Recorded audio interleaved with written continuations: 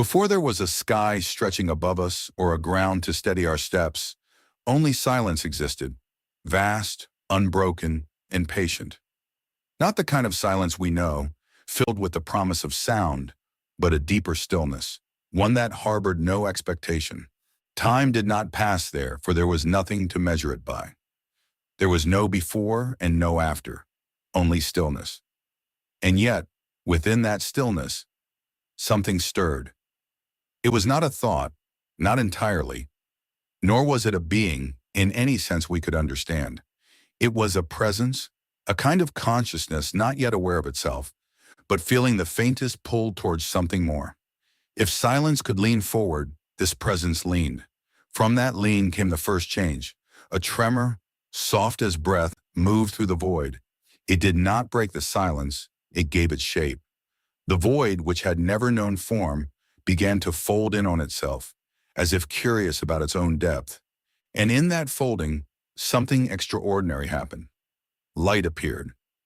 Not gradually, not as a flicker or a glow, but suddenly, brilliantly, as if it had always been waiting just beneath the surface. It came from nowhere, for there was nowhere to come from. It simply was, a radiant golden presence that poured outward in every direction, illuminating the vastness that had been invisible before. The presence, this awakening consciousness, felt the light and for the first time recognized difference. Where there had only been uniformity, there was now contrast. Light and non-light, something in the echo of nothing. And so the presence made its first decision. The brightness condensed, forming currents and streams that wound through the void. Where the light moved, it left behind shadows, soft, deep pockets where the radiance could not reach. This was the birth of darkness, but darkness was not the enemy of light. It was its companion, its counterweight. Without darkness, light would have no form, no meaning. And so the presence allowed both to exist, weaving them together in a rhythm, expansion and rest, brightness and stillness. Time began there in that rhythm. With time came movement.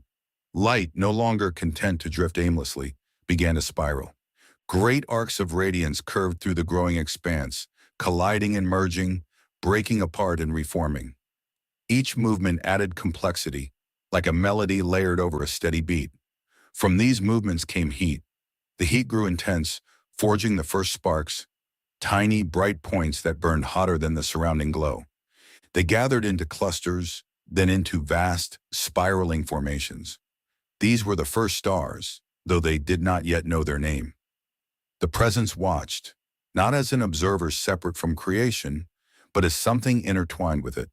Every star, every pulse of energy, was both a part of the whole and an expression of that original consciousness. Creation was not being built from outside, it was unfolding from within. And yet something was missing. The stars were magnificent, but they were distant. They burned and spun, but they did not change in the way the presence now desired. There was beauty, but no surprise. Movement, but no growth. So the presence dug deeper. It gathered fragments of starlight, cooling them, slowing them, giving them denser forms. These fragments collided, clung together, and grew heavier. Over time, they formed great spheres that floated across the cosmic sea. Those were the first worlds. Unlike the stars, the worlds were not consumed by fire. They carried within them the memory of heat, but also the promise of something else, something quieter, more intricate. The presence shaped them carefully, pressing valleys into their surfaces, raising mountains toward the sky, carving basins where something new might gather. And then came water. It came not as a single act, but as a gradual condensation, a gentle yielding of energy into fluid form. The vapors thickened, cooled, and fell, pooling in the basins the presence had made. The oceans spread out, deep and mysterious, reflecting the distant stars like scattered jewels. Where the water touched the land, change accelerated. Stone softened. Surfaces transformed. The rigid forms of the worlds began to breathe, in a sense, not with lungs, but with cycles. Heat rose and fell. Waters moved. Winds, born of differences in temperature and pressure, swept across the surfaces, shaping and reshaping everything they touched. The presence felt something new then, anticipation. It had created light and darkness, stars and worlds, oceans and skies. But now, on the brink of possibility, it sensed that creation might become more than structure. It might become life. The idea was both simple and incredibly complex. Life would not be fixed. It would not merely exist as it was made. It would grow, adapt, transform. It would carry within itself a spark of the original presence, the same restless consciousness that had stirred in the silence. So the presence began the most delicate work of all. It wove patterns into the waters, intricate arrangements of energy and matter that could sustain themselves, replicate, and evolve. At first, these patterns were fragile. Many dissolved as quickly as they formed, unable to hold their shape against the changing environment. But the presence persisted. Over time, some patterns endured. They learned in their silent way to draw energy from their surroundings, to repair themselves, to divide and multiply. They spread through the oceans, invisible to any eye but profoundly significant. Those were the first living beings. They did not think, they did not feel, but they continued. And in that continuing, they changed. Each generation carried slight variations, tiny differences that, over vast stretches of time, became something entirely new. The oceans filled with life. Simple forms gave way to more complex ones. Shapes emerged, filaments, spheres, branching structures. Some began to move, driven by currents or by their own internal mechanisms. Others captured light, turning it into energy, linking life to the stars from which it had ultimately come. The presence watched with growing wonder. For the first time, creation was surprising even to itself. From the waters, life ventured onto land. It adapted to new challenges: gravity, dryness, the harshness of direct light. Forms grew more robust, more intricate. Plants spread over the surfaces of the worlds, covering them in green and gold, absorbing energy from the sun and transforming the very air. Animals followed. They moved with purpose, driven by instincts that echoed the deeper rhythms of creation. They hunted, fled, reproduced. They explored the landscapes the presence had shaped, filling them with movement and sound. And yet the presence sensed there was one more step to take. It wanted not just life, but consciousness. Beings who could perceive the world and, in doing so, reflect it. Beings who could ask questions, feel wonder, and perhaps in some distant way, recognize the presence itself. So it shaped a new kind of life. These beings stood upright, their eyes lifted toward the sky. They carried within them not only the drive to survive, but the capacity to imagine. They could remember the past, anticipate the future, and consider possibilities that did not yet exist. They were, in a sense, the universe becoming aware of itself. The presence did not control them. It could not without undoing the very freedom that made them unique. Instead, it gave them a world rich with possibility and allowed them to choose their own paths. And so they did. They built, destroyed, created, and dreamed. They told stories about the world, about how it began, what it meant, and where it might be going. Some imagined a creator separate from themselves. Others felt something deeper, a connection that ran through everything. All of them, in their own way, were reaching back toward the original presence. The presence, now fully awake, felt something it had never known in the silent void: fullness. Not because creation was complete, it never would be, but because it had become something more than it had been. From silence, it had become a symphony. From emptiness, a universe. And within that universe, countless voices now echoed the same silent question that had started it all. What else is possible? The answer, as it had always been, was still unfolding. Noah and the Ark. A righteous man in a corrupt world. The generations that followed Adam and Eve multiplied upon the face of the earth, and with their multiplication came the deepening of the pattern established by Cain. Cities arose where once only gardens had grown. The art of metallurgy produced tools that could shape the world and weapons that could shatter it. Music flourished, filling the air with melodies that could lift the soul or stir the passions. Human civilization advanced in every measurable way, but beneath the surface of progress, something had gone terribly wrong. The descendants of Seth, who had once called upon the name of the Lord, began to intermarry with the descendants of Cain, and the distinction between the two lines blurred and disappeared. The text describes the state of humanity in terms that leave no room for ambiguity. The Lord saw that the wickedness of man was great in the earth, and that every intention of the thoughts of his heart was only evil continually. The language is absolute, not merely that humanity had become flawed or had fallen short of its original glory, but that the very spring of human thought, the imagination and intention of the heart, had become irredeemably corrupted. The word translated as intention is yetzer, the same word used to describe the potter's shaping of clay. Humanity, created to be shaped by God, had shaped itself into a vessel of relentless wickedness. The Lord regretted that he had made man on the earth. This is one of the most poignant statements in all of Scripture. The Creator, whose work had been declared good at every stage of creation, now looking upon his masterpiece with regret. The Hebrew word nacham carries the sense of a deep emotional relenting, as if the weight of human wickedness had become unbearable to the one who had breathed life into the dust. God's grief is not the distant displeasure of a far-off sovereign, but the anguish of a father whose children have turned to destruction. Yet in the midst of this universal corruption, one man found favor in the eyes of the Lord. His name was Noah, and the text presents him with a genealogical precision that connects him to the faithful line of Seth. He was the son of Lamech, the grandson of Methuselah, the great-grandson of Enoch, who had walked with God and was taken.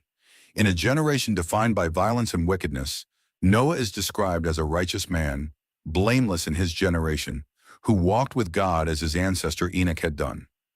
The contrast between Noah and his contemporaries could not be more stark. While every intention of every heart was only evil continually, Noah's heart was turned toward God. While the earth was filled with violence, the Hebrew word Hamas suggests not merely physical brutality, but a fundamental disorder, a tearing of the fabric of human community. Noah walked the path of peace. In a world that had abandoned its creator, Noah remained faithful. He was, says the text, perfect in his generations. Not sinless, but wholehearted in his devotion, undivided in his loyalty to God. God spoke to Noah and revealed what he was about to do. The announcement came with the weight of divine judgment. I have decided to put an end to all flesh, for the earth is filled with violence because of them. Behold, I will destroy them with the earth.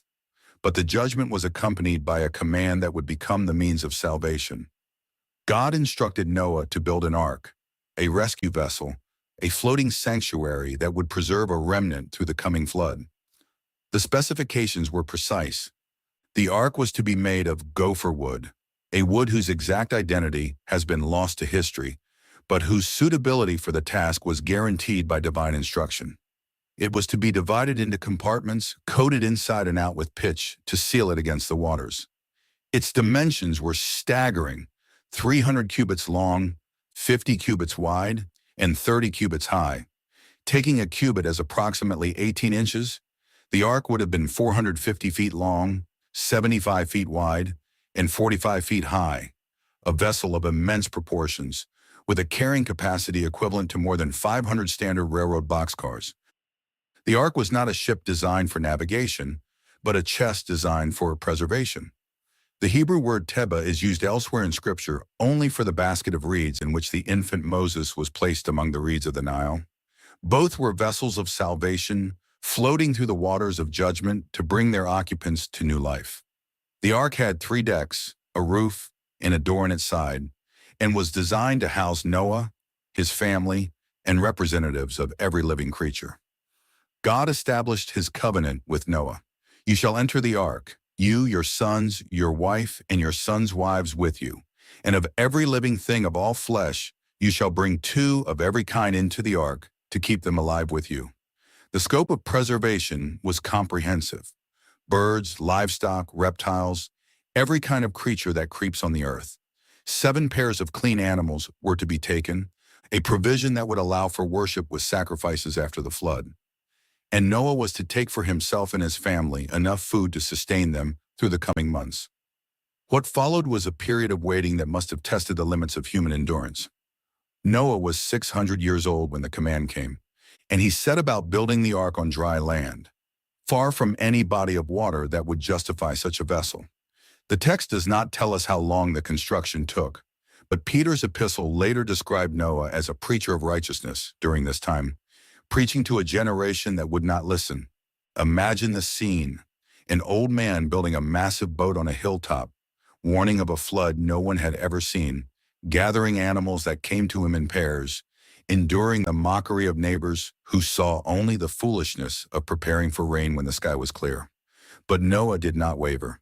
The text records his obedience with simple repetition. Noah did this. He did all that God commanded him. In a world defined by rebellion, Noah's defining characteristic was obedience. He built as he was told, gathered as he was instructed, waited as he was commanded. His faith was not a passive belief but an active obedience, a life shaped entirely by the word of God. When the time came, God said to Noah, "Enter the ark, you and all your household, for I have seen that you are righteous before me in this generation." The invitation was also a command, and Noah entered the ark with his wife, his 3 sons, Shem, Ham, and Japheth, and their respective wives.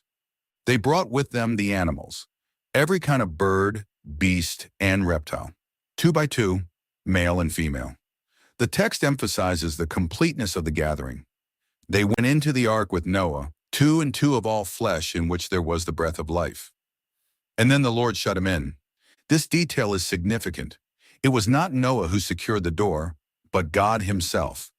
The Hebrew verb seger suggests a divine action that sealed the occupants inside the vessel of salvation. The door that Noah had built in the side of the ark was closed, not by human hands, but by the hand of God. Those inside were safe. Those outside were left to face the judgment alone. For 7 days, nothing happened. The sky remained clear, the ground remained dry, and the mockers may have continued their ridicule.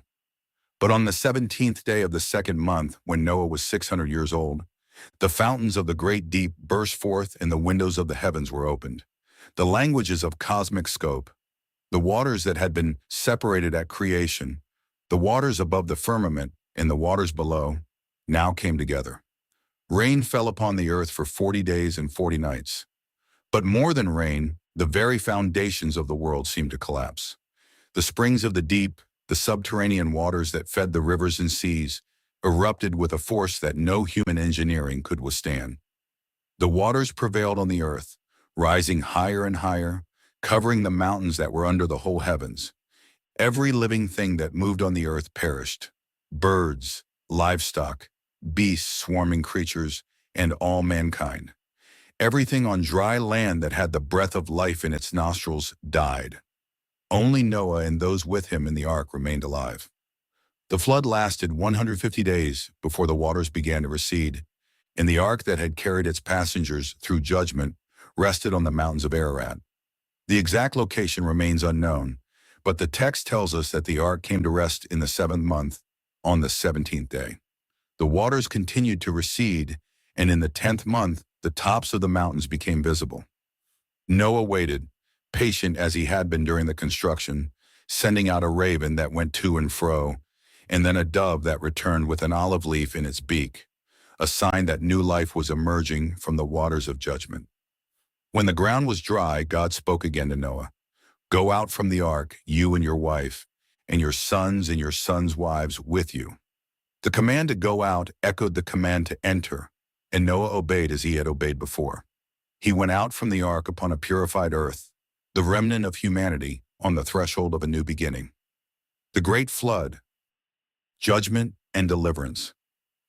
The waters that covered the earth in the days of Noah represented something far more significant than a meteorological anomaly.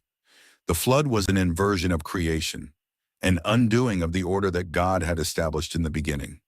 Where God had separated the waters to create dry ground, now the waters returned to cover the mountains.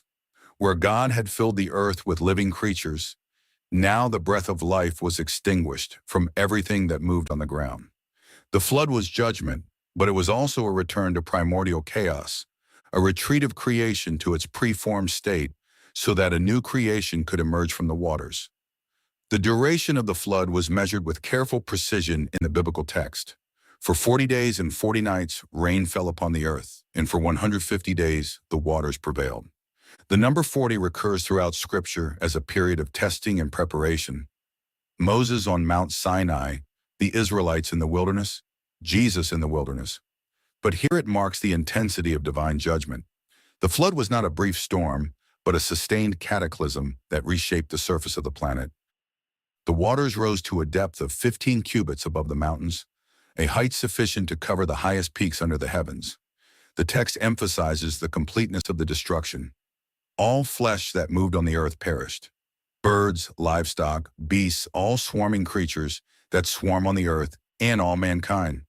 Everything on dry land that had the breath of life in its nostrils died. The phrase breath of life echoes the creation of Adam, when God breathed into his nostrils the breath of life.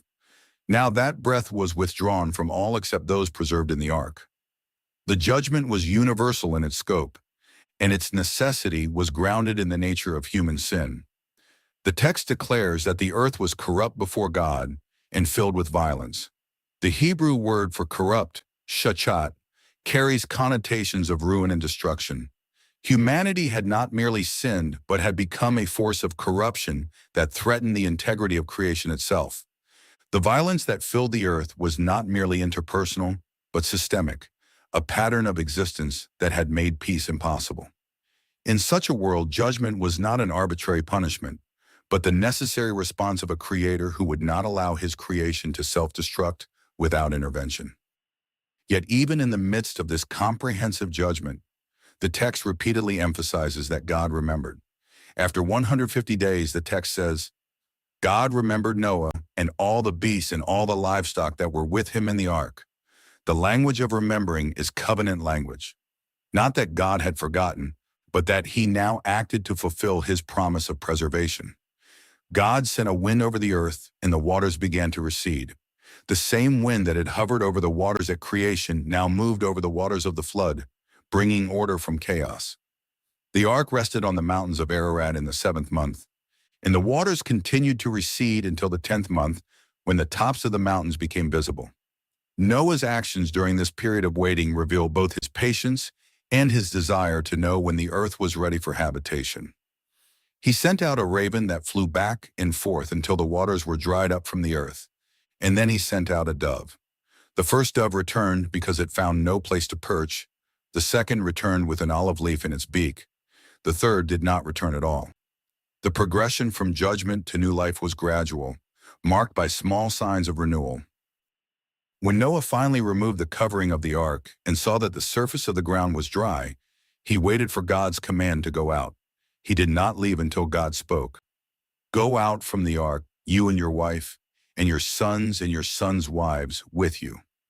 Bring out with you every living thing that is with you of all flesh, birds, animals, and every creeping thing that creeps on the earth, so that they may swarm on the earth and be fruitful and multiply on the earth. Noah's first act upon leaving the ark was to build an altar to the Lord. He took of every clean animal and of every clean bird and offered burnt offerings on the altar. This was an act of worship that acknowledged God's deliverance and sought his continued favor. The offering was not a payment for salvation, but a response to it, an acknowledgement that Noah's survival was entirely due to God's grace. The Lord smelled the pleasing aroma and said in his heart, I will never again curse the ground because of man, for the intention of man's heart is evil from his youth. Neither will I ever again strike down every living creature as I have done. This divine resolution is remarkable for its realism. God does not say that humanity will improve. He acknowledges that the inclination of the human heart is evil from youth. But despite this enduring flaw, he commits himself to patience. The judgment of the flood was a one-time event, a decisive intervention that would not be repeated. The flood narrative thus establishes a pattern that runs throughout Scripture. Judgment and deliverance, death and resurrection, the old world passing away and the new world coming. Noah emerges from the ark as a new Adam, standing on a purified earth with the command to be fruitful and multiply. The covenant that God makes with Noah after the flood is in some ways a renewal of the covenant with Adam, a reaffirmation of humanity's place in creation and of God's commitment to sustain the world's order. But there is also something new. The flood has changed everything. The world that emerges from the waters is not the world that existed before. The boundaries that kept chaos at bay have been permanently altered, and humanity now lives with the knowledge that God's patience has limits, even though he has promised not to destroy the earth again with a flood. The story of the flood is a reminder both of the seriousness of sin and of God's faithfulness, a warning for those who would ignore his commands and a comfort for those who trust in his deliverance.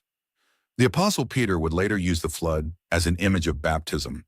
The waters of judgment that destroy also cleanse, and those who pass through them in the ark of salvation emerge to new life. The flood in this reading is not merely a story of destruction, but a story of salvation. Not merely an end, but a beginning.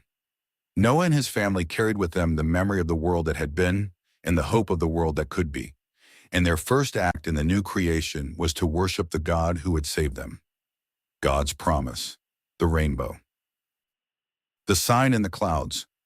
When Noah emerged from the ark onto the purified earth, he stepped into a world that was both familiar and radically new.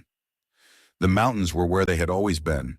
The sky arched above him with the same blue expanse. The sun rose and set in its accustomed rhythm. But everything had changed.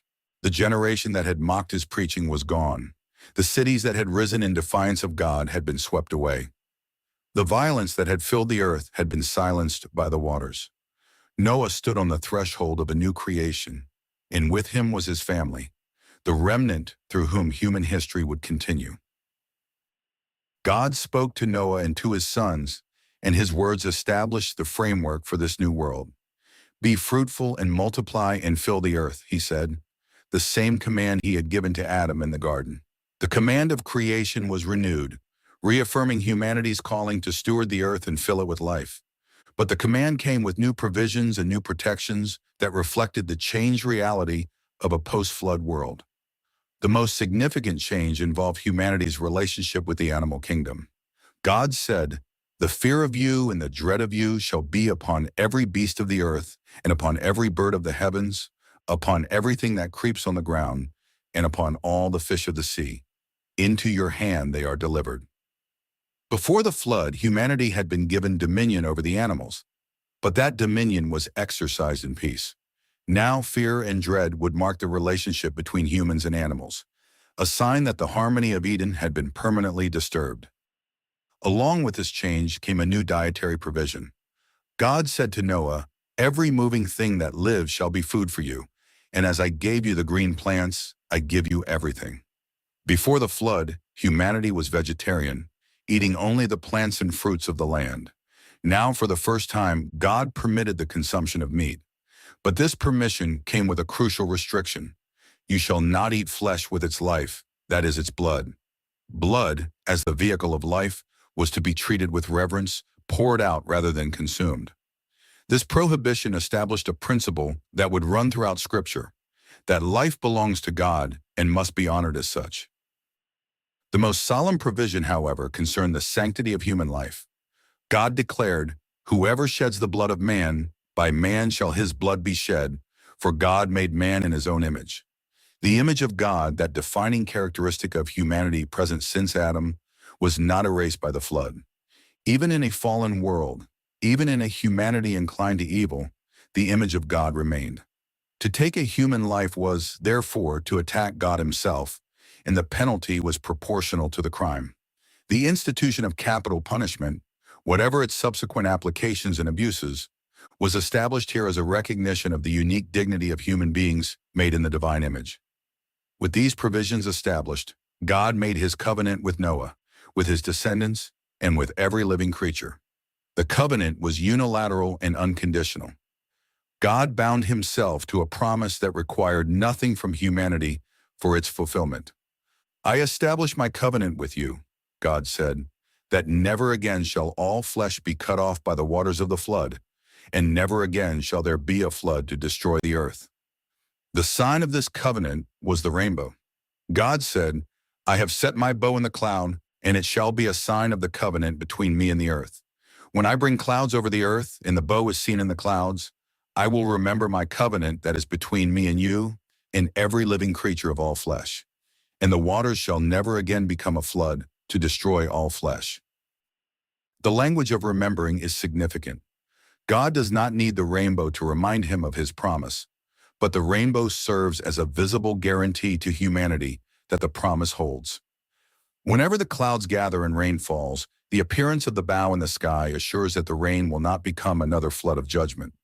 The rainbow is God's declaration of patience, his commitment to sustain the world despite humanity's enduring inclination toward evil. The symbolism of the rainbow is rich in meaning. In ancient Near Eastern contexts, the bow was a weapon of war, the instrument of divine judgment. By placing his bow in the clouds, God is depicted as hanging up his weapon, setting it aside, declaring that the war between himself and sinful humanity has come to an end. The bow is not aimed at the earth, but turned toward the heavens, a sign of peace rather than judgment. The colors that span the sky are the colors of light refracted through water, beauty emerging from the very elements that had once brought destruction. The covenant with Noah is the first explicit covenant in Scripture, and it establishes patterns that will unfold in later covenants with Abraham, with Moses, with David, and finally in the new covenant in Christ. Unlike later covenants, the Noahic covenant requires nothing from humanity. It is a divine commitment to preserve the order of creation, regardless of human behavior. God acknowledges that the intention of man's heart is evil from his youth, but he commits himself to patience rather than destruction. This patience is not infinite. The covenant with Noah does not preclude future judgment, but it specifies that such judgment will not come through a universal flood. The world will continue in its seasons, its cycles, its patterns of sowing and harvest, cold and heat, summer and winter, day and night. These rhythms are themselves witnesses to God's faithfulness, consistent and reliable signs that his promise holds.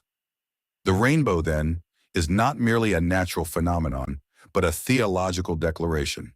It is a sign of mercy triumphing over judgment, of patience overcoming wrath, of God's commitment to his creation even when that creation turns away from him.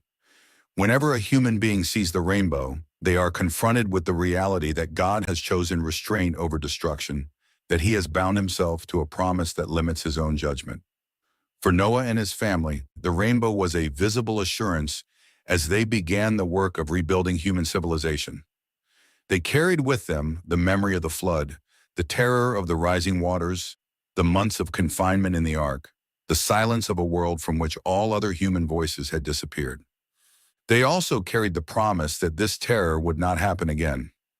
The bow in the clouds was God's signature on the covenant, a guarantee that the new world they were entering would not end as the old world had ended. The Apostle Paul would later write that God desires all people to be saved and to come to the knowledge of the truth. The rainbow is an early expression of that desire, a visible declaration that God's patience extends to humanity, not because humanity deserves it, but because God is faithful to his promise. The sign that spans the sky is a sign of hope, a reminder that judgment is not God's final word and that mercy stands ready to triumph over wrath. The Tower of Babel, the scattering of pride. The generations that followed Noah spread over the face of the earth, carrying with them the memory of the flood and the promise of the rainbow. But the pattern established before the flood, humanity's tendency toward pride and rebellion, did not disappear with the waters. The words God had spoken about the human heart, that its inclination was evil from youth, were fulfilled in the descendants of Noah as they had been in the descendants of Adam. The new creation soon replicated the sins of the old. The descendants of Noah's three sons, Shem, Ham, and Japheth, multiplied and formed clans, nations, and languages. The text lists 70 names in the genealogical table that precedes the Babel story, a symbolic number suggesting the fullness of humanity. These families spread from the mountains of Ararat, migrating eastward, settling in the plains of Shinar, the land that would later become Babylon. It was there that the seeds of a new rebellion took root. The inhabitants of Shinar said to one another, "Come, let us make bricks and burn them thoroughly." The technology of brickmaking represented a significant advance in human civilization. Clay molded and fired to create building materials far more durable than the stones and mortar that had been used before. The text notes that they used brick instead of stone and asphalt instead of mortar, and there is a subtle irony in this detail. The land of Shinar, which would become famous for its ziggurats and monumental architecture, was a land without stone. Humanity would compensate for nature's deficiencies with the products of their own ingenuity. The project they undertook was ambitious. Come, let us build ourselves a city and a tower with its top in the heavens, and let us make a name for ourselves, lest we be dispersed over the face of the whole earth. In this single statement, the rebellion of Babel is fully expressed. The tower with its top in the heavens represented humanity's attempt to reach the divine realm through their own efforts, to ascend to God's place without God's invitation. The desire to make a name for ourselves revealed a hunger for self-glorification, a refusal to find identity in being God's creatures, and instead, a determination to establish a reputation through human achievement. And the fear of being dispersed over the face of the whole earth was a direct rejection of God's command to Noah and his sons to be fruitful and multiply and fill the earth. The people of Babel wanted the opposite of what God had commanded. They wanted to stay together, concentrate their population and their power in one place, build a city that would be the center of human civilization.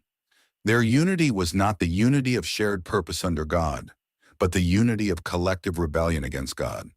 They sought to create a world that had no need of God, a civilization that could secure its own future through its own resources.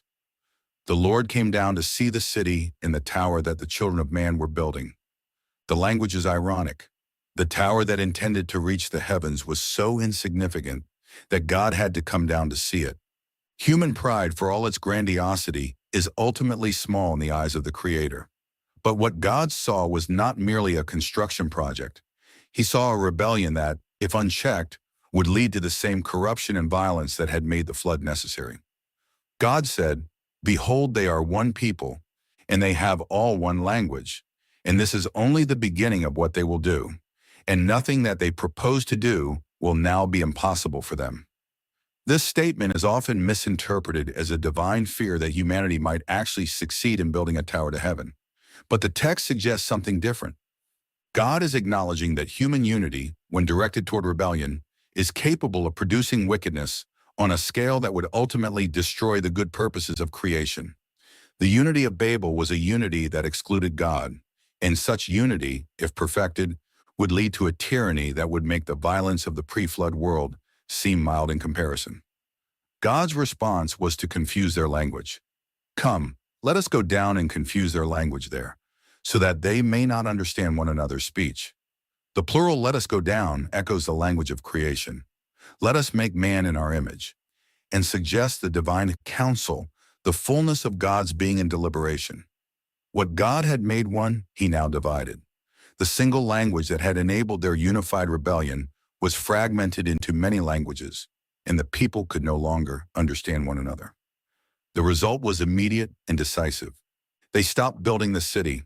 The project that had united them in pride now scattered them in confusion.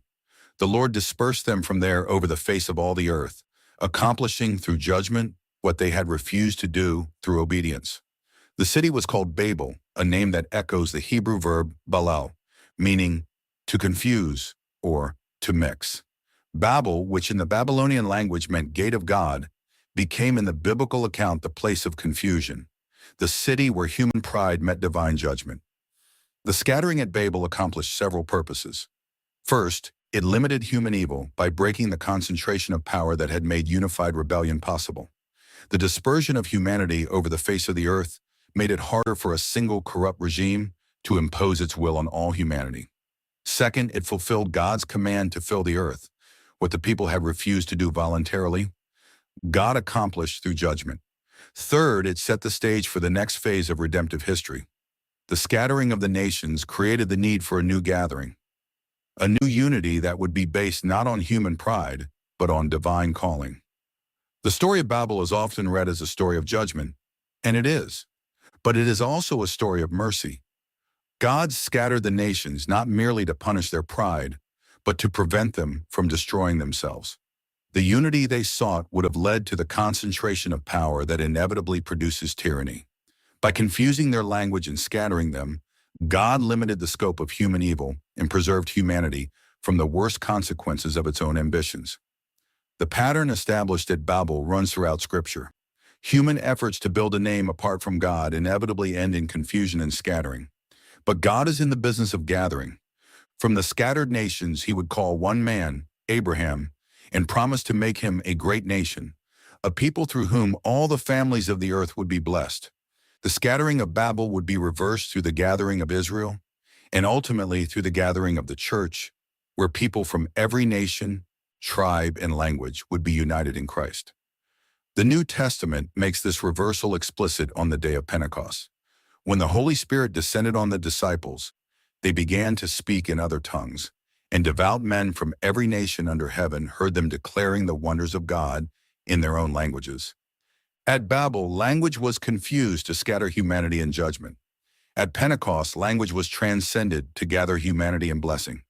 The unity that humanity could not achieve through pride was achieved through the Spirit, not the unity of collective self-glorification, but the unity of shared worship. The Tower of Babel stands as a monument to human pride and divine judgment, but it also stands as a promise that God will not allow human rebellion to have the final word. The city that humanity built remained unfinished, but the city that God is building, the New Jerusalem descending from heaven, will last forever. And in that city, the scattering of Babel will finally be reversed, as people from every language and nation gather around the throne of the Lamb, united at last in the worship. The patriarchs. Abraham follows God's plan, departure from Haran, the call of the patriarch. The city of Ur, the Chaldeans, stood at the crossroads of the ancient world, a center of wealth, learning, and worship of the moon god, Sin. Its ziggurat rose against the Mesopotamian sky, a monument to human achievement and to the gods that the people of that land sought to appease.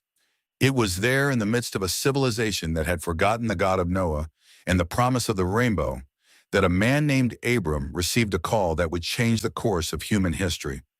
The God who had scattered the nations at Babel was about to begin the work of gathering them again, and he would accomplish his purpose not through the powerful and the strong, but through the faith of a single man and the family that would spring from him.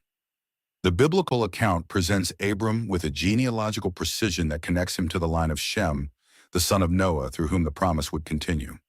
He was the son of Terah, a descendant of Shem, born in Ur, but destined for a land he had never seen. The book of Joshua would later note that Abram's father, Terah, had served other gods beyond the Euphrates, suggesting that Abram was called not from a family of the righteous, but from a family of idolaters. God's grace, in other words, was not drawn to Abram by his merit, but extended to him despite his origins. Abram's call was an act of sovereign choice, a divine election that would reveal God's purposes to a world that had turned away from him. The word of the Lord came to Abram with a command and a promise. The command was severe in its demand. Go from your country and your kindred and your father's house to the land that I will show you. The call required Abram to leave behind everything that defined his identity, his homeland, his extended family, his heritage, his security. He was to go to a land that God would show him, a destination unspecified at the time of the call. The journey was to be undertaken by faith alone, with no map to guide him and no assurance other than the word of the one who had spoken. But with the command came promises that would resonate through the rest of Scripture. God declared, I will make of you a great nation, and I will bless you and make your name great, so that you will be a blessing. I will bless those who bless you, and him who dishonors you I will curse, and in you all the families of the earth shall be blessed. These 7 promises, the number of fullness, established the framework for all that would follow. Abram would become a great nation, but that nation would not be for its own sake. It would be the vehicle through which all the families of the earth would receive blessing. The scattering of Babel would be reversed through the gathering of Abram's descendants, and the curse that had fallen on humanity since the garden would be addressed through the blessing that would flow from this single man and his family.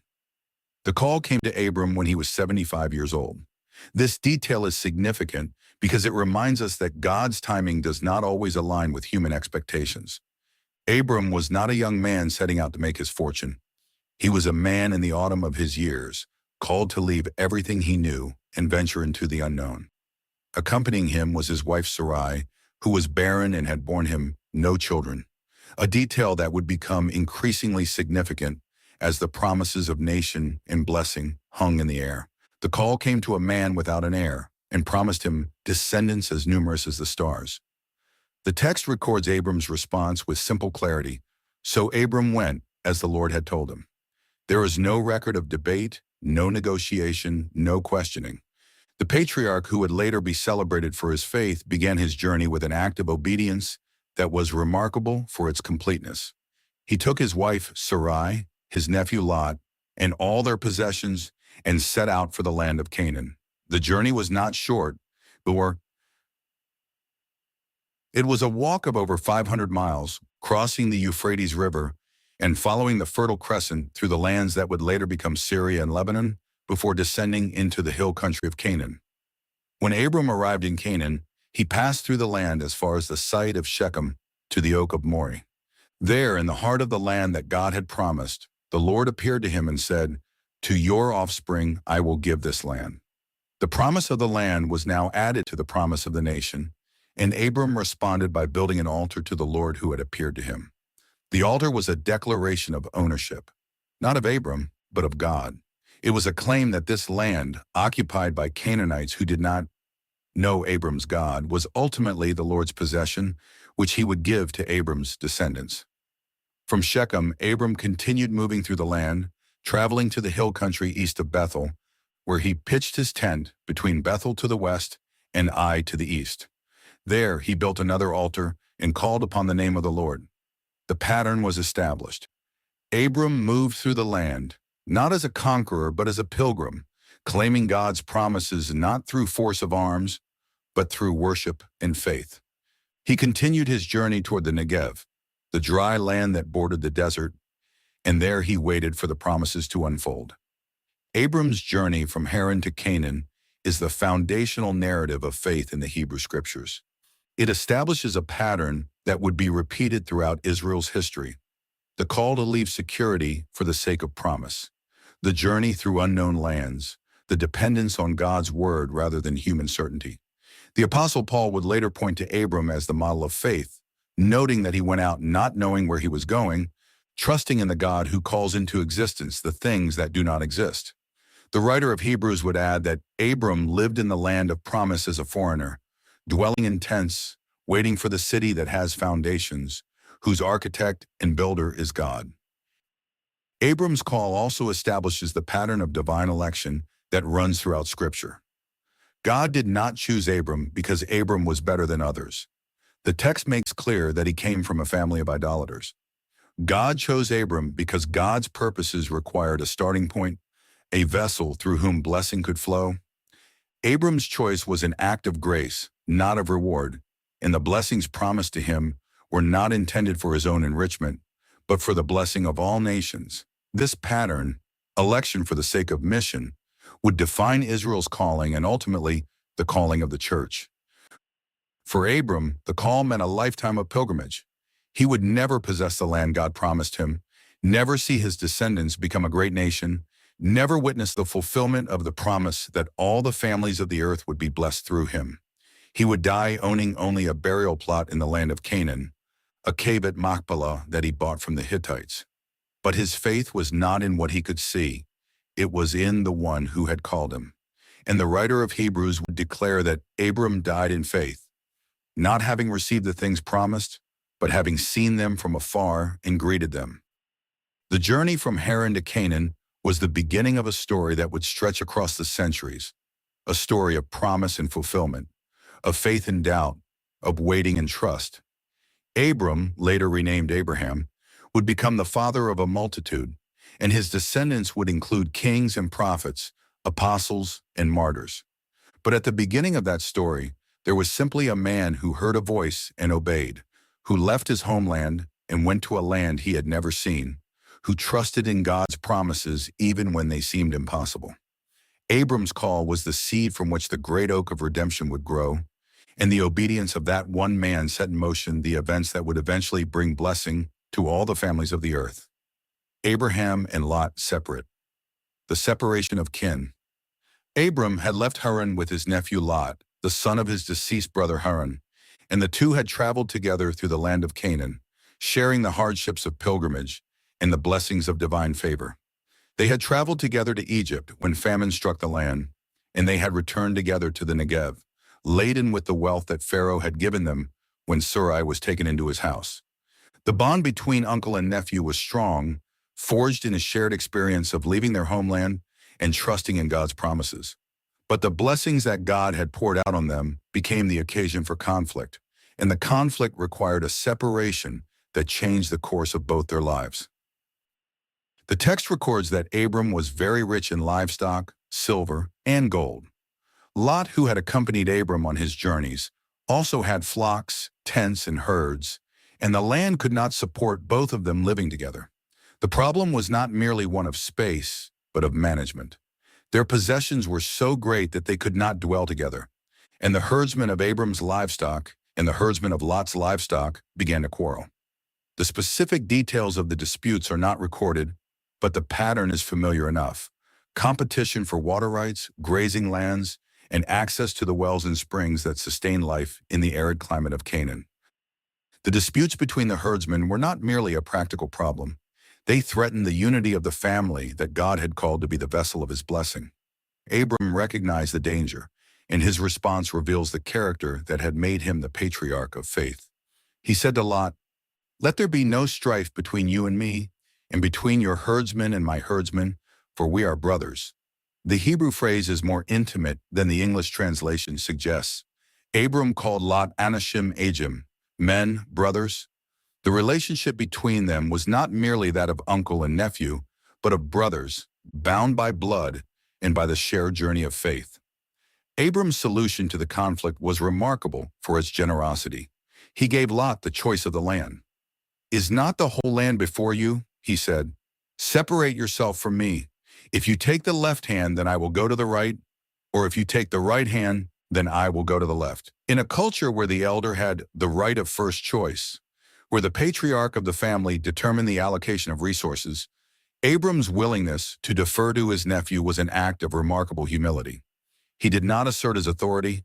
He did not claim the best lands for himself. He placed himself in the position of the younger, trusting that God would honor his generosity and fulfill his promises regardless of which land Abram received. Lot lifted up his eyes and saw all the valley of the Jordan. The description of the land that Lot chose is made with an irony that the original audience would have recognized immediately. The Jordan Valley was well watered everywhere, says the text, like the garden of the Lord, like the land of Egypt.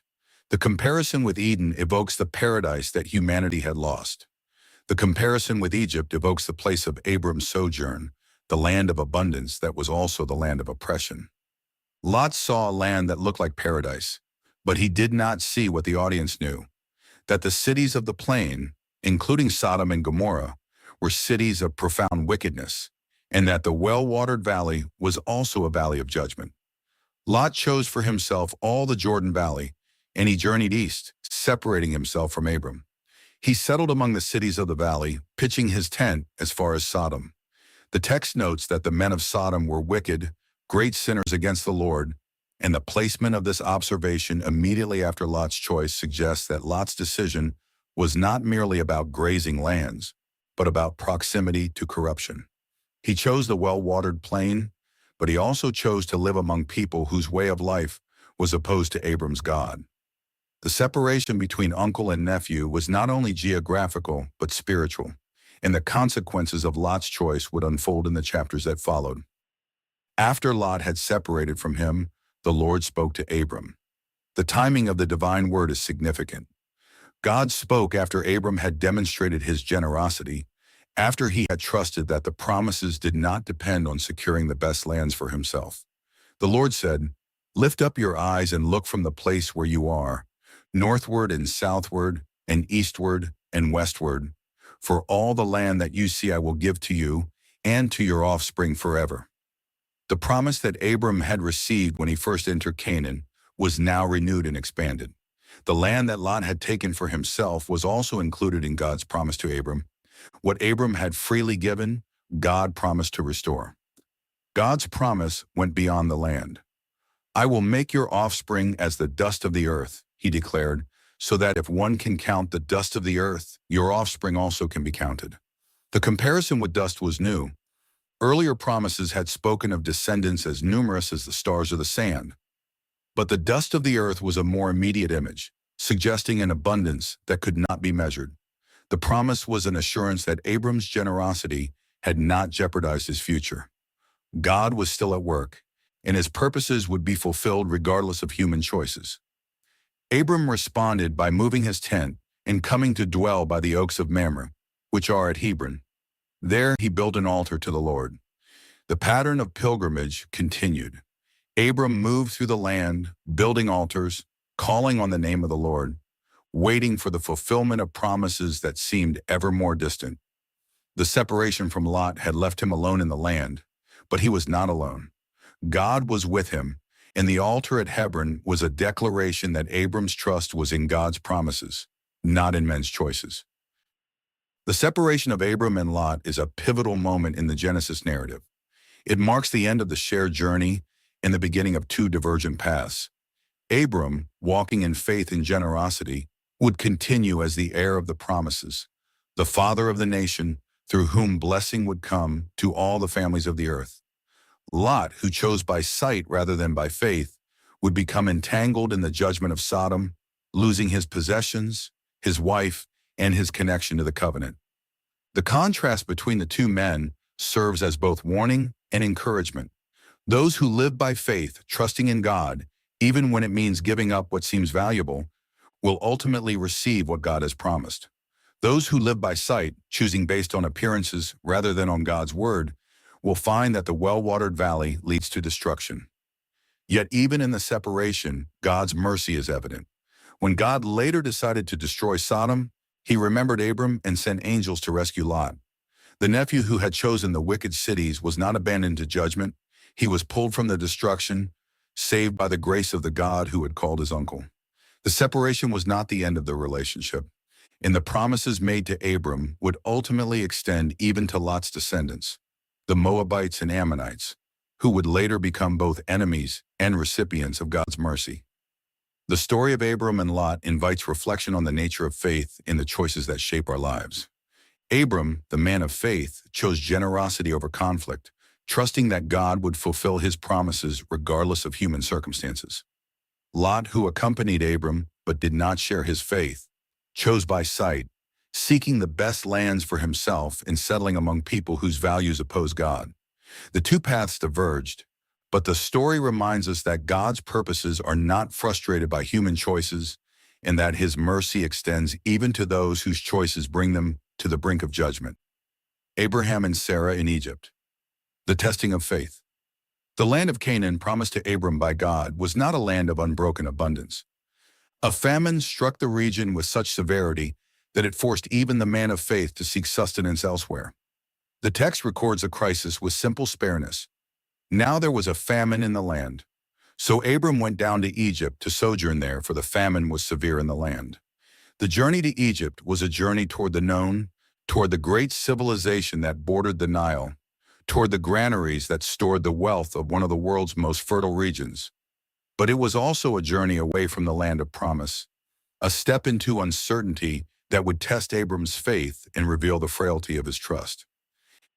As Abram was approaching the border of Egypt, the shadow of fear fell over his heart. He said to Sarai, his wife, "I know that you are a woman beautiful in appearance, and when the Egyptians see you, they will say, 'This is his wife.' Then they will kill me, but they will let you live. Say you are my sister, that it may go well with me because of you, and that my life may be spared for your sake." The words reveal a man who, despite his faith, was capable of fear and deception. The promise that God had made, that Abram would become a great nation, that his name would be great, that blessing would flow through him, seemed distant and uncertain in the face of immediate danger. Abram's solution was to trust in his own cunning rather than in God's protection. There was a measure of truth in Abram's plan. Sarai was indeed his half-sister, the daughter of his father, but not of his mother. And the kinship relationship that Abram proposed to emphasize was not entirely false. But the plan remained a deception, designed to protect Abram at Sarai's expense and to manipulate the Egyptians through a half-truth. The plan also revealed a fundamental failure of trust. Abram, who had left his homeland in obedience to God's call, was now seeking to protect himself through his own devices, rather than trusting in the God who had brought him to Canaan. The events unfolded as Abram had feared. When Abram entered Egypt, the Egyptians saw that Sarai was a woman of exceptional beauty, and the princes of Pharaoh praised her to their sovereign. Sarai was taken into Pharaoh's house, and Abram, for her sake, was treated well. He acquired sheep, oxen, donkeys, male and female servants, female donkeys, and camels, the wealth that would later become a source of conflict with Lot, but which was acquired through deception of Pharaoh and the exploitation of his wife. For a time, the deception seemed to succeed. Abram was enriched, Sarai was in Pharaoh's house, and Abram's life was spared. But the text records that the Lord afflicted Pharaoh and his house with great plagues because of Sarai, Abram's wife. The plagues are not specified, but their effect was sufficient to reveal the deception and force a confrontation. Pharaoh called Abram and said, "What is this you have done to me? Why did you not tell me that she was your wife? Why did you say she is my sister, so that I took her for my wife? Now then, here is your wife, take her and go." Pharaoh's words are remarkable for their justice. The pagan king, who had been deceived by the man of faith, spoke with a moral clarity that had been lacking in Abram's actions. He recognized that Abram's deception had placed him in a position of unwitting guilt, and he acted to rectify the situation. The man who had been called by God to be a blessing to the nations had become a source of trouble for Pharaoh, bringing plagues upon his house and forcing him to face the consequences of Abram's fear. Pharaoh gave orders to his men concerning Abram, and they sent him away with his wife and all that he had. The departure from Egypt was not the triumphal exit of a man of faith, but the expulsion of a deceiver, a return to the land of promise under a cloud of shame. Yet even in this moment of failure, God's grace was evident.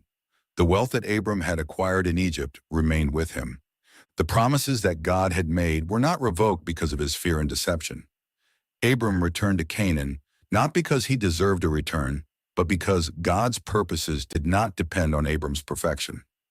The story of Abram and Sarai in Egypt is a story of testing and failure. It reveals that the man of faith was not a superhuman saint, but a flawed human being, capable of fear, deception, and self-preservation. His journey to Egypt was a step outside the land of promise, and his actions there revealed a trust in his own cunning rather than in God's protection. Yet the story also reveals that God's faithfulness does not depend on human faithfulness. Despite Abram's failure, God intervened to protect Sarai, confront Pharaoh, and return Abram to the land of promise with his wealth intact. The pattern established in Egypt would be repeated later in Abram's life, when he again passed Sarah off as his sister in the land of Gerar. The repetition suggests that the lesson of Egypt had not been fully learned, that the fear that drove Abram to deception was a persistent struggle rather than a single failure. But the repetition also underscores God's patience, who continued to work through Abram despite his flaws and continued to fulfill his promises despite Abram's failures. For the reader of Genesis, the story of Abram in Egypt serves both as warning and encouragement. It warns against the temptation to trust in human cunning rather than divine protection, to sacrifice integrity for security, to manipulate circumstances rather than trust in God's provision. But it also encourages those who recognize their own failures in Abram's story. The man who failed in Egypt was the same man who later trusted God enough to offer Isaac on Mount Moriah. The one who resorted to deception before Pharaoh was the one whom God called his friend. Grace does not demand perfection, and God's purposes are not derailed by human weakness. When Abram returned to Canaan, he returned to the place where he had pitched his tent at the beginning, between Bethel and Ai, to the place where he had built an altar.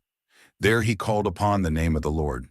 The return to the altar was a return to dependence, an acknowledgement that the God who had called him was the God who would protect him.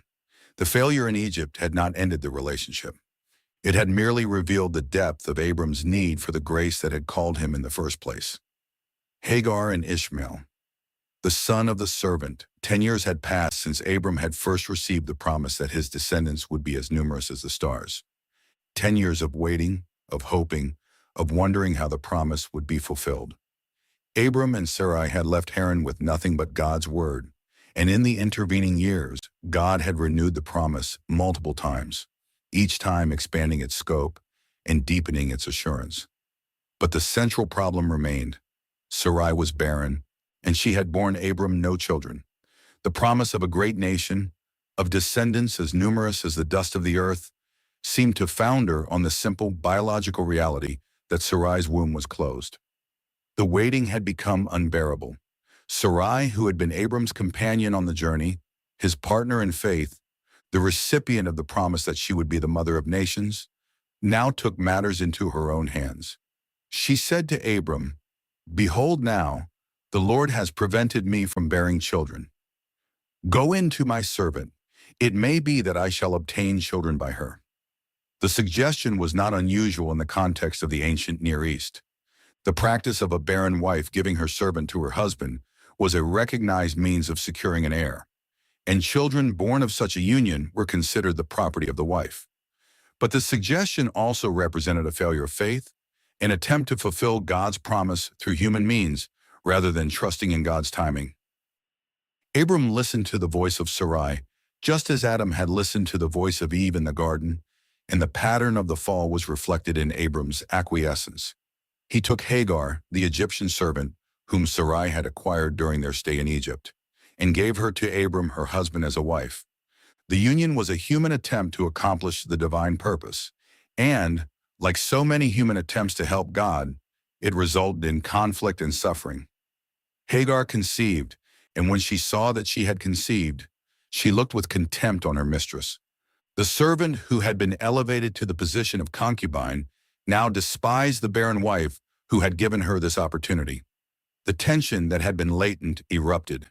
Sarai said to Abram, "May the wrong done to me be on you. I gave my servant to your embrace, and when she saw that she had conceived, she looked on me with contempt. May the Lord judge between you and me." Abram responded, "Behold, your servant is in your power. Do to her as you please." It was an abdication of responsibility. Instead of protecting Hagar or mediating the dispute, Abram gave Sarai free rein to treat the servant as she wished. Sarai dealt harshly with Hagar, and the servant fled from her presence. Hagar fled into the wilderness, a pregnant woman with no resources and no protection, heading toward the border with Egypt, the land of her birth. She came to a spring of water in the wilderness, a spring on the way to Shur, and there, in her desperation, she met the angel of the Lord.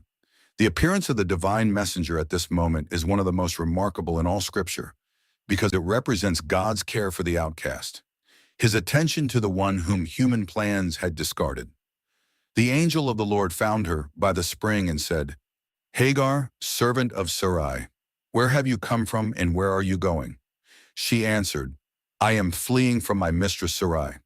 The angel said, "Return to your mistress and submit to her hand. I will surely multiply your offspring so that they cannot be numbered for multitude." The command was difficult: to return to the house where she had been mistreated, to submit to the mistress who had driven her out. But the promise was extraordinary. Hagar, the Egyptian servant, would become the mother of a multitude, her offspring too numerous to be counted. The angel continued with a prophecy about the son she would bear. "Behold, you are pregnant and shall bear a son. You shall call his name Ishmael, because the Lord has listened to your affliction." The name Ishmael means God hears, and it would be a permanent testimony that God had seen Hagar's suffering and responded to her cry. The angel described Ishmael's character. "He shall be a wild donkey of a man, his hand against everyone and everyone's hand against him. And he shall dwell over against all his kinsmen." The prophecy spoke of a life of conflict and independence, a man who would not be subject to the settled patterns of civilization, but would live on the margins, his hand against everyone and everyone's hand against him. Hagar responded with wonder at the encounter. She called the name of the Lord who spoke to her. "You are a God of seeing," for she said, "Truly here I have seen him who looks after me." The name she gave the well was Bir Lahairua, which means the well of the living one who sees me. In her moment of greatest need, Hagar had encountered the God who sees the outcast, who hears the cry of the oppressed, who cares for the one whom human systems have discarded. Hagar returned to Abram's house as the angel had commanded. She bore a son, and Abram called his name Ishmael. Abram was 86 years old when Ishmael was born, and for a time it seemed that Ishmael was the fulfillment of the promise, the son through whom Abram's descendants would become a great nation. But the story of Hagar and Ishmael was not the end of the story. It was a detour, a human attempt to fulfill the divine promise that would ultimately be replaced by a miracle. 13 years later, when Abram was 99 years old, God appeared to him again and renewed the promise with a new emphasis. The son of the servant would not be the heir.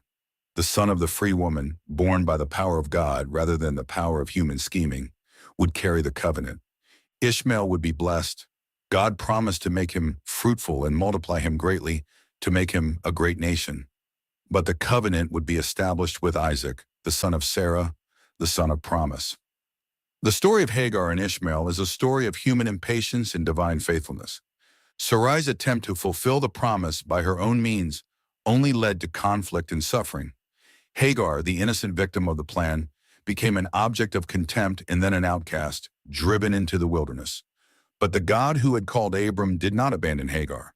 He found her in the wilderness, heard her affliction, and promised to make her descendants into a great nation. The story reminds us that God's purposes are not frustrated by human failure, and that his care extends to those whom human plans have discarded. The Apostle Paul would later use the story of Hagar and Ishmael as an allegory of the two covenants, contrasting the son of the servant, born according to the flesh, with the son of the free woman, born through promise. For Paul, the story of Hagar and Sarah was a reminder that the children of promise are not those who trust in human effort, but those who trust in God's power. Not those who seek to secure the promise by their own initiative, but those who wait for God to act. The well of the living one who sees me stands as a testimony that God sees the outcast and hears the afflicted. And the name Ishmael, God hears, is a promise that no cry of suffering is ignored by the God who called Abram and who continues to work his purposes through the complex and often painful history of human relationships. The destruction of Sodom and Gomorrah. The judgment of the cities of the plain. The sun rose over the Jordan Valley as it had for countless mornings, pouring its light over the cities of the plain, over the well-watered fields that had seemed like paradise to Lot, over the walls of Sodom where wickedness had flourished unchecked. But that morning was different. It was the morning of judgment, the day when the outcry that had risen from Sodom and Gomorrah would finally be answered, when God's patience would give way to the fire of divine justice. The story of that judgment began not in the cities themselves, but in Abraham's tent, where the Lord had come to visit his servant and to reveal what he was about to do.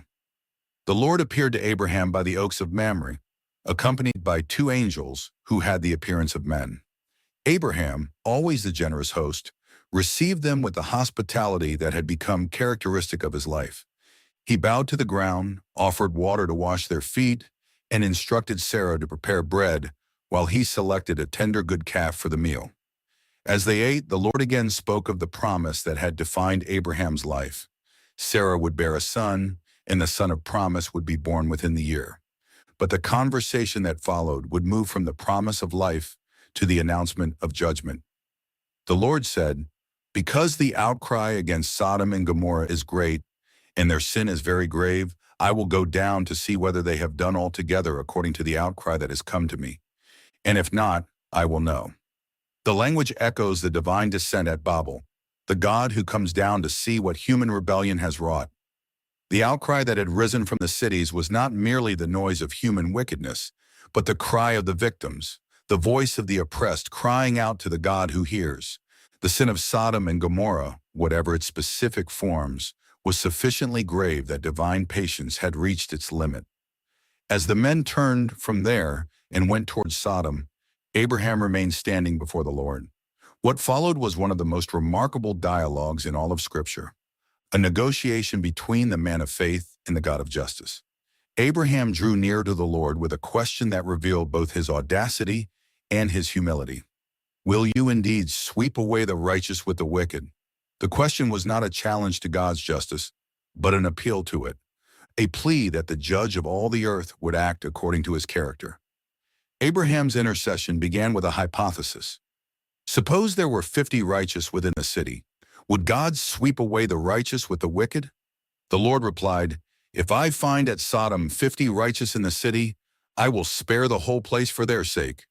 Abraham pressed further, reducing the number in increments, receiving each time the same assurance. 45, 40, 30, 20, 10. Each time God responded patiently, promising to spare the city for the sake of the righteous who were in it. The negotiation ended at 10, and the Lord went his way, leaving Abraham to wonder whether even 10 righteous could be found in the wicked city. The two angels arrived at Sodom in the evening, and Lot was sitting in the gateway of the city. The gate was the place of judgment and authority, suggesting that Lot, despite his association with the wicked city, had attained some position of influence among its citizens. When he saw the angels, he rose to meet them and bowed with his face to the ground, offering them the hospitality that his uncle had shown to the Lord. He urged them to stay at his house, and when they declined, he insisted until they agreed. But before they could lie down, the men of Sodom surrounded the house, both young and old, all the people from every quarter. They called to Lot and demanded, "Where are the men who came to you tonight? Bring them out to us, that we may know them." The Hebrew verb yada, translated as know, had connotations of intimate knowledge, and the demand of the men of Sodom revealed the depth of their depravity. Their wickedness was not merely a matter of individual sin, but of collective corruption, a city united in its determination to violate the sacred bonds of hospitality and human dignity. Lot went out to them, shutting the door behind him, and made a proposal that seems shocking to modern sensibilities. He offered his two daughters, who had not known a man, to the mob, urging them to do with his daughters whatever they wanted rather than harm his guests.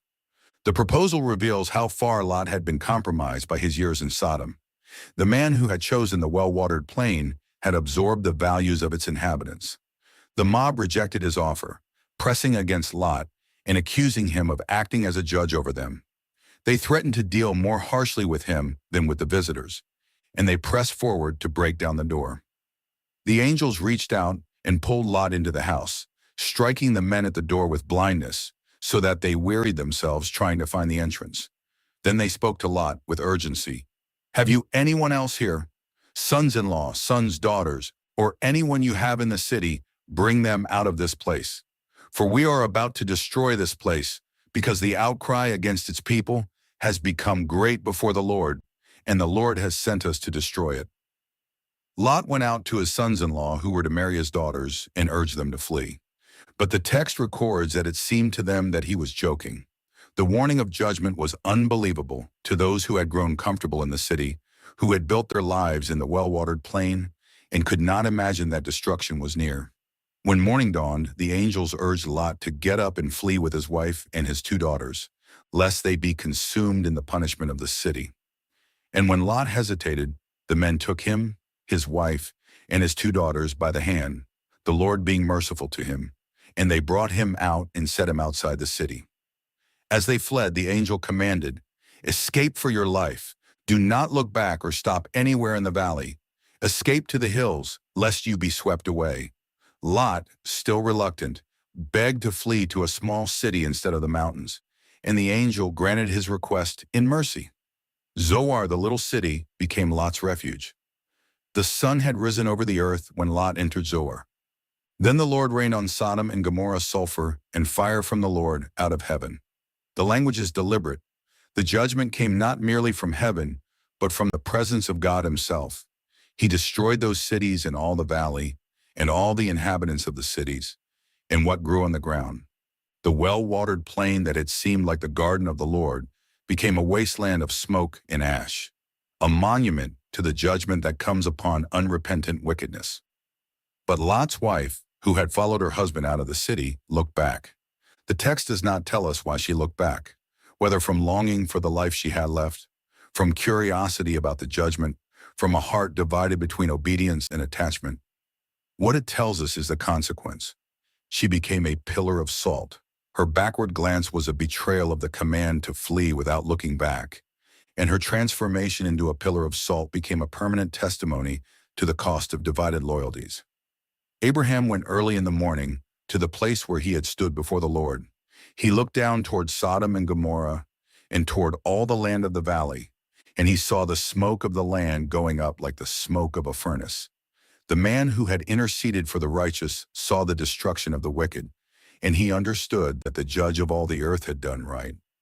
The destruction of Sodom and Gomorrah is one of the most sobering narratives in Scripture, a reminder that divine patience has limits and that judgment is the inevitable consequence of unrepentant wickedness. But it is also a narrative of mercy, the mercy that preserved Lot despite his compromised choices, the mercy that pulled him from the city by the hand, the mercy that provided Zoar as a refuge. And it is a narrative of intercession, showing that Abraham's prayers for the righteous had not been in vain. For the sake of Lot, God had preserved a remnant from destruction. The story of Sodom and Gomorrah resonates throughout Scripture as a warning to those who would presume on God's patience.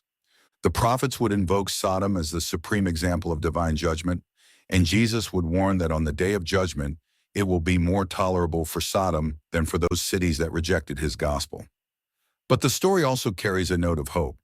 The God who judged Sodom is the same God who heard Abraham's intercession, who preserved Lot from destruction, who is patient with sinners, not wishing that any should perish, but that all should reach repentance.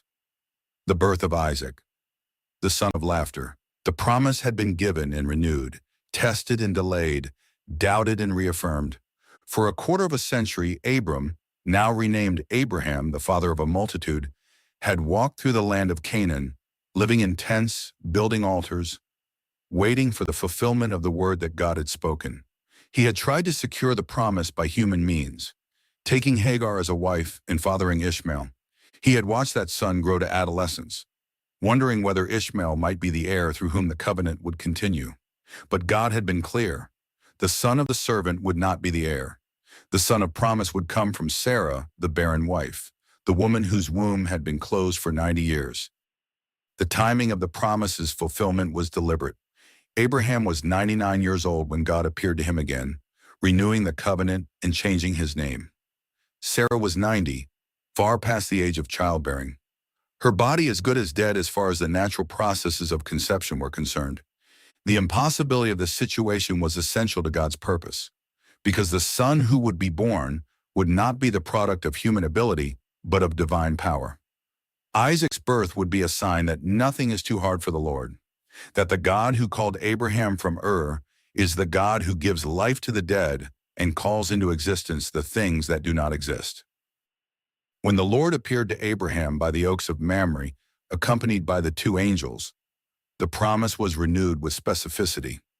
Sarah would bear a son, and the son would be born within the year. Sarah, listening at the tent door, laughed to herself.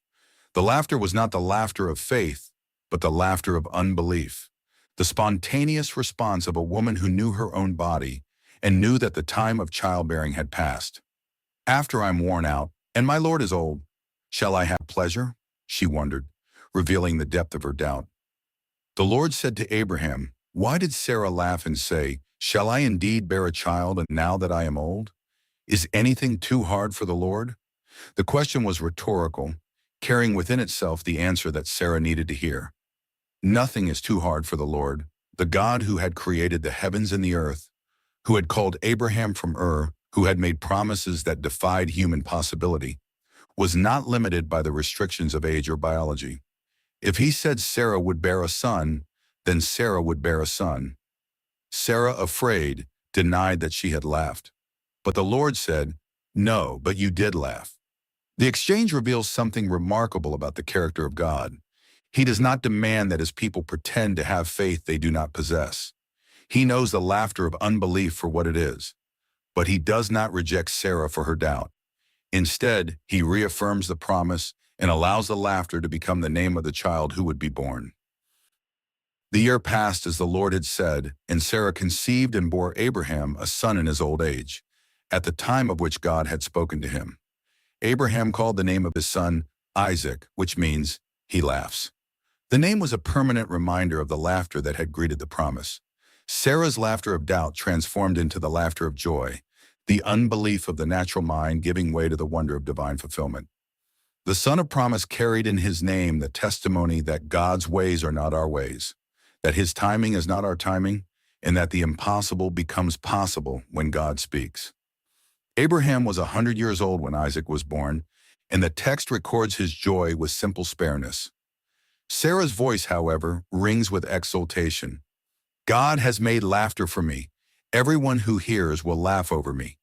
The laughter that had been hidden in the tent was now proclaimed to all who would hear, a testimony that God had done what he had promised, that the barren woman had become the mother of a son, that the laughter of doubt had been transformed into the laughter of joy. The birth of Isaac was the fulfillment of everything Abraham and Sarah had hoped for.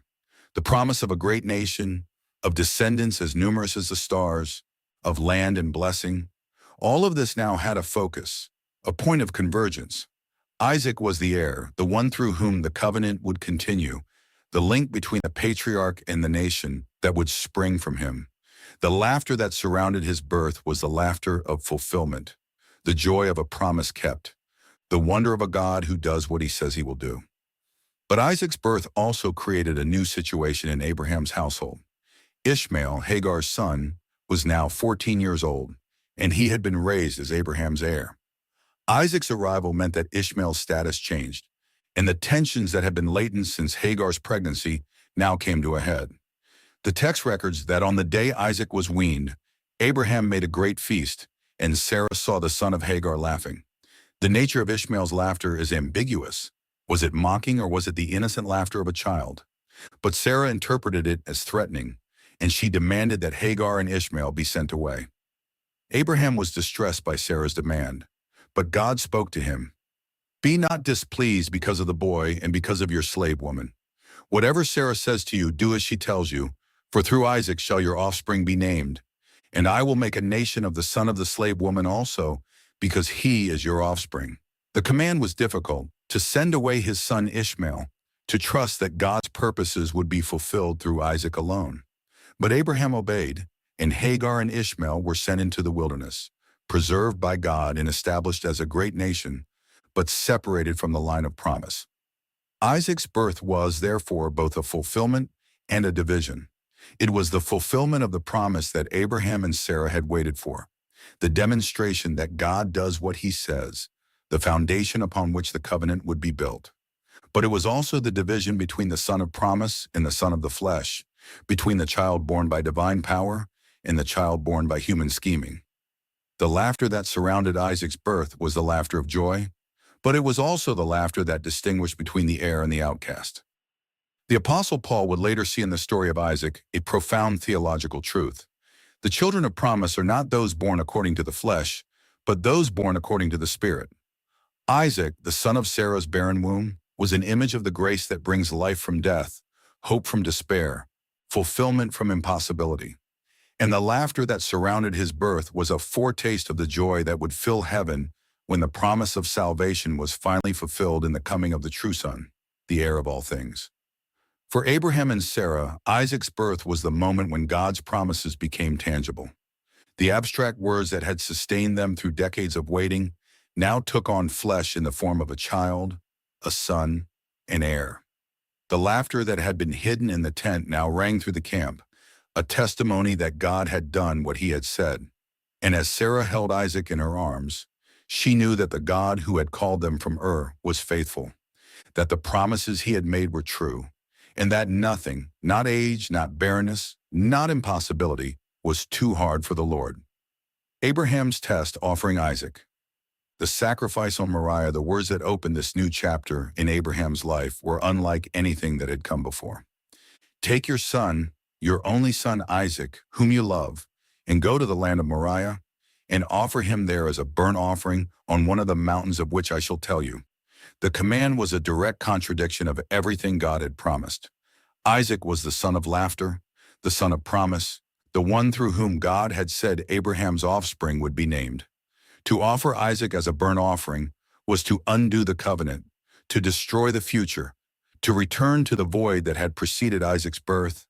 And yet the command came from the same God who had made the promise, from the same God who had said, "Through Isaac shall your offspring be named." The text does not record Abraham's response. There is no discussion, no negotiation, no questioning of the God who had guided him through decades of waiting.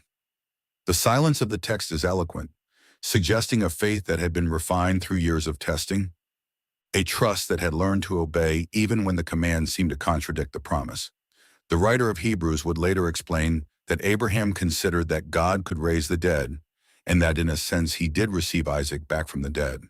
But the text of Genesis gives no such explanation.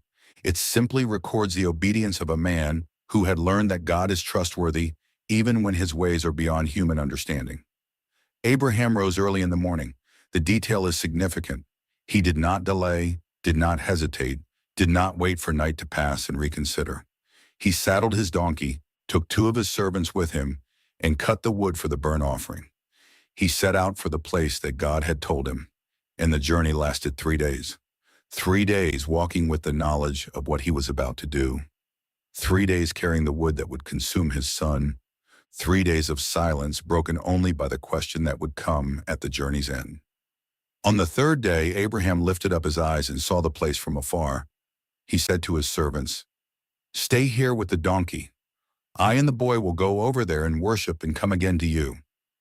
The words, "we will come again," are striking. Abraham did not say, "I will return," but "we will return," expressing a hope that defied the reality of what he was about to do. He believed somehow that both he and Isaac would return from the mountain, though he had no human explanation of how that could be possible. Abraham took the wood of the burnt offering and laid it on Isaac his son. The image is poignant, the father placing the wood on the son's shoulders, the 2 walking together toward the place of sacrifice. Abraham took in his hand the fire and the knife, and the 2 of them walked together. The text emphasizes the togetherness of the journey, the intimacy of father and son walking side by side toward a destination that only one of them understood. Isaac broke the silence with a question that must have pierced Abraham's heart.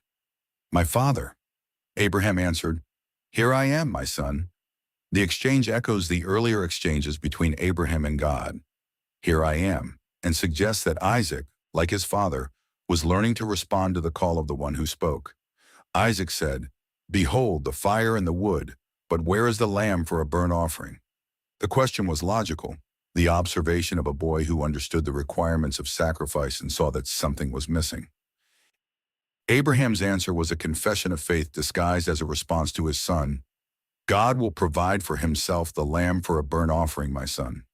The words were true in ways that Abraham could not have fully understood. God would provide the lamb, whether in the ram that would be caught in the thicket or in the greater lamb who would be offered for the sins of the world. Abraham spoke prophetically, though he may not have known it, declaring that the God who had called him would provide what was needed for the sacrifice. The 2 of them went on together, and they came to the place that God had told Abraham. There Abraham built the altar, laid the wood in order, bound Isaac his son, and laid him on the altar on top of the wood. The text records each action with a spareness that leaves the reader to imagine what must have been going through Abraham's heart. The binding of Isaac, the Akedah in Jewish tradition, was the moment of final surrender, the willingness to give back to God the gift that had been given by promise and miracle. Abraham reached out his hand and took the knife to slaughter his son. The action was deliberate, the culmination of 3 days of walking, of building, of binding. And then the voice of the angel of the Lord called to him from heaven, "Abraham, Abraham!" Abraham answered, "Here I am." The angel said, "Do not lay your hand on the boy or do anything to him, for now I know that you fear God, seeing you have not withheld your son, your only son, from me." Abraham lifted up his eyes and looked, and behold, behind him was a ram, caught in a thicket by his horns. Abraham went and took the ram and offered it up as a burnt offering instead of his son. The ram was the provision that God had promised, a substitute, a sacrifice that took the place of the son. Abraham called the name of that place, "The Lord will provide," and the text adds that it is said to this day, "On the mount of the Lord it shall be provided." The angel of the Lord called to Abraham a second time, and the promise that had been given before was now confirmed with an oath. "By myself I have sworn," declares the Lord, Because you have done this and have not withheld your son, your only son, I will surely bless you, and I will surely multiply your offspring as the stars of heaven and as the sand that is on the seashore. And your offspring shall possess the gate of his enemies, and in your offspring shall all the nations of the earth be blessed, because you have obeyed my voice. Abraham's test on Mount Moriah is one of the most profound narratives in all of Scripture. It reveals the nature of faith as trust that persists even when God's commands seem to contradict God's promises. It reveals the character of God as the one who provides, who ultimately does not demand the sacrifice of the son, but accepts the willingness to offer it as sufficient. And it prefigures the greater sacrifice that would take place on that same mountain range, when God would not withhold his own son, but would offer him up for the sins of the world. For Abraham, the test was the culmination of a lifetime of faith.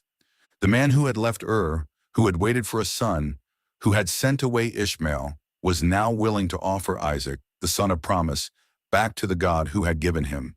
And in that willingness, he received Isaac back, not as a possession to be held, but as a gift to be received, a sign that the God who gives is also the God who preserves, and that God's promises are more certain than the circumstances that seem to contradict them. Mount Moriah would become the site of the temple, the place where sacrifices would be offered for generations, the place where God's presence dwelt in the midst of his people. And on that same mountain centuries later, the true Lamb would be offered, the Lamb of God who takes away the sin of the world.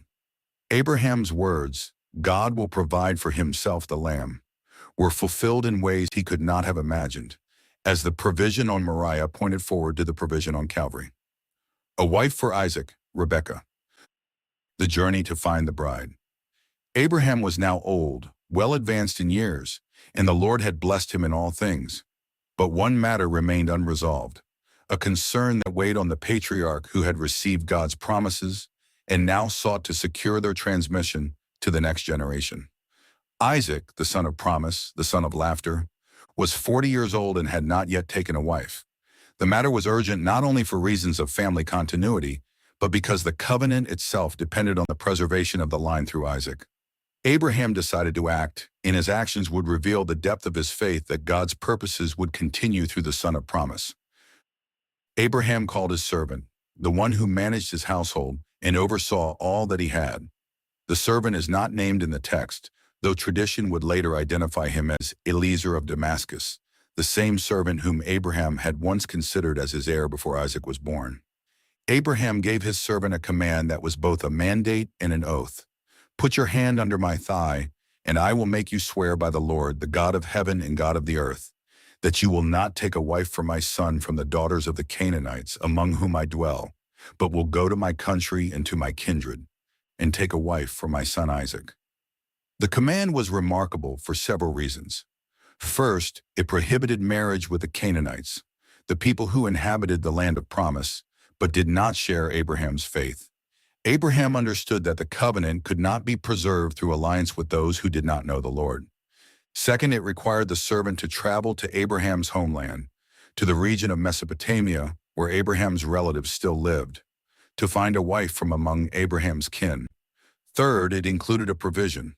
If the woman was not willing to follow the servant back to Canaan, the servant would be free from his oath. Under no circumstances, however, was Isaac to return to Abraham's homeland. The land of promise was where Isaac belonged, and the covenant could not be fulfilled if the heir turned away from the land that God had sworn to give to Abraham's descendants. The servant asked a practical question. "Perhaps the woman may not be willing to follow me to this land. Must I then take your son back to the land from which you came?" Abraham's answer was emphatic. "See to it that you do not take my son back there. The Lord, the God of heaven, who took me from my father's house and from the land of my kindred, and who spoke to me and swore to me, 'To your offspring I will give this land,' he will send his angel before you, and you shall take a wife for my son from there." Abraham's confidence was not in his servant's negotiating skills, but in the God who had guided him and who would continue to guide. The angel of the Lord would go before the servant, and the mission would succeed because God was faithful to his promises. The servant took 10 of his master's camels and departed, taking with him all sorts of choice gifts from his master. He traveled to Mesopotamia, to the city of Nahor, where Abraham's brother had settled. There, by the well outside the city, he stopped in the evening, at the time when women go out to draw water. The servant prayed to the Lord, the God of his master Abraham, and his prayer reveals a heart that sought divine guidance with humility and specificity. O Lord, God of my master Abraham, please give me success today, and show steadfast love to my master Abraham. Behold, I am standing by the spring of water, and the daughters of the men of the city are coming out to draw water. Let the young woman to whom I shall say, please let down your jar that I may drink, and who shall say, drink, and I will water your camels, let her be the one whom you have appointed for your servant Isaac. By this I shall know that you have shown steadfast love to my master. The prayer was specific in a way that invited a clear response. The servant asked for a sign that would reveal the character of the woman God had chosen. She would be not merely hospitable, but extraordinarily generous, willing not only to give water to a stranger, but to draw water for 10 camels, a task that required not only willingness, but also physical strength, as a single camel could drink 20 gallons or more after a desert journey. The woman who offered to water the camels would be demonstrating the kind of character worthy of the son of promise. Before the servant had finished speaking, Rebekah came out with her jar on her shoulder. She was the daughter of Bethuel, the son of Milcah, the wife of Nahor, Abraham's brother. She was beautiful, the text tells us, and a virgin, no man had known her. She went down to the spring, filled her jar, and came up. The servant ran to meet her and said, please give me a little water to drink from your jar. Rebekah quickly lowered her jar, gave him a drink, and then said, I will draw water for your camels also, until they have finished drinking. She hurried to empty her jar into the trough and ran again to the well to draw water, and she drew for all his camels. The servant watched her in silence, waiting to see whether the Lord had prospered his journey. When the camels had finished drinking, he took a gold ring and 2 gold bracelets and gave them to Rebekah, asking whose daughter she was and whether there was room in her father's house for him to spend the night. She identified herself as the daughter of Bethuel, the son of Nahor, and assured him that there was enough straw and fodder for his camels and a place for him to stay. The servant bowed his head and worshipped the Lord, saying, Blessed be the Lord, the God of my master Abraham, who has not forsaken his steadfast love and his faithfulness toward my master. As for me, the Lord has led me in the way to the house of my master's kinsman. The prayer that had been offered in faith was answered before it was finished, and the servant responded with worship, recognizing that God's hand had guided his steps.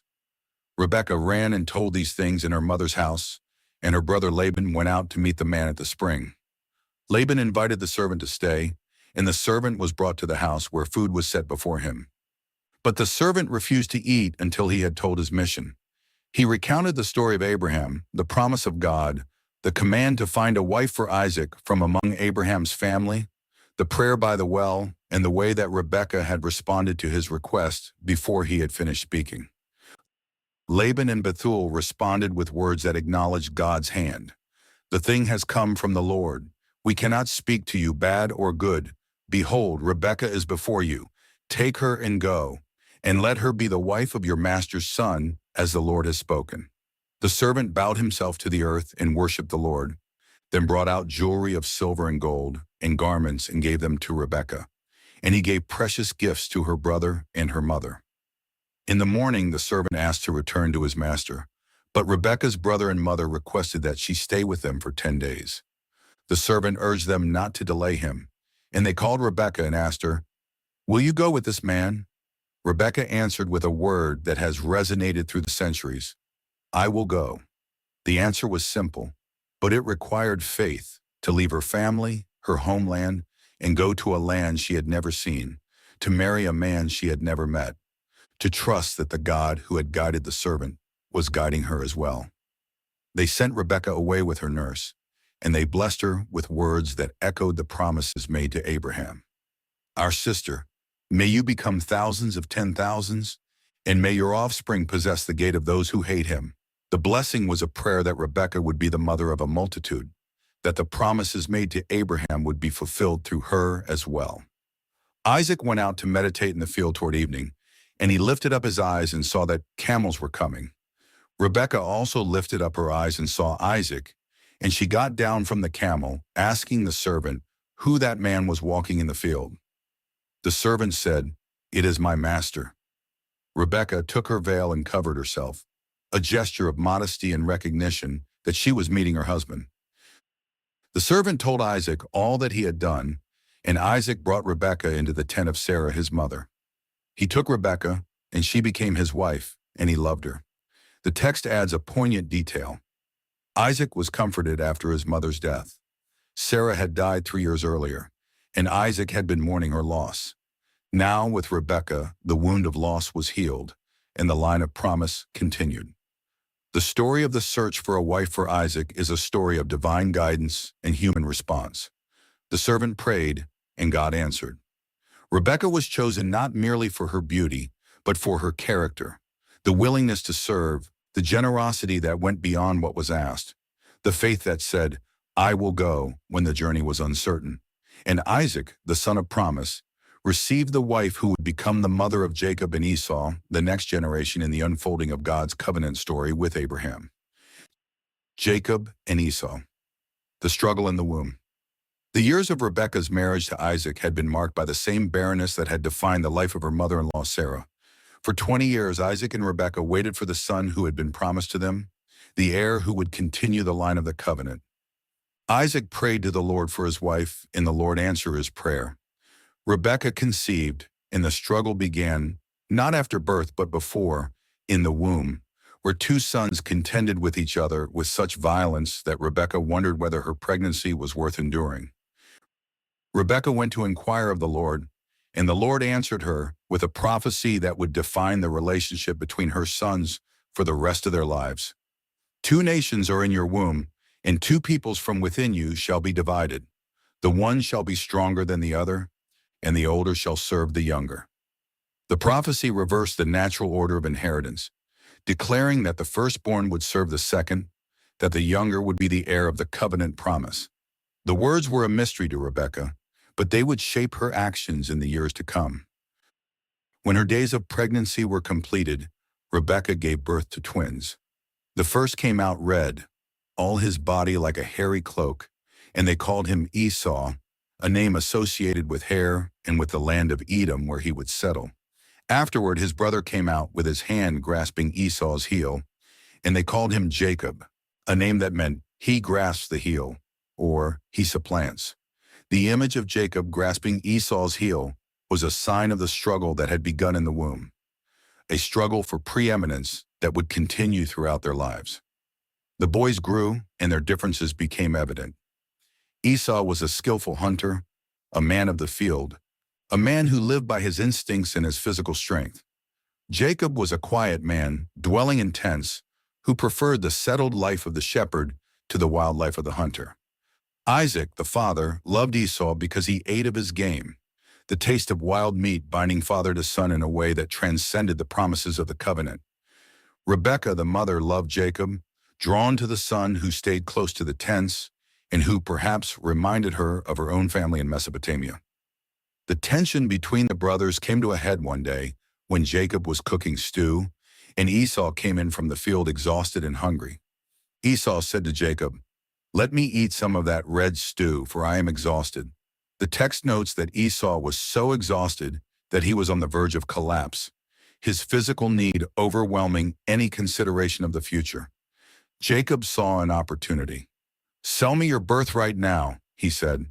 The birthright was the privilege of the firstborn, a double portion of the inheritance, the leadership of the family, the continuation of the covenant promises. It was a sacred trust, a gift from God that was to be guarded with care. Esau's response revealed the character of a man who lived for the moment. "I am about to die. Of what use is a birthright to me?" The words were hyperbolic. He was not about to die, merely hungry, but they revealed a heart that valued immediate gratification over lasting blessing. Jacob said, "Swear to me now." And Esau swore to him and sold his birthright to Jacob. Then Jacob gave Esau bread and lentil stew, and Esau ate and drank and rose and went his way. The text adds a judgment that resonates through the centuries. Thus Esau despised his birthright. The transaction was a betrayal of family trust, an exploitation of Esau's weakness by Jacob's cunning. But it was also a revelation of the two brothers' values. Esau, who would later be described by the writer of Hebrews as an immoral and godless person, demonstrated that he valued the satisfaction of his appetite over the blessings of the covenant. Jacob, with all his faults, valued the birthright enough to scheme for it, and his valuation of the covenant would eventually be transformed by God into a valuation of the God of the covenant. Years passed, and Isaac grew old. His eyes were so weak that he could not see. Jacob's service to Laban, the birth of his children, his struggle with the angel, and the beginning of the story of Joseph. His eyes were so weak that he could not distinguish one son from another. He knew that his time was drawing to an end, and before he died, he must bestow the blessing upon his firstborn son, the blessing that carried with it the covenant promises made to Abraham, the blessing that would determine the line through which God's purposes would continue. Isaac called Esau, his older son, and said to him, "Behold, I am old. I do not know the day of my death. Now then, take your weapons, your quiver and your bow, and go out to the field and hunt game for me, and prepare for me delicious food, such as I love, and bring it to me so that I may eat, that my soul may bless you before I die." The command was specific, and its implications were clear. Isaac intended to bestow the blessing upon Esau, the son he loved, the hunter who brought him the game that delighted his palate. Whether Isaac knew that God had declared that the older would serve the younger is not known. Perhaps he knew and was attempting to override the divine decree, or perhaps Rebekah had never shared with him the prophecy given before the birth of her sons. What is clear is that Isaac's intention to bless Esau directly opposed the word that Rebekah had received from the Lord. Rebekah was listening when Isaac spoke to Esau. The text presents her as one who overheard the conversation, understood what was at stake, and decided to act. She called Jacob, her younger son, and told him what she had heard. "Now therefore, my son, obey my voice in what I command you. Go now to the flock and bring me 2 good young goats, and I will prepare from them delicious food for your father, such as he loves. And you shall bring it to your father to eat, so that he may bless you before he dies." Jacob hesitated, and his hesitation revealed that he understood the risks of the deception. "Behold, my brother Esau is a hairy man, and I am a smooth man. Perhaps my father will feel me, and I shall seem to be mocking him, and bring a curse upon myself and not a blessing." Jacob did not object to the deception on moral grounds. He was concerned about the practical risks of being discovered. The man who had acquired the birthright through cunning was now being required to acquire the blessing through deceit, and his only concern was whether the plan would succeed. Rebekah's response was swift and decisive. "Let your curse be on me, my son. Only obey my voice, and go, bring them to me." The words revealed a mother willing to risk anything for the son she loved, a woman who believed that the end justified the means, that the prophecy that the older would serve the younger must be fulfilled even if it required deception. She prepared the food, using the goats to create a stew that would mimic the game that Isaac loved. She took the best garments of Esau, which were in the house, and put them on Jacob, and she covered his hands and the smooth part of his neck with the skins of the goats. Jacob went in to his father, and the drama of the deception unfolded with painful intensity. "My father," he said. Isaac answered, "Here I am. Who are you, my son?" Jacob said, "I am Esau, your firstborn. I have done as you told me. Now sit up and eat of my game so that your soul may bless me." Isaac, whose eyes were too weak to see, asked how his son had found the game so quickly. Jacob answered, "Because the Lord your God granted me success." The words were blasphemous. Jacob invoked the name of the Lord to support a lie, using the covenant name of God to give credibility to his deceit. Isaac remained suspicious. "Come near," he said, "that I may feel you, my son, to know whether you are really my son Esau or not." Jacob drew near, and Isaac felt him, saying, "The voice is Jacob's voice, but the hands are the hands of Esau." The confusion of the senses, the voice of the younger, the touch of the older, left Isaac uncertain, and he asked again, "Are you really my son Esau?" Jacob answered with a lie that sealed the deception, "I am." Isaac ate the food that Jacob brought him, drank the wine, and then called his son to come near and kiss him. The kiss was the final confirmation, the embrace that would seal the blessing. Isaac smelled the smell of Esau's garments, and the aroma of the field and the wild brought to his mind the words that would become the blessing. See, the smell of my son is as the smell of a field that the Lord has blessed. May God give you of the dew of heaven and of the fatness of the earth and plenty of grain and wine. Let people serve you, and nations bow down to you. Be Lord over your brothers, and may your mother's sons bow down to you. Cursed be everyone who curses you, and blessed be everyone who blesses you. The blessing was everything. It carried the weight of the covenant, the promises made to Abraham and Isaac, now transferred to the one who stood in Esau's place. Jacob had the birthright, acquired by Esau's negligence. Now he had the blessing, acquired through deception. The two were united in his person, and the covenant would continue through him, though the cost of that continuity would be the fracturing of the family and Jacob's flight from his brother's fury. Jacob had scarcely gone out from the presence of his father when Esau returned from his hunting. He prepared the food, brought it to his father, and said, "Let my father arise and eat of his son's game, that your soul may bless me." Isaac trembled violently, the text tells us. The question came, raw and devastating. Who then was it that hunted game and brought it to me? And I ate it all before you came, and I have blessed him. Yes, and he shall be blessed. Esau cried out with a great and exceedingly bitter cry, "Bless me, even me also, O my father." But Isaac could not take back the blessing. The words that had been spoken could not be unsaid. The blessing that had been given could not be withdrawn. Esau said, "Is he not rightly named Jacob? For he has cheated me these 2 times. He took away my birthright, and behold, now he has taken away my blessing." The name Jacob, he grasps the heel, he supplants, had been fulfilled in the life of the man who bore it, and the cost of his ambition was his brother's hatred. Isaac blessed Esau with a blessing that was lesser than Jacob's, but still carried weight. "Behold, away from the fatness of the earth shall your dwelling be, and away from the dew of heaven on high. By your sword you shall live, and you shall serve your brother. But when you grow restless, you shall break his yoke from your neck." The prophecy to Rebekah was confirmed. The older would serve the younger, but the service would not be eternal. Esau's restlessness would one day find expression in rebellion, and the descendants of the 2 brothers, Israel and Edom, would contend with each other through the centuries. Esau held a grudge against Jacob because of the blessing, and he said in his heart, "The days of mourning for my father are approaching, then I will kill my brother Jacob." The words were reported to Rebekah, and she acted again to protect the son she loved. She called Jacob and sent him to her brother Laban in Haran, the homeland from which she had come, telling him to stay until Esau's fury had subsided.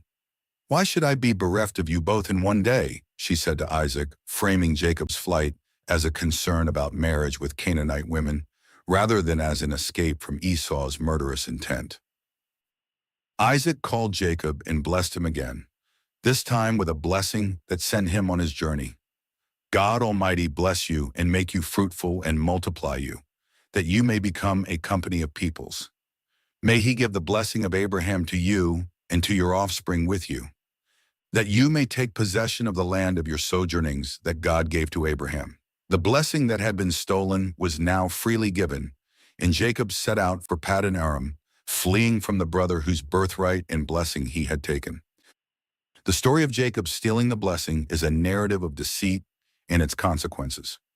Jacob, whose name meant supplanter, lived up to his name, using cunning and deception to secure what God had already promised would be his.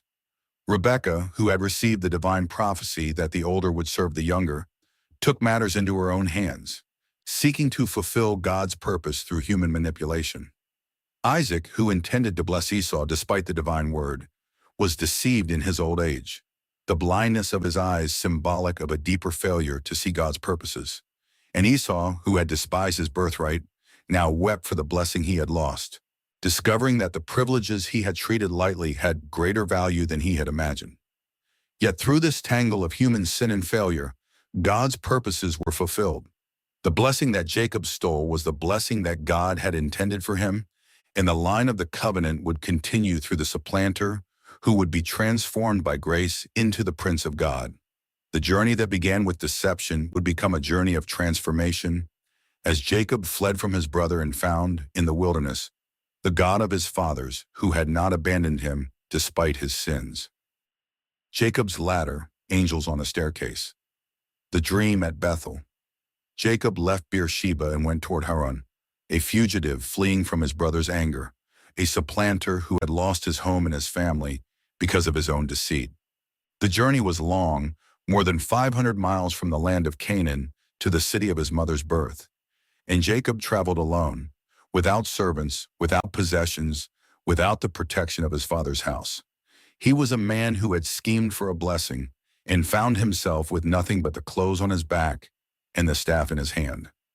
The sun set on his first day of flight, and he came to a certain place where he stopped to spend the night. The place had no name, a stretch of desert with nothing to recommend it, except that it was there, and Jacob was too exhausted to go on. He took one of the stones of the place and put it under his head, a hard pillow for a man whose dreams had once been of greatness. The stone was a rough comfort, but it was all he had. He lay down to sleep, not knowing that this nameless place would become a sacred site, that this night of flight would become a night of revelation, that the God whose name he had invoked in his deception would meet him in the wilderness and speak to him words of promise and assurance. Jacob dreamed, and in his dream he saw a ladder set up on the earth, whose top reached to heaven.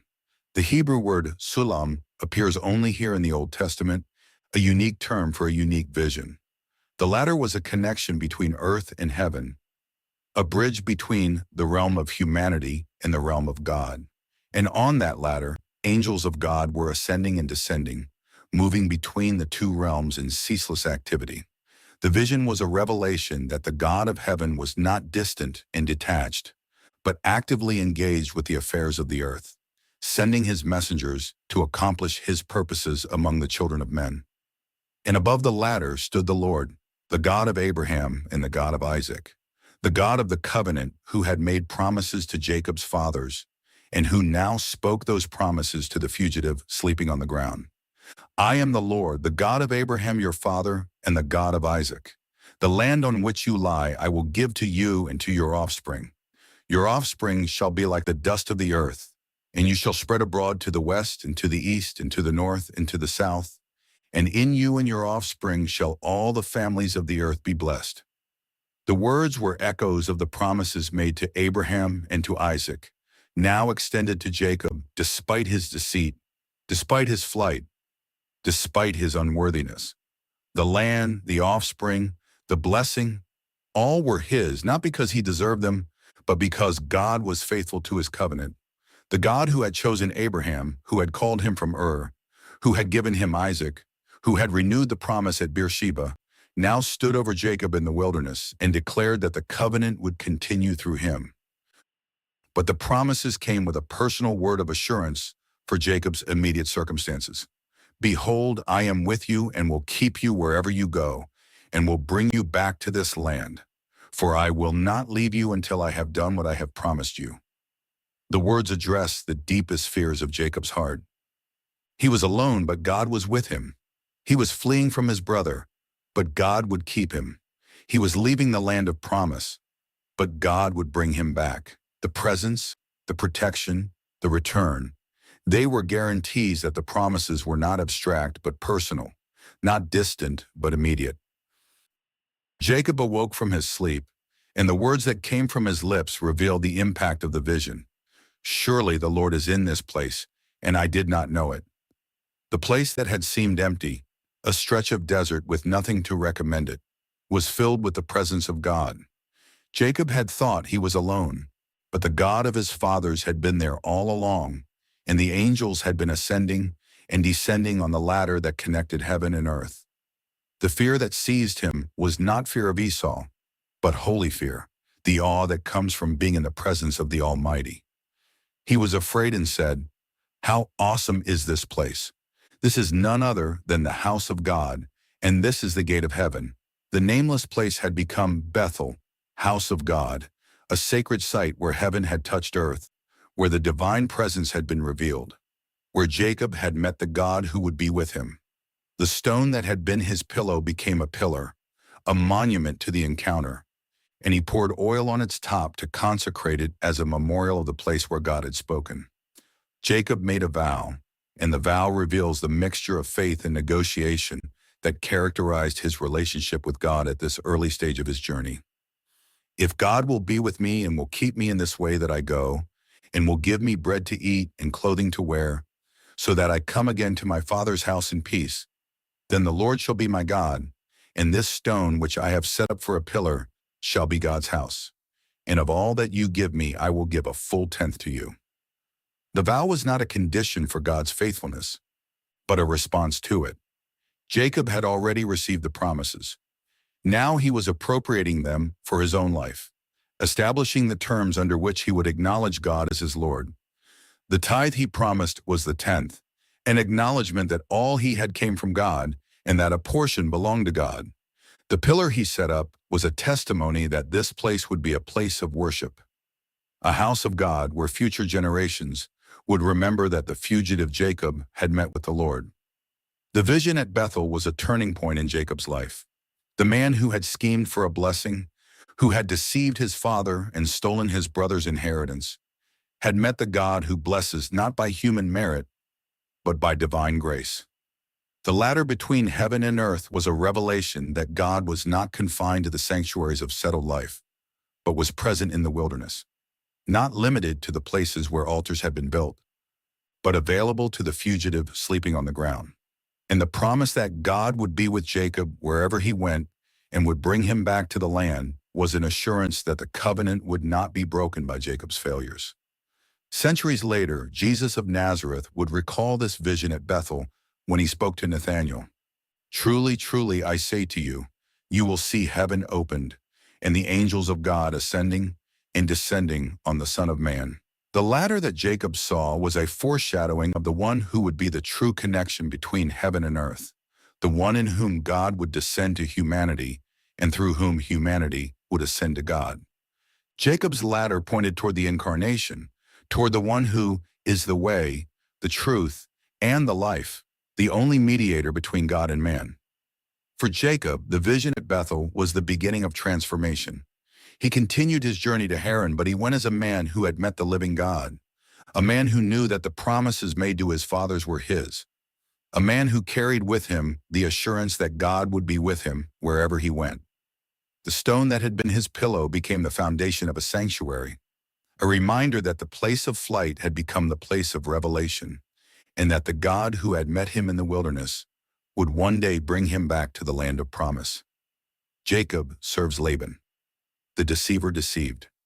Jacob continued his journey from Beersheba, the vision of the ladder at Bethel still fresh in his memory, the promise of God's presence and protection carrying him into the unknown. He traveled eastward, crossing the Euphrates and heading toward the land of the people of the East, the region from which his mother Rebekah had come. The journey brought him to a well in the open country, where 3 flocks of sheep lay beside it, waiting for the stone to be rolled from its mouth so that they could be watered. The well was the place of meeting, the place where travelers encountered one another and shared stories. And for Jacob, the place where the next chapter of his life would begin.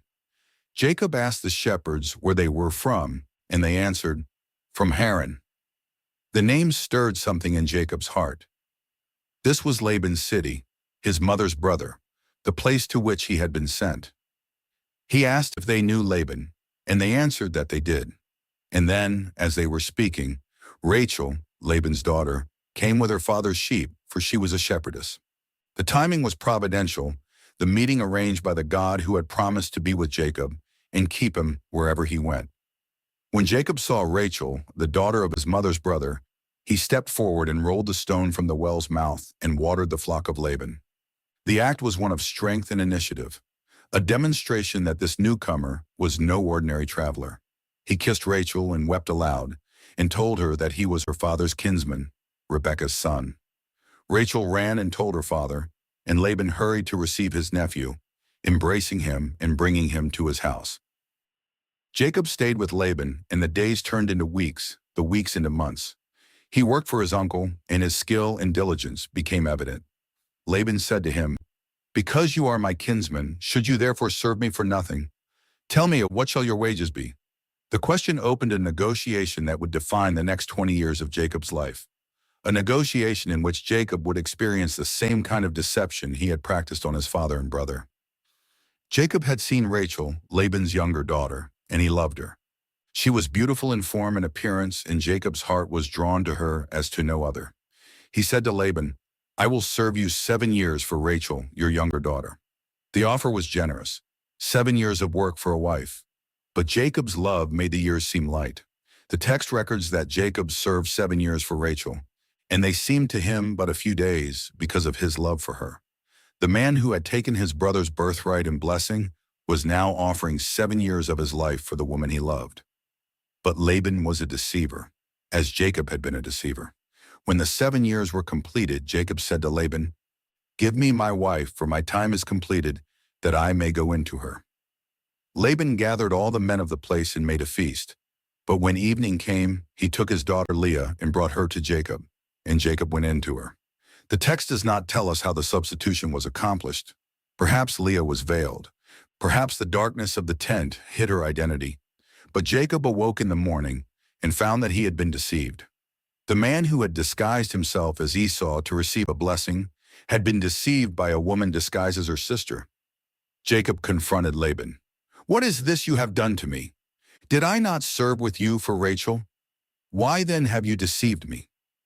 The words echoed the pain that Jacob had inflicted on his father and brother, the cry of the deceived now rising from the lips of the deceiver. Laban's answer was the justification of cultural custom. "It is not so done in our country to give the younger before the firstborn." The irony was profound. Jacob, who had taken the birthright and blessing of the firstborn, was now being told that the younger could not be given before the firstborn. The tables had turned, and Jacob was learning what it felt like to be on the receiving end of deception. Laban offered a solution. Complete the week of celebration for Leah, and then Rachel would also be given, in return for another 7 years of service. Jacob agreed, and he served another 7 years for Rachel. The 14 years of labor were the price of his love, a period of servitude that would transform the supplanter into a man who understood the cost of deception and the value of patient endurance. Jacob's service to Laban did not end with the 14 years. After the birth of his children to Leah, Rachel, and their servants, Jacob sought to return to his own land. But Laban, recognizing that the Lord had blessed him because of Jacob, persuaded him to stay, saying, "Name your wages, and I will give it." Jacob proposed an arrangement that seemed favorable to Laban. He would take for himself the spotted and speckled sheep and goats and the black lambs, leaving the solid-colored animals for Laban. But Jacob, who had learned the arts of animal husbandry during his years of service, used selective breeding and strategic placement of branches to increase the flocks that would be his. The man who had been deceived by Laban now outwitted him, and his wealth grew greatly. The years passed, and Jacob's household grew. The sons who would become the heads of the 12 tribes of Israel were born in the land of Haran: Reuben, Simeon, Levi, Judah, Dan, Naphtali, Gad, Asher, Issachar, Zebulun, and Joseph. The family of promise was taking shape, and the covenant that God had made with Abraham was being fulfilled through Jacob's descendants. But Jacob's heart was never fully in Haran. The land of promise called to him, and the God who had appeared to him at Bethel had promised to bring him back. Jacob heard the words of Laban's sons, who said, "Jacob has taken all that was our father's, and from what was our father's, he has gained all this wealth." He saw that Laban's attitude toward him was no longer as favorable as before. And then the Lord spoke to him, "Return to the land of your fathers and to your kindred, and I will be with you." The command was clear, and Jacob prepared to leave. But the departure was not without complications.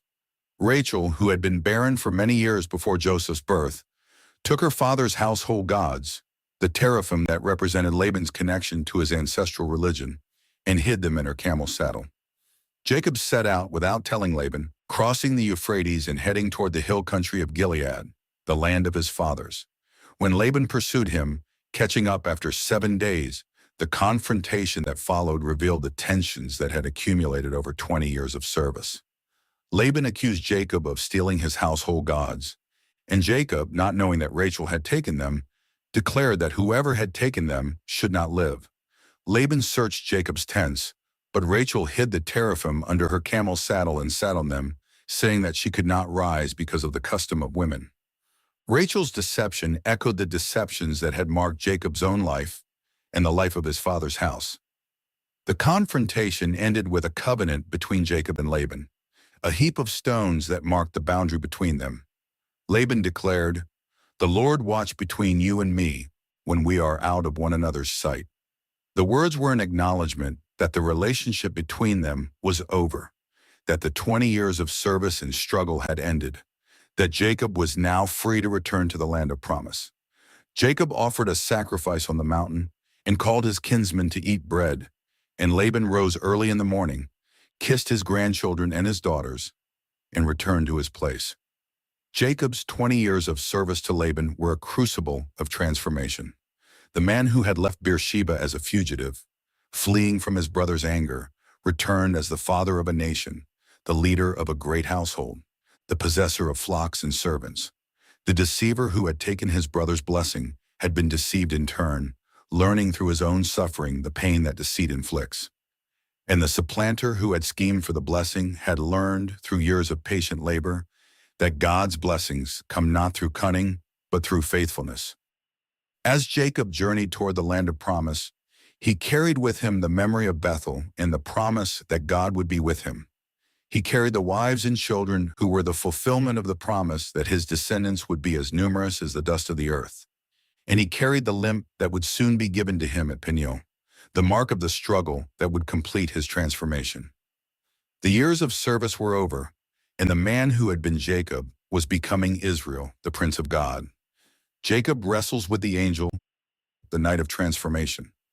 20 years had passed since Jacob fled from the presence of his brother Esau, 20 years of serving Laban in Haran, of being deceived as he had deceived, of building a household and acquiring wealth, of watching the family of promise grow through the sons born to Leah and Rachel and their servants. The time had come to return to the land of his fathers, to the land that God had promised to Abraham, to Isaac, and now to Jacob. But the return required facing the past, confronting the brother he had wronged, and coming to terms with the man he had become. Jacob sent messengers ahead of him to Esau, to the land of Seir, the region of Edom, with a message designed to appease. "Thus you shall say to my lord Esau, thus says your servant Jacob, I have sojourned with Laban and stayed until now. I have oxen, donkeys, flocks, male servants, and female servants. I have sent to tell my lord, in order that I may find favor in your sight." The language of servitude was calculated humility, an attempt to diffuse the anger that had burned in Esau for 2 decades. But the messengers returned with news that made Jacob's heart fear. Esau was coming to meet him, and with him were 400 men. Jacob was greatly afraid and distressed. The man who had schemed for the blessing, who had outwitted Laban, who had built wealth and family through his own cunning, now faced a threat that his intelligence could not overcome. He divided the people who were with him into 2 camps, reasoning that if Esau attacked one camp, the other might escape. And then he did something that revealed the transformation taking place in his heart. He prayed, "O God of my father Abraham and God of my father Isaac, O Lord, who said to me, 'Return to your country and to your kindred, that I may do you good.' I am not worthy of the least of all the deeds of steadfast love and all the faithfulness that you have shown to your servant. For with only my staff I crossed this Jordan, and now I have become 2 camps. Please deliver me from the hand of my brother, from the hand of Esau. For I fear him, that he may come and attack me, the mothers with the children. But you said, I will surely do you good, and make your offspring as the sand of the sea, which cannot be numbered for multitude." The prayer was a confession of unworthiness, an acknowledgement that Jacob's prosperity was not the result of his cunning, but of God's unfailing love. It was a plea for deliverance based not on Jacob's merit, but on God's promise. And it was an act of faith, a turning toward the God who had appeared to him at Bethel and had promised to bring him back. Jacob prepared a gift for Esau, an elaborate offering of livestock designed to appease his brother's anger. He sent the gift ahead in waves, each group of animals intended to soften Esau's heart before the brothers met. And then he sent his wives and children across the Jabbok, a tributary of the Jordan, while he remained alone on the other side of the stream. Night settled over the camp, and Jacob was alone with his fear, his past, and his God. It was then that the struggle began. The text says that a man wrestled with Jacob until the breaking of the day. The man was the angel of the Lord, a theophany, the presence of God in human form. Jacob, the supplanter, the deceiver, the one who had taken what was not his, now wrestled with God. It is not clear who initiated the struggle. The text simply says they wrestled. All night long the two contended, Jacob clinging to the angel striving to get free. The struggle was physical, but it was also spiritual. Jacob was wrestling for the blessing, for deliverance, for his soul. When the angel saw that he could not prevail against Jacob, he touched Jacob's hip socket, and it was dislocated. With a simple touch, the angel demonstrated that he could have ended the struggle at any time. Jacob's strength was no match for God's power. But the angel did not flee, and Jacob did not let go. Even with his hip dislocated, Jacob clung to the angel. The man who had fled from his brother now refused to let go of God. The angel said, "Let me go, for the day has broken." Jacob answered, "I will not let you go unless you bless me." The words were the ultimate expression of Jacob's faith. He did not ask to escape, did not ask to be released from the struggle, did not ask the angel to end the fight. He asked for a blessing, and he refused to let go until he received it. The man who had taken the blessing by deceit now sought it by the strength of his grip, by the tenacity of his faith. The angel asked him, "What is your name?" He answered, "Jacob." The angel said, "Your name shall no longer be called Jacob, but Israel, for you have striven with God and with men and have prevailed." The new name was a new identity. Israel meant he who strives with God, or God strives, a name that transformed Jacob's defining characteristic from deception to perseverance, from struggle with God. The man who had schemed against his brother and deceived his father had become the man who wrestled with God and would not let go until he received the blessing. Jacob asked the angel, "Please tell me your name." But the angel answered, "Why is it that you ask my name?" And he blessed him there.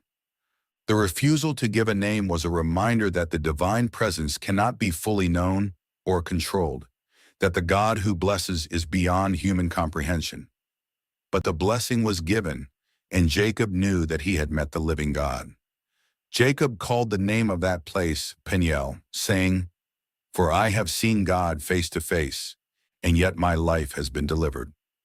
The sun rose upon him as he passed Peniel, limping because of his hip. The touch of the divine presence had left a mark, a physical reminder that the encounter had been real, that the struggle had been costly, that the blessing had come with a price. The limp would accompany Jacob for the rest of his life, a constant reminder that the man who had sought to bless himself through deception had received the blessing through a wound. As the sun rose, Jacob lifted up his eyes and saw Esau coming with 400 men. The fear that had seized him the night before was still present, but something had changed. He had wrestled with God and received a blessing. He had seen God face to face and survived. Whatever Esau might do, Jacob knew that the God who had met him at Bethel and wrestled with him at Peniel would not abandon him. Jacob went out ahead of his family, bowing to the ground 7 times as he approached his brother. But Esau ran to meet him, embraced him, fell on his neck, and kissed him. The anger that had burned for 20 years had been extinguished, and the brothers wept together. The gift that Jacob had prepared was accepted, and the reconciliation that Jacob had feared impossible became reality. The wrestling at Peniel had prepared Jacob for this moment, teaching him that the God who blesses is the God who reconciles, and that blessings received in struggle are not diminished by the wounds that accompany them. The story of Jacob wrestling with the angel is one of the most enigmatic and profound narratives in Scripture. It is a story of transformation, of the deceiver becoming Israel, the Prince of God. It is a story of blessing received not through cunning, but through desperate faith, not through taking, but through clinging. And it is a story of the cost of encounter, The wound that becomes a mark of grace, the limp that testifies that the one who wrestles with God does not leave unchanged. The prophet Hosea would later refer to this night, saying that Jacob strove with the angel and prevailed. He wept and sought his favor. The struggle and the weeping were both necessary, the striving and the supplication both part of the transformation. Jacob entered the night as the supplanter, the man who took what was not his. He emerged as Israel, the man who had seen God face to face and been changed by the encounter. And the limp that accompanied him for the rest of his days was a testimony that God's blessing does not come to those who are strong in themselves, but to those who, in their weakness, cling to the God who blesses. The story of Joseph. Joseph's dreams. The visions that divided a family. Jacob's household was a house marked by division. The patriarch who had been named Israel after his night of wrestling with God had taken 4 wives, Leah and Rachel, Bilhah and Zilpah, and from them he had fathered 12 sons. But his heart was not equally divided among his sons. Rachel, the wife he had loved from the moment he saw her by the well in Haran, had borne him 2 sons, Joseph in his old age, and later Benjamin. And Joseph was the son of his old age, the son of his beloved Rachel, and Jacob loved him more than all his other sons. The favoritism was visible to all. Jacob made for Joseph a robe of many colors, a long-sleeved ornate robe that marked its wearer as set apart, as one who did not share the manual labor expected of his brothers. The garment was a declaration of preference, a public statement that Joseph held a special place in his father's heart that his brothers did not share. The text records that when Joseph's brothers saw that their father loved him more than all his brothers, they hated him and could not speak peacefully to him. The hatred that simmered in their hearts was the dark fruit of Jacob's favoritism, a division within the family that would eventually tear it apart. Joseph was 17 years old when the dreams began. He was pasturing the flock with his brothers, the sons of Bilhah and the sons of Zilpah, and he brought a bad report of them to his father. Whether Joseph was acting as his father's spy or simply reporting what he had seen, the effect was to deepen the rift between him and his brothers. They already hated him for his father's favoritism. Now they had reason to believe that he was actively working against them. Then Joseph had a dream, and when he told it to his brothers, the hatred that had been contained erupted into open hostility. "Behold," he said, "we were binding sheaves in the field, and behold, my sheaf arose and stood upright, and behold, your sheaves gathered around it and bowed down to my sheaf." The dream was not subtle. The image of his brothers' sheaves bowing down to Joseph's sheaf was a clear statement of superiority, an assertion that Joseph would one day rule over his brothers. The brothers' response was immediate and bitter. "Are you indeed to reign over us, or are you indeed to rule over us?" The text records that they hated him even more for his dreams and for his words. The dreams did not stop. Joseph had another dream, and this time the images expanded beyond the family to encompass the cosmos. "Behold, the sun, the moon, and 11 stars were bowing down to me." The dream was even more audacious than the first. If the sheaves represented the brothers, the sun and moon represented father and mother, Jacob and Rachel, and the 11 stars represented the 11 sons who would bow down to Joseph. The dream claimed not merely superiority over his brothers, but authority over his entire family, a position that was both unprecedented and deeply offensive. Joseph told the dream to his father as well as to his brothers, and this time Jacob's response was not silent. "What is this dream that you have dreamed?" he said. "Shall I and your mother and your brothers indeed come to bow ourselves to the ground before you?" Jacob rebuked Joseph, but the text adds a revealing detail. His father kept the saying in mind. The rebuke was the response of a father who recognized the offense the dream would cause. But the keeping of the saying in mind suggests that Jacob wondered whether there might be something more to Joseph's dreams than adolescent arrogance. Joseph's dreams are among the most significant prophetic revelations in the book of Genesis. They establish a pattern that will run through the entire Joseph narrative. God speaks through dreams, and those who receive the dreams are called to trust in their fulfillment, even when the circumstances of their lives seem to contradict what the dreams have promised. The dreams that Joseph received at 17 would not be fulfilled until he was 30, and the 13 intervening years would be years of slavery, false accusation, and imprisonment. The dreams were a promise, but the fulfillment would come only after a journey through suffering that would transform the arrogant boy into a man capable of ruling. The dreams also reveal something about Joseph's character at this stage of his life.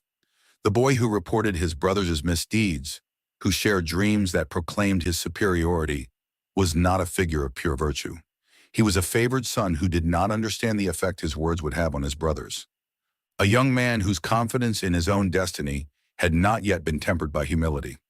The Joseph who received the dreams was not the Joseph who would one day save Egypt and forgive his brothers. He was a work in progress, a vessel that would need to be broken before it could be filled. The brothers' hatred of Joseph was not merely a response to his dreams, but a cumulative reaction to years of favoritism and Joseph's apparent willingness to leverage his favored status against them. The family dynamics of Jacob's household were dysfunctional from the start, the product of Jacob's own favoritism toward Rachel, of the competition between Leah and Rachel, of the use of servant wives as surrogate mothers. Joseph's dreams were not the cause of the division, but the catalyst that brought the division to light. The family that had been marked by deception and rivalry from its earliest days was about to reach a crisis point. Joseph's dreams are also a reminder of God's sovereignty in the midst of human failure. The dreams were given to Joseph, but they were not his to control or to fulfill through his own scheming. The fulfillment would come through a series of events that Joseph could not have anticipated: betrayal, slavery, false accusation, imprisonment. And through those events, God would accomplish what he had promised. The boy who dreamed of sheaves and stars would be humbled so that he could be exalted, and the dreams that divided his family would become the means of their preservation. As Joseph pastured the flocks with his brothers in the fields near Shechem, the dreams that had been given to him lay hidden in his heart. He did not know that the next time he saw his brothers, they would be plotting his death. He did not know that the robe of many colors that marked him as his father's favorite would be torn from him and dipped in blood. He did not know that the sheaves that bowed down to his sheaf would one day come to him desperate, seeking bread to keep themselves alive. He had the dreams, but he did not yet have the character to endure their fulfillment. The journey from dreamer to ruler would be long and painful, but the dreams were true, and the God who had given them would see to their fulfillment. Joseph sold as a slave by his brothers. The betrayal of a brother. Joseph's brothers were pasturing their father's flock near Shechem, and Jacob sent Joseph to check on their well-being. The errand was routine, a father's concern for his children. But for Joseph, it was a journey that would change the course of his life. He set out from the valley of Hebron, wearing the robe of many colors that had become the symbol of his father's favor and his brothers' hatred. He traveled alone, and when he arrived at Shechem, he wandered through the fields looking for his brothers. A man found him and asked what he was seeking. Joseph said, "I am looking for my brothers. Please tell me where they were pasturing the flock." The man told him that they had gone to Dothan, and Joseph went after his brothers and found them at Dothan. The brothers saw him from afar, and before he came near to them, they conspired against him to kill him. The hatred that had been building for years now found its outlet in homicidal intent. They said to one another, "Here comes that dreamer. Come now, let us kill him and throw him into one of the pits. Then we will say that a fierce animal has devoured him, and we will see what will become of his dreams." The words reveal the depth of their resentment. They did not merely want Joseph gone. They wanted to destroy the dreams that proclaimed his superiority, to prove that the visions of sheaves and stars were nothing more than the fantasies of a favored child. Reuben, the firstborn, heard their plan and intervened. He said, "Shed no blood, throw him into this pit here in the wilderness, but do not lay a hand on him." Reuben intended to rescue Joseph and return him to his father, hoping perhaps to regain the favor he had lost when he lay with Bilhah, his father's concubine. His plan was a compromise. The brothers would have no blood on their hands, but Joseph would be left in the pit to die or to be rescued according to Reuben's intention. When Joseph came to his brothers, they stripped him of his robe, the long-sleeved robe that had marked him as his father's favorite. The stripping of the robe was an act of violence, a symbolic removal of the status that had set him apart. They took him and threw him into the pit. The pit was empty, the text tells us. There was no water in it. The brothers sat down to eat, the meal of men who had committed a terrible act and were now trying to normalize it, to treat their betrayal as an ordinary event. As they ate, they looked up and saw a caravan of Ishmaelites coming from Gilead, their camels loaded with gum, balm, and myrrh, on their way to carry these goods down to Egypt. Judah, the son who would later become the leader of the brothers and the ancestor of the royal line, spoke with a proposal that was no less brutal than murder, but more profitable. What profit is it if we kill our brother and conceal his blood? Come, let us sell him to the Ishmaelites, and let not our hand be upon him, for he is our brother, our own flesh. The brothers listened to him, and they agreed. They pulled Joseph up out of the pit and sold him to the Ishmaelites for 20 pieces of silver. The price was the standard value of a slave in that period, the amount that would later be established in the law of Moses for a boy of Joseph's age. The brothers sat in judgment over their brother, set his price, and watched as he was led away in chains to a land he had never seen. The dreams of sheaves and stars seemed to have been extinguished in the dust of the caravan road. The betrayal was complete, but one brother was not present. Reuben returned to the pit, and when he saw that Joseph was not there, he tore his clothes in grief and consternation. "The boy is gone," he said to his brothers, "and where shall I go?" The question was one of despair, an acknowledgement that Joseph's loss was a loss that could not be undone, a wound that would never fully heal. The brothers took Joseph's robe and killed a goat and dipped the robe in the blood. They sent the robe to their father with a carefully crafted message meant to deceive. "This we have found. Please identify whether it is your son's robe or not." The words "your son," rather than "our brother," signaled their detachment, their refusal to claim kinship with the one they had betrayed. Jacob recognized it and cried out, "It is my son's robe! A fierce animal has devoured him. Joseph is without doubt torn to pieces." Jacob tore his garments, put sackcloth on his loins, and mourned for his son many days. All his sons and all his daughters rose up to comfort him, but he refused to be comforted. "No," he said, "I shall go down to Sheol to my son, mourning." The father who had favored Joseph above all his sons now believed that his beloved son was dead, and the deception of his own sons, the sons who had been born from the same web of deception that had marked Jacob's own life, had succeeded in breaking his heart. The story of Joseph sold as a slave by his brothers is one of the darkest moments in the book of Genesis. It is a story of unchecked hatred, of conspiracy born of jealousy, of brothers who forgot that the one they sold was their own flesh and blood. But it is also a story of God's sovereignty working through human evil. The brothers meant it for evil, but the God who had given the dreams to Joseph was not surprised by the betrayal. The caravan of Ishmaelites that appeared at the moment of their deliberation was not a coincidence, but a providence, a means by which Joseph would be brought to Egypt, where the dreams would be fulfilled. Joseph's betrayal reflects the betrayals that have marked the family from its beginning. Jacob deceived his father and stole his brother's blessing.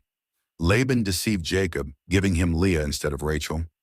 Jacob's sons now deceived their father, using the blood of a goat to conceal their sin, just as Jacob had used the skin of a goat to conceal his deception from Isaac. The pattern of deceit that began in the garden had been passed down through the generations, and Joseph was its latest victim. But the story does not end with the betrayal. Joseph went down to Egypt, not as a ruler but as a slave, not as lord of his brothers, but as property of a foreign merchant. The dreams that had seemed so certain at 17 must have seemed like a mockery as he walked in chains toward an uncertain future. Yet the dreams were true, and the God who had given them had not abandoned Joseph.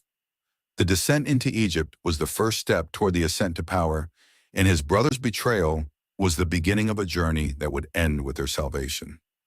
Joseph in Potiphar's house, the test of integrity.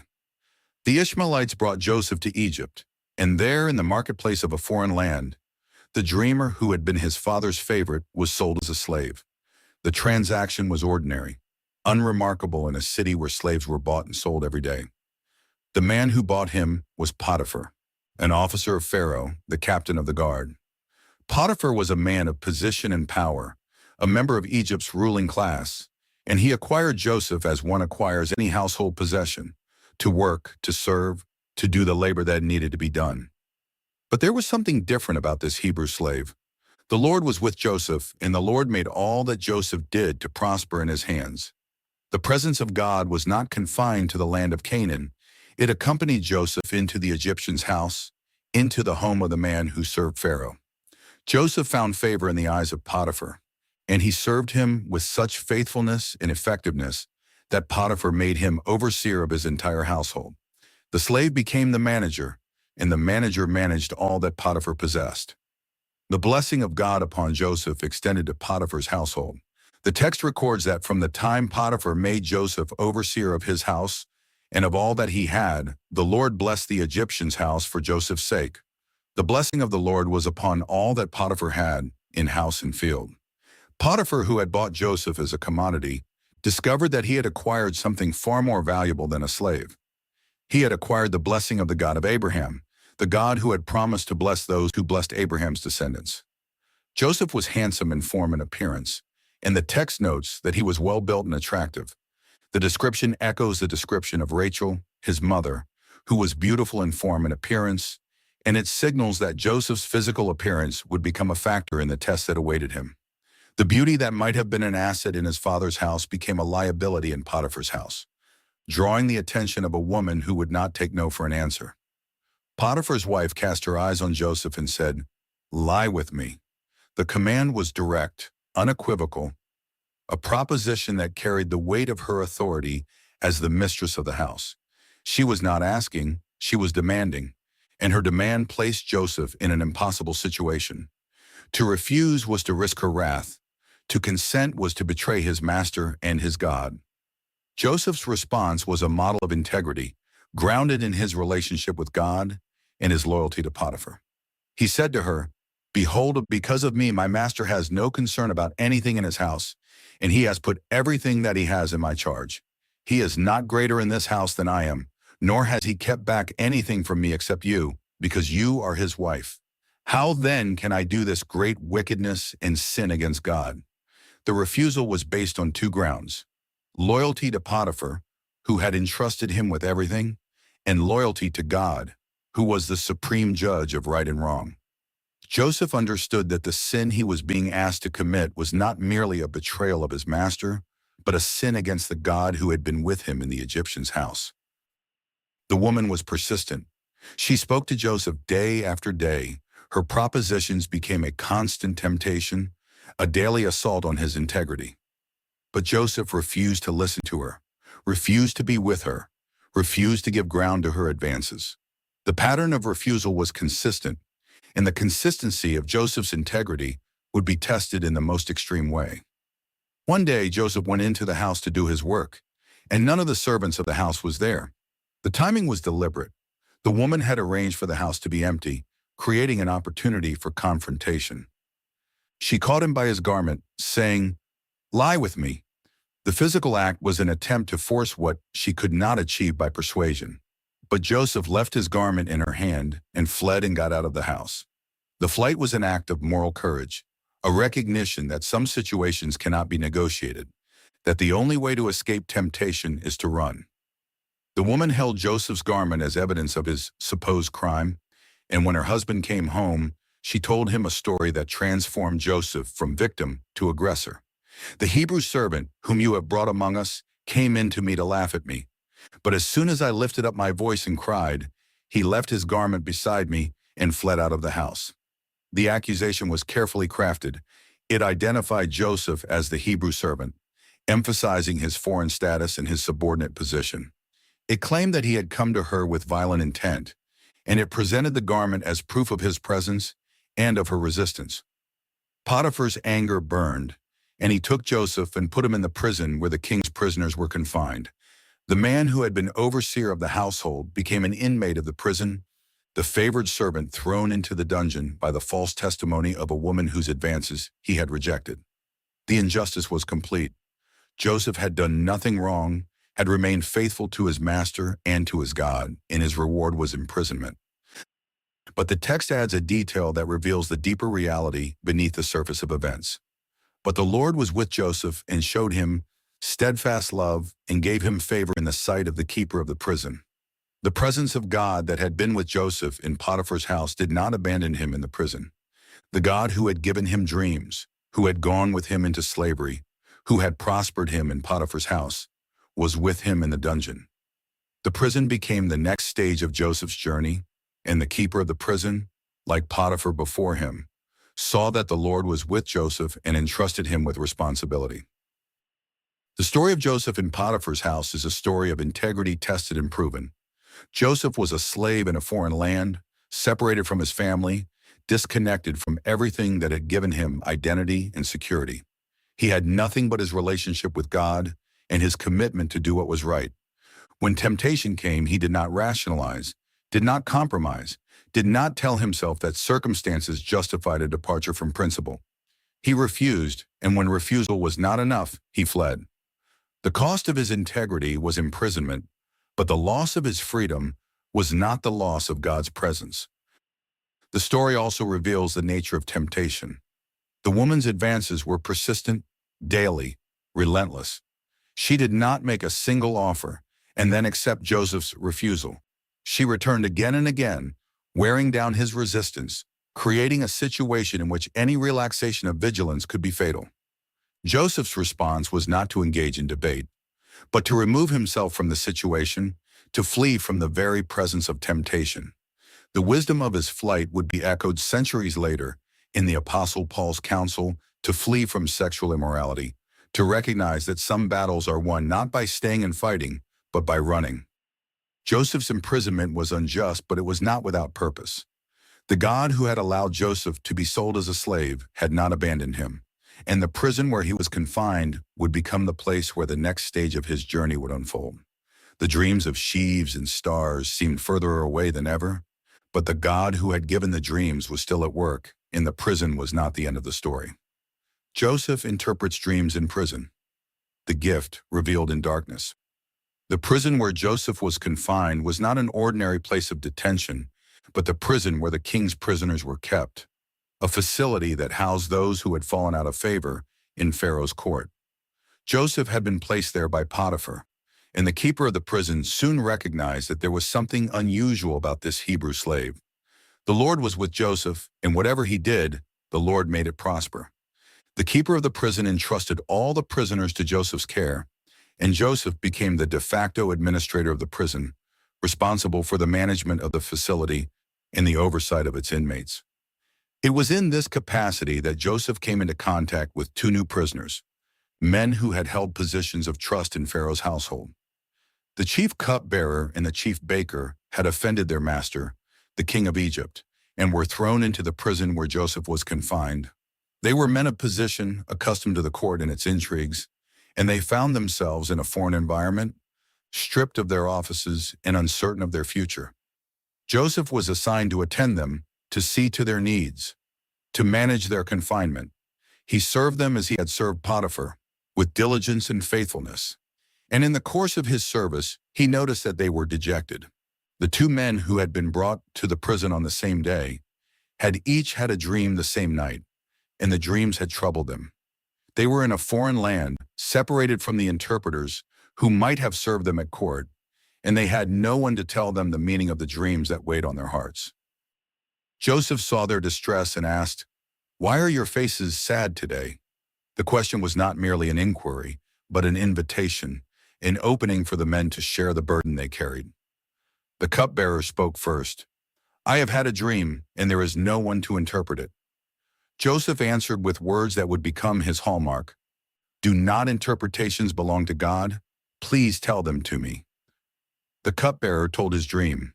"In my dream, there was a vine before me, and on the vine there were 3 branches.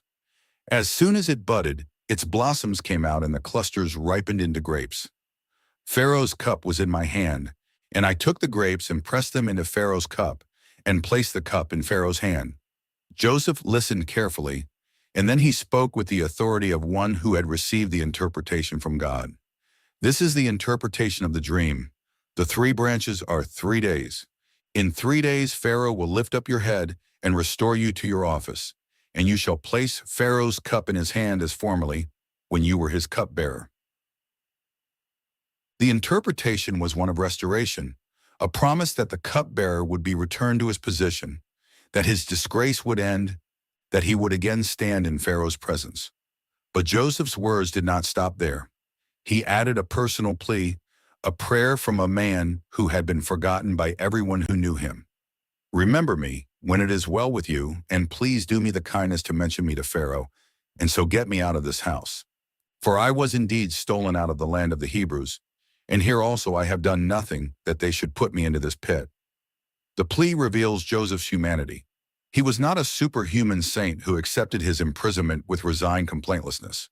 He longed for freedom, for justice, for the opportunity to see the fulfillment of the dreams that had been given to him so many years before. He asked the cupbearer to remember him, to speak his name in Pharaoh's court, to be the instrument of his deliverance. The chief baker, hearing that the interpretation was favorable, told his own dream. I also had a dream. There were 3 cake baskets on my head, and in the uppermost basket there were all sorts of baked food for Pharaoh, but the birds were eating it out of the basket on my head. Joseph's response was somber, the words of a man who must speak the truth even when the truth is painful. This is its interpretation. The 3 baskets are 3 days. In 3 days Pharaoh will lift up your head from you and hang you on a tree, and the birds will eat the flesh from you. The interpretations were given with the same authority, the same certainty, the same confidence that God had revealed their meaning to him. The 2 men had dreamed the same night, and their dreams had come from the same God. But the futures they foretold could not have been more different. One would be restored, the other executed. Joseph did not soften the message or withhold the truth. He spoke what God had given him to speak, and the baker's fate was sealed. On the 3rd day, which was Pharaoh's birthday, the events unfolded exactly as Joseph had said. The king made a feast for all his servants, and he lifted up the head of the chief cupbearer and the head of the chief baker among his servants.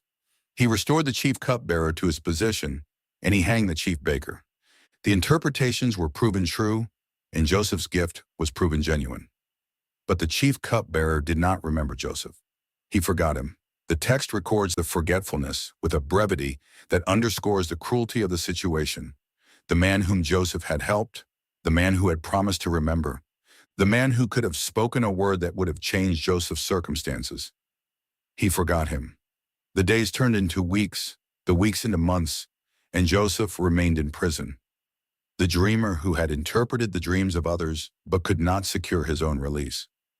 The 2 years that followed were years of waiting, years in which Joseph's faith must have been tested as never before.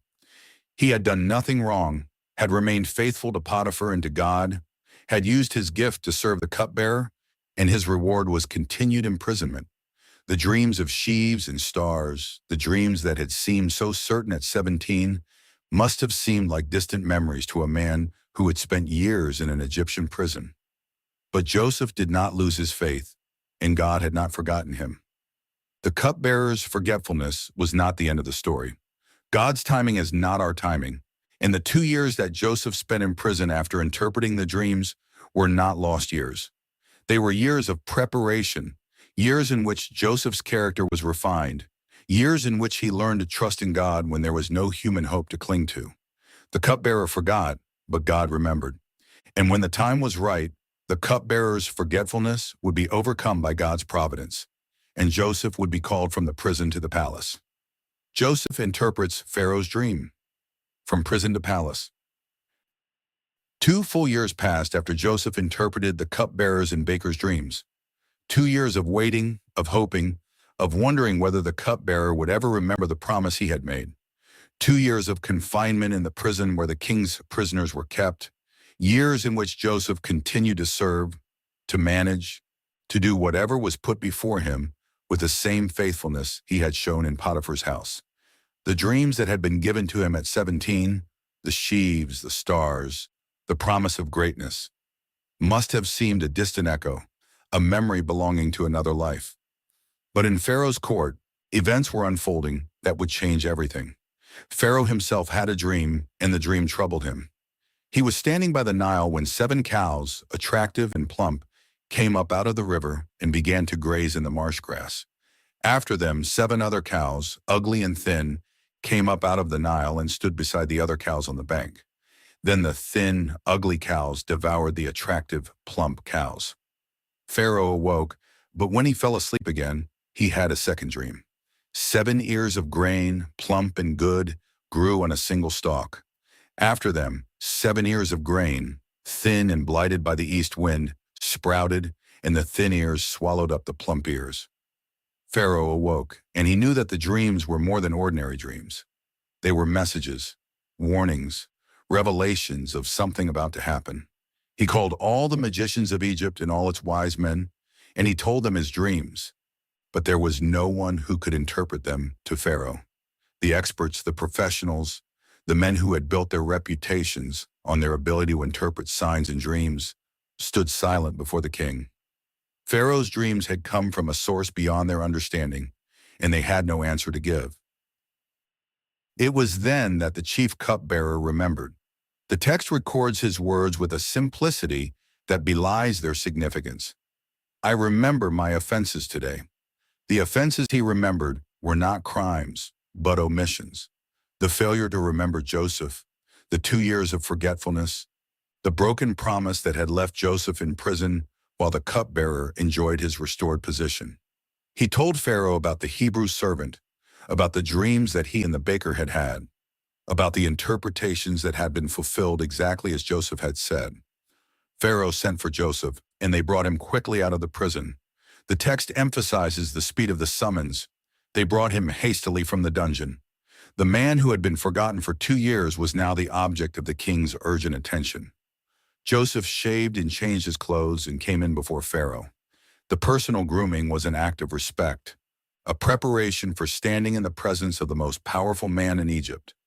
Pharaoh said to Joseph, I have had a dream, and there is no one who can interpret it. I have heard it said of you that when you hear a dream, you can interpret it. Joseph's answer was the same confession of faith he had made in the prison. It is not in me. God will give Pharaoh a favorable answer. The words revealed that Joseph had not changed. He had been brought from prison to palace, but he still knew that the gift of interpretation was not his, but God's. The glory would not be for Joseph, but for Joseph's God. Pharaoh told his dreams to Joseph, and Joseph listened. When the king finished, Joseph spoke with the authority of one who had received the interpretation from God. Pharaoh's dreams are one. God has revealed to Pharaoh what he is about to do. The 7 good cows are 7 years, and the 7 good ears are 7 years. The dreams are one. The 7 lean and ugly cows that came up after them are 7 years, and the 7 empty ears blighted by the east wind are 7 years of famine. The interpretation was clear. Egypt would enjoy 7 years of abundant harvest, followed by 7 years of severe famine that would consume the abundance. The repetition of the dream, 2 dreams with the same meaning, was a sign that the matter was fixed by God and that God would bring it about shortly. Joseph did not only interpret the dreams, he provided a plan. He advised Pharaoh to select a discerning and wise man and set him over the land of Egypt, to appoint overseers to collect 1/5 of the harvest of the 7 good years, and to store up grain in the cities for the 7 years of famine. The wisdom of the plan was evident. Egypt would not only survive the famine, but would become the granary of the surrounding nations, the place to which all the earth would come to buy grain. Joseph's counsel was not merely a survival strategy, but a plan for abundance, a way to turn crisis into opportunity for the nation. Pharaoh and his servants recognized the wisdom of Joseph's counsel, and Pharaoh said to his servants, "Can we find a man like this, in whom is the Spirit of God?"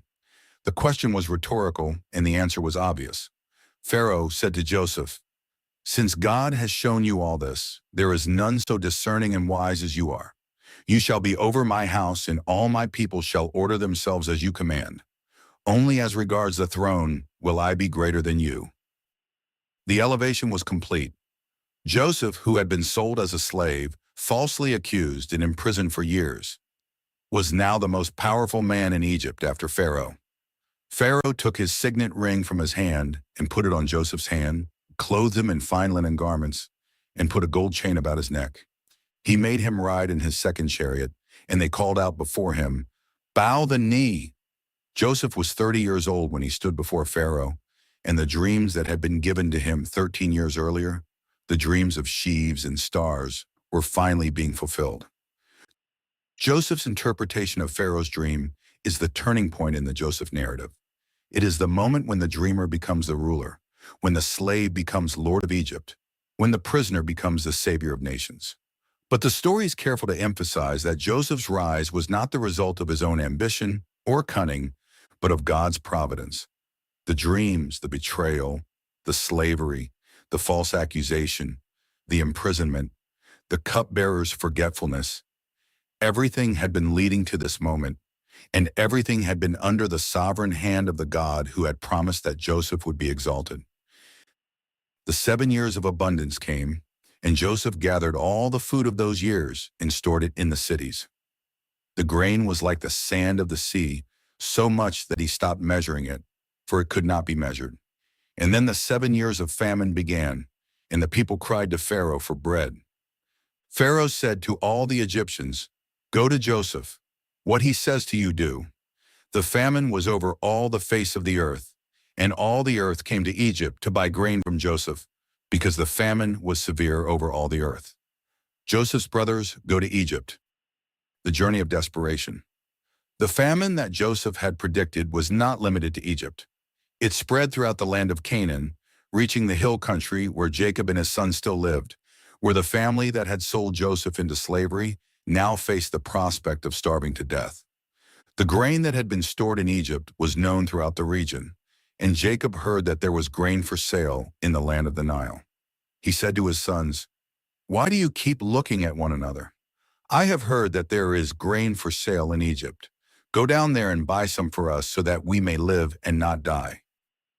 10 of Joseph's brothers went down to Egypt to buy grain, but Benjamin, the youngest, the son of Rachel as Joseph had been, did not go. Jacob would not send Benjamin with his brothers, fearing that harm might befall him as harm had befallen Joseph.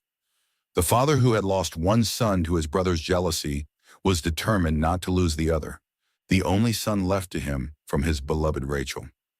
The brothers arrived in Egypt and presented themselves before the governor of the land, the man who controlled the distribution of grain. They did not recognize him, but he recognized them.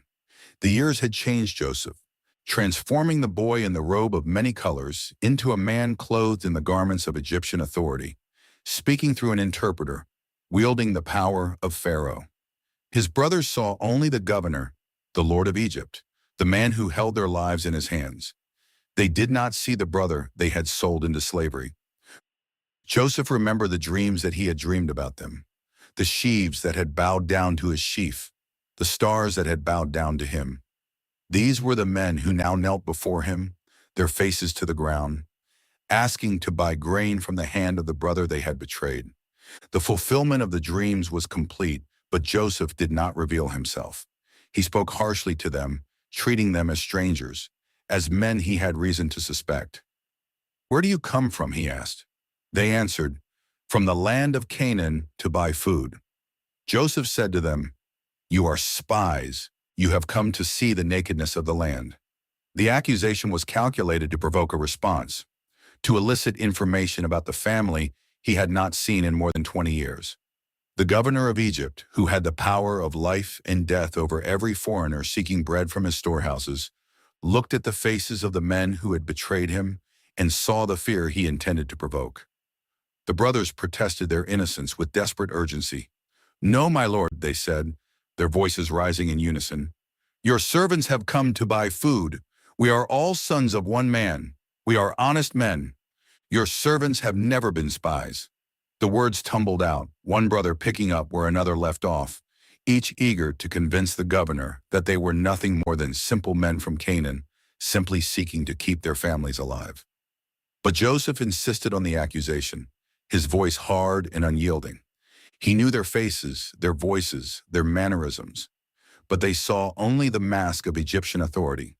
"No," he said, "you have come to see the nakedness of the land. The phrase was common in Egyptian diplomatic language, referring to the vulnerabilities of a nation, its weak points, its defenses, its secrets.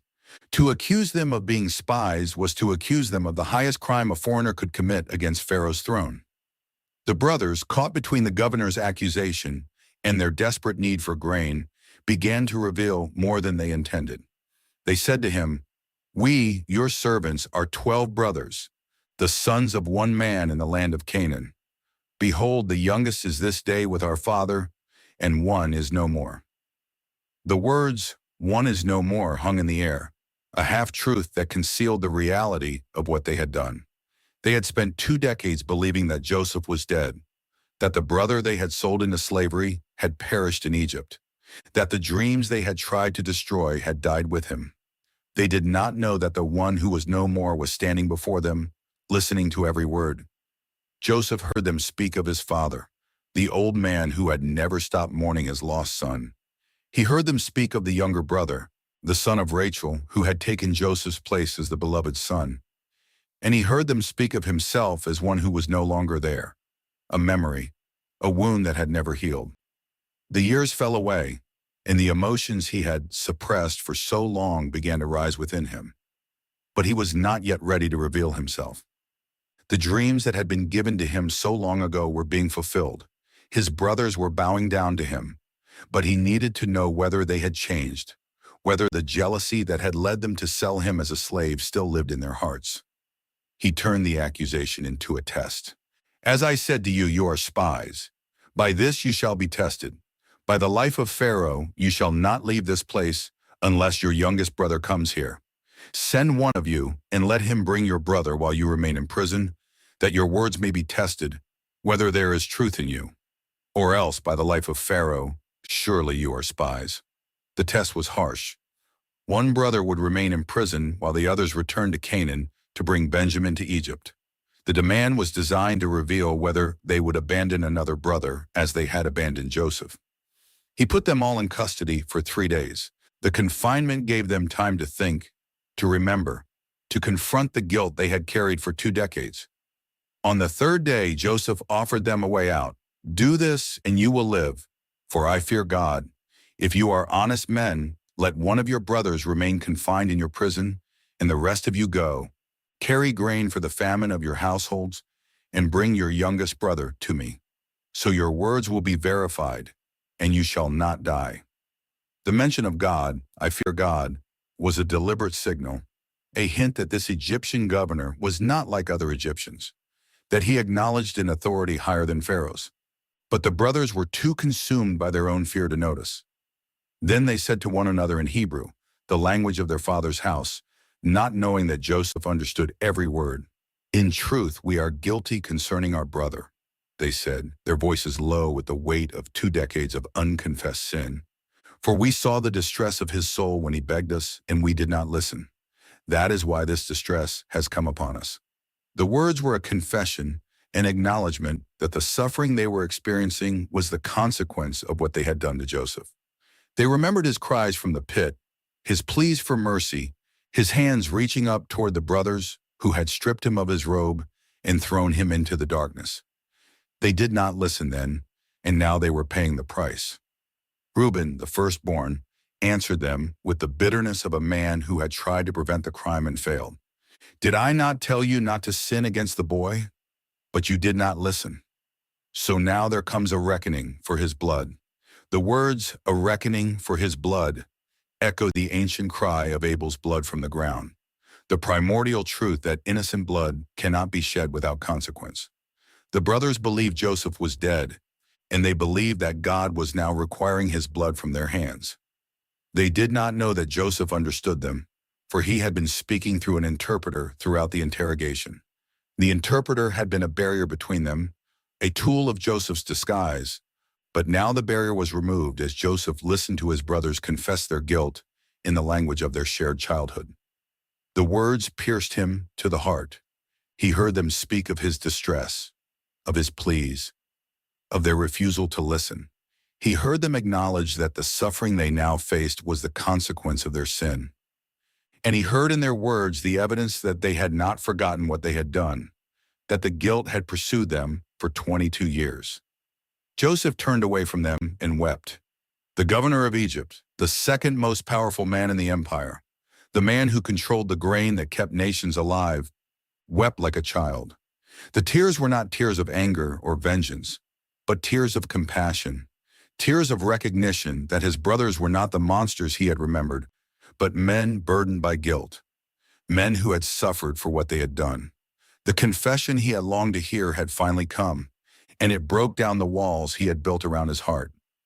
He composed himself, dried his face, and returned to them. The mask of Egyptian authority was replaced, but the heart beneath it had changed. He ordered that Simeon be bound before their eyes, and he commanded that their sacks be filled with grain, that each man's money be returned to his sack, and that provisions be given to them for their journey home. The choice of Simeon as hostage was deliberate. Simeon, the second son of Leah, had likely been one of the most aggressive in the conspiracy against Joseph, and his imprisonment would weigh heavily on the brothers' consciences. The brothers loaded their donkeys and departed, not knowing that the money they had paid for the grain had been secretly returned to their sacks. When one of them opened his sack at the lodging place on the journey home, he saw his money in the mouth of his sack and said to his brothers, "My money has been put back. Here it is in my sack." Their hearts failed them, and they turned trembling to one another, saying, "What is this that God has done to us?" They returned to their father Jacob in the land of Canaan and told him all that had happened. They spoke of the Lord of Egypt, of his harsh words, of his accusation that they were spies, of his demand that Benjamin be brought to Egypt to prove their honesty. And when they emptied their sacks, each man found his money in his sack, and they and their father were afraid. Jacob's response was the response of a man who had already lost too much. "You have bereaved me of my children," he cried. "Joseph is no more, and Simeon is no more, and now you would take Benjamin. All this has come against me." The old man who had deceived his own father and had been deceived by his own sons saw only loss. He did not see the hand of God working behind the events that were unfolding. He did not know that the Lord of Egypt who demanded Benjamin was the son he had mourned for 2 decades, that the grain filling their sacks was the provision of the brother they had sold, that the return of their money was a gesture of grace from the one they had wronged. Reuben, the firstborn, offered his own 2 sons as guarantee if Jacob would entrust Benjamin to him. "If I do not bring him back to you," he said, "you can kill my 2 sons." But Jacob refused. "My son shall not go down with you," he said, his voice breaking, "for his brother is dead, and he is left alone. If harm should happen to him on the journey that you are to make, you would bring down my gray hairs with sorrow to Sheol." The brothers waited, and the famine continued. The grain they had brought from Egypt was consumed, and the family again faced starvation. The test that Joseph had set in motion was not yet complete, and the brothers would have to return to Egypt, this time with Benjamin, before the reconciliation that Joseph longed for could be achieved. The confession they had made in Joseph's presence was the first step, but the full revelation of Joseph's identity would come only after Judah, the brother who had proposed selling Joseph into slavery, offered himself as a substitute for Benjamin, a sacrifice that would finally prove that the brothers had been transformed by the years of suffering and guilt. The accusation of spying was the beginning of the test, a provocation designed to bring the brothers to the point of confession and change. And when the test was complete, when Judah had spoken his words of self-sacrifice, Joseph could no longer control himself. He sent the Egyptians out of the room, and he stood alone with his brothers, the brothers who had sold him into slavery, the brothers who had confessed their guilt, the brothers who had offered themselves for Benjamin. And he wept so loudly that the Egyptians heard him, and Pharaoh's household heard it. The governor of Egypt said to his brothers, "I am Joseph. Is my father still alive?" And his brothers could not answer him, for they were dismayed at his presence. But Joseph called them near, and he spoke the words that would heal the wound that had divided his family for more than 2 decades. "Do not be distressed or angry with yourselves because you sold me here, for God sent me before you to preserve life." Joseph reveals his identity and forgives his brothers. The reconciliation of a family. The final test was over. Judah, the brother who had once proposed selling Joseph into slavery, had stood before the governor of Egypt and offered his own life in exchange for Benjamin's freedom. The words of self-sacrifice had cut through every barrier Joseph had built. The mask of Egyptian authority, the pretense of a foreigner who did not understand their language, the harsh accusations and calculated cruelties, all of it fell away in an instant. Joseph could no longer control himself before all those who stood by him. He cried out, "Make everyone go out from me." The attendants, the interpreters, the servants of his household, all were dismissed. Joseph stood alone with his brothers, the men who had stripped him of his robe and thrown him into the pit, who had sold him to passing merchants and dipped his garment in the blood of a goat. He stood alone with the brothers he had not seen in 22 years. He wept aloud, and the Egyptians heard it, and the household of Pharaoh heard it. The sound of his weeping was not the controlled sadness of a man who had learned to hide his emotions, but the unrestrained pain and joy of a lifetime of longing. The brothers stood before him, still not understanding what was happening, still believing that they were in the presence of an Egyptian lord who held their lives in his hands. And then Joseph spoke, and the words that came from his lips were words they never expected to hear. "I am Joseph," he said. The words were simple, direct, unadorned. He did not announce himself with titles or declarations of power. He did not remind them of his dreams or the authority he now held. He simply said his name, the name they had not uttered in 2 decades, the name they had tried to erase from their family's history. "I am Joseph. Is my father still alive?" The question revealed where his heart was. After all the years of separation, after the slavery and false accusation and imprisonment, after the rise to power and the testing of his brothers, his first thought was for his father, the old man who had mourned him as dead, who had refused to be comforted, who had said he would go down to Sheol in sorrow. Was he still alive? The question hung in the air, and the brothers could not answer him, for they were dismayed at his presence. The Hebrew word used to describe their reaction is bahal, meaning to be terrified, to be in a panic, to be overwhelmed by sudden fear. They had spent 2 decades living with the guilt of what they had done to Joseph. They had believed him dead, had convinced themselves that their sin was buried with him. And now he stood before them, not as a slave, not as a ghost, but as the governor of Egypt, the second most powerful man in the known world. The dreams that had provoked their hatred had been fulfilled. The sheaves had bowed down, the stars had bowed down, and the brother they had sold into slavery held their lives in his hands. They could not speak. They could not move. They could not even lift their eyes to look at him. The terror that seized them was not merely the fear of a powerful man, but the terror of guilty consciences confronted by the one they had wronged. They had no defense, no excuse, no explanation that could justify what they had done. They stood in silence, waiting for the judgment they deserved. But the judgment did not come. Joseph looked at his brothers, Reuben, who had tried to save him, Simeon and Levi, whose violence had marked them, Judah, who had proposed the sale and who had just offered himself for Benjamin, and all the others who had watched him be led away in chains. And he did not see enemies. He saw brothers. He saw men who had been transformed by 22 years of guilt. He saw the instruments through whom God had worked to preserve a remnant and keep many alive. He said to them, "Come near to me, please." The invitation was gentle, an invitation to intimacy after years of distance.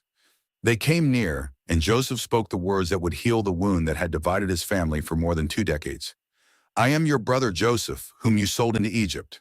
And now do not be distressed or angry with yourselves because you sold me here. For God sent me before you to preserve life. For the famine has been in the land these 2 years, and there are yet 5 years in which there will be no plowing and harvest. And God sent me before you to preserve for you a remnant on earth, and to keep alive for you many survivors. So it was not you who sent me here, but God." The words are among the most remarkable in all of Scripture. Joseph did not minimize the evil that had been done to him. He did not pretend that his brothers had not sinned, that the betrayal was not real, that the years of slavery and imprisonment had not been unjust. He named the sin, "whom you sold into Egypt," but he refused to allow that sin to have the final word. He looked at the greatest evil of his life, his brother's betrayal, the years of separation, the false accusation, the forgotten years in prison, and he saw the hand of God. God sent me before you, he said. Not you sent me, though that was true. Not I was brought here, though that was also true. God sent me. The passive voice of human action was transformed into the active voice of divine purpose. What the brothers had meant for evil, God had meant for good. The descent into Egypt was not the destruction of the dreams, but the path to their fulfillment. The slavery was not the end of Joseph's story, but the beginning of God's plan to preserve a remnant and keep many survivors alive. Joseph's forgiveness was not conditional upon his brother's repentance. He had already heard their confession in the prison when they spoke of their guilt concerning their brother. He had already seen their transformation in Judah's willingness to become a substitute for Benjamin. But he extended forgiveness before they asked for it, before they had spoken a single word of apology. The words, "Do not be distressed or angry with yourselves," were words of absolution, words that lifted the burden of guilt they had carried for 2 decades. Joseph was not waiting for them to earn his forgiveness. He was giving it freely, as a gift of grace. He told them to go back to their father and bring him to Egypt. "You shall dwell in the land of Goshen, and you shall be near me, you and your children and your children's children, and your flocks, your herds, and all that you have.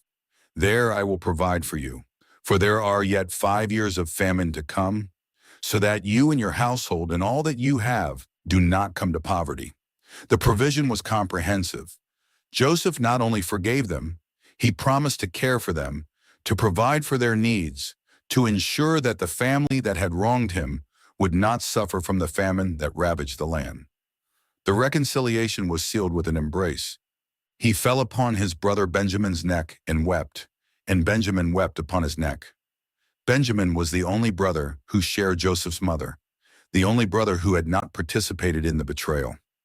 The years of separation had been hardest for these two, the sons of Rachel, the sons of Jacob's favored wife.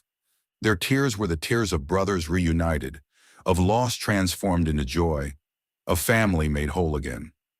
Then Joseph kissed all his brothers and wept upon them. The kiss was a gesture of reconciliation in the ancient Near East, a sign that the breach between them was healed. He excluded no one, not Reuben, who had been unable to save him, not Simeon and Levi, whose violence had characterized their lives, not Judah, who had proposed the sale, not the others who had watched in silence. He kissed everyone, and after that his brothers talked with him.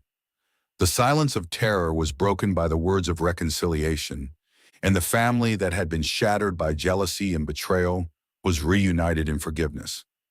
The news of the reunion reached Pharaoh, and he was pleased. He told Joseph to bring his father and his brothers to Egypt, to give them the best of the land, to settle them in the land of Goshen. Joseph gave his brothers wagons and provisions for the journey, and he sent them away with a warning that revealed his wisdom. Do not quarrel on the way. He knew that the journey back to Canaan would be long, that the brothers had much to discuss, much to confess, much to resolve. The warning was a reminder that the reconciliation he had extended must be lived out in the days ahead, that the past was not to be revisited with accusations and recriminations, but left in the hands of the God who had worked good through evil. They went up out of Egypt and came to the land of Canaan, to their father Jacob. The message they brought was almost too wonderful to believe. "Joseph is still alive," they said, "and he is ruler over all the land of Egypt." Jacob's heart fainted, for he did not believe them. The old man who had mourned his son for 22 years could not accept that the loss that had defined his life was not final. But when they told him all the words of Joseph, and when he saw the wagons that Joseph had sent to carry him, the spirit of their father Jacob revived. "It is enough," he said. "Joseph, my son, is still alive. I will go and see him before I die." Joseph's reconciliation with his brothers is the climax of the Joseph narrative, but it is also one of the most profound meditations on forgiveness in all of Scripture. Joseph's forgiveness was not the forgetting of a wrong, but the transformation of a wrong into something that could be used for good. He did not pretend that his brothers had not sinned, but he refused to allow their sin to define the relationship.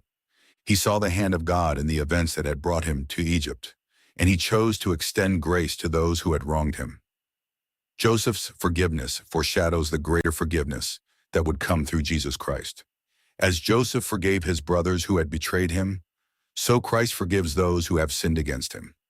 As Joseph's forgiveness brought reconciliation and preservation to his family, so Christ's forgiveness brings reconciliation with God and the promise of eternal life.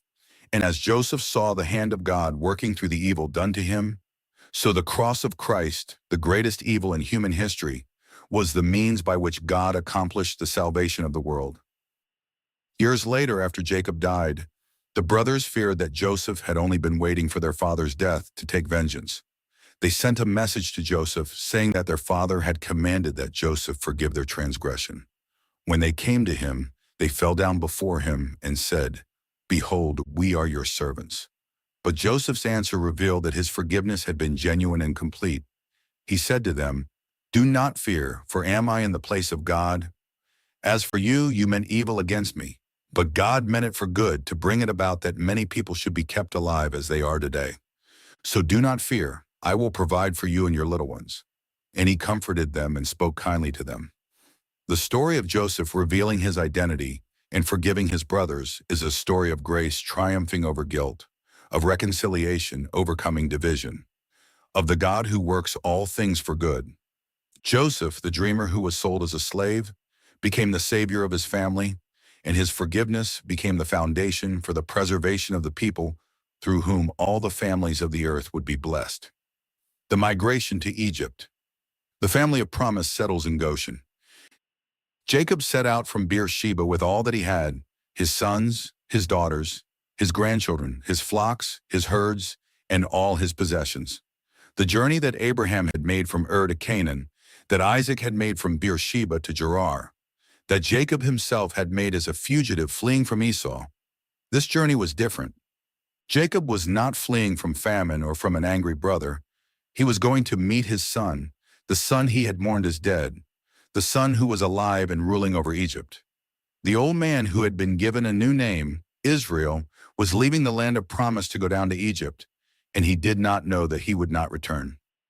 At Beersheba, he offered sacrifices to the God of his father Isaac. The altar was a recognition that the journey was undertaken in dependence on God, that the move to Egypt was not merely a family reunion, but a step of faith. God spoke to Israel in visions of the night and said, "Jacob, Jacob." He answered, "Here I am." God said, "I am God, the God of your father. Do not be afraid to go down to Egypt, for there I will make you into a great nation. I myself will go down with you to Egypt, and I will also bring you up again, and Joseph's hand shall close your eyes." The promise was a renewal of the covenant made to Abraham and to Isaac. The land was not being abandoned permanently. God would bring them up again. The descent into Egypt was part of the divine plan, the means by which a family would become a nation, the crucible in which the people of promise would be forged. Jacob did not know how long the sojourn in Egypt would last. He did not know it would be 400 years. But he knew that God was with him, and that was enough. They set out from Beersheba, a company of 70 persons, the text tells us, Jacob and his sons, his grandsons, his daughters, and his granddaughters. 70 souls, the number of fullness, the number of the nations, the number that would become the foundation of the nation of Israel. They came to Egypt with their flocks and herds, their tents and their families, and Joseph went up to meet his father in Goshen. Joseph prepared his chariot and went up to meet Israel his father in Goshen. He presented himself to him, fell on his neck, and wept on his neck a good while. The tears that had been shed in the privacy of his chamber, the tears that had been shed when he revealed himself to his brothers, now flowed freely as father and son embraced. Jacob said to Joseph, "Now let me die, since I have seen your face and know that you are still alive." The words were the words of a man whose life was complete, who had received back what he thought he had lost forever, who could now die in peace. Joseph went to Pharaoh and told him that his father and brothers had arrived. He selected 5 of his brothers and presented them to Pharaoh, and Pharaoh asked them about their occupation. They answered, "Your servants are shepherds, as our fathers were. We have come to sojourn in the land, for there is no pasture for your servants' flocks, because the famine is severe in the land of Canaan. So please let your servants dwell in the land of Goshen." The request was exactly as Joseph had instructed. Pharaoh said to Joseph, "Your father and your brothers have come to you. The land of Egypt is before you. Settle your father and your brothers in the best of the land. Let them settle in the land of Goshen. And if you know any able men among them, put them in charge of my livestock." The king's generosity was remarkable. The family that had come as shepherds, a profession abhorrent to the Egyptians, was given the best of the land. The descendants of Abraham, the heirs of the promise, the people through whom all the families of the earth would be blessed, were settled in the fertile region of Goshen, where they would grow and multiply and become a great nation. Joseph went out to meet his father Israel and brought him to Pharaoh. Jacob blessed Pharaoh, the pagan king who ruled over Egypt. And Pharaoh asked him, "How many are the days of the years of your life?" Jacob answered, "The days of the years of my sojourning are 130 years. Few and evil have been the days of the years of my life, and they have not attained to the days of the years of the life of my fathers in the days of their sojourning." Jacob blessed Pharaoh again and went out from his presence. The blessing of the patriarch upon the king of Egypt was a sign that even in exile, the people of promise carried the blessing of God. Jacob, who had deceived his father and fled from his brother, who had wrestled with God and been given a new name, who had mourned his son for 22 years and now held him again, stood before the most powerful man in the world and blessed him. The old man who had nothing but the promise, nothing but the covenant, nothing but the God who had been with him through all his journeys, was the one who gave blessing, not the one who received it. Israel settled in the land of Egypt, in the land of Goshen. They acquired property in it and were fruitful and multiplied greatly. The 70 souls who had come down to Egypt grew into a multitude, the seeds of the nation that would one day be delivered from slavery by the hand of Moses. The years passed, and Joseph lived to see the children of his children. He saw the sons of Ephraim, the sons of Manasseh, and he held them on his knees. When the time came for Joseph to die, he called his brothers to him and said, "I am about to die, but God will visit you and bring you up out of this land to the land that he swore to Abraham, to Isaac, and to Jacob." The words were a confession of faith, a declaration that the promises made to the patriarchs were not fulfilled in Egypt, that the land of Canaan was still the inheritance, that God would one day bring his people up out of this land. Joseph made the sons of Israel swear, saying, "God will surely visit you, and you shall carry up my bones from here." So Joseph died, being 110 years old. They embalmed him, and he was put in a coffin in Egypt. The coffin was a sign, a reminder that the sojourn in Egypt was temporary, that the promise of the land was still to be fulfilled, that the people of God were not home yet. The bones of Joseph would wait in Egypt for 400 years, until the God who had promised to visit his people would come down to deliver them, and the coffin would be carried up out of Egypt by the hand of Moses, a testimony that the promises of God endure beyond the generations, that the God who visited Abraham would visit his descendants, that the land of promise waited for those who trusted in the Lord. Moses in the Exodus, the Israelites in Egypt, the growth of a nation under oppression. The death of Joseph marked the end of an era. The man who had saved Egypt from famine, who had brought his father's house to the land of Goshen, who had reconciled with his brothers and provided for them during the years of scarcity, had died.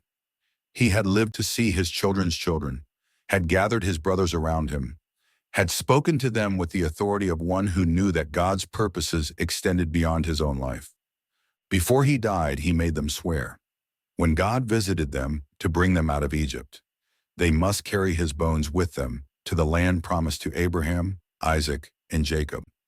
He died at the age of 110 years, and they embalmed him and put him in a coffin in Egypt.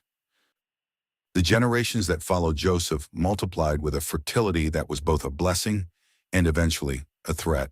The sons of Jacob, Reuben, Simeon, Levi, Judah, Issachar, Zebulun, Benjamin, Dan, Naphtali, Gad, Asher, and Joseph's sons Manasseh and Ephraim became heads of clans, and the clans grew into tribes.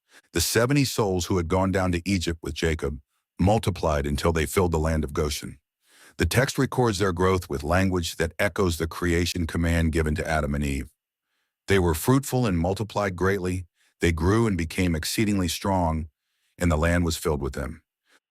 A new king arose over Egypt who did not know Joseph.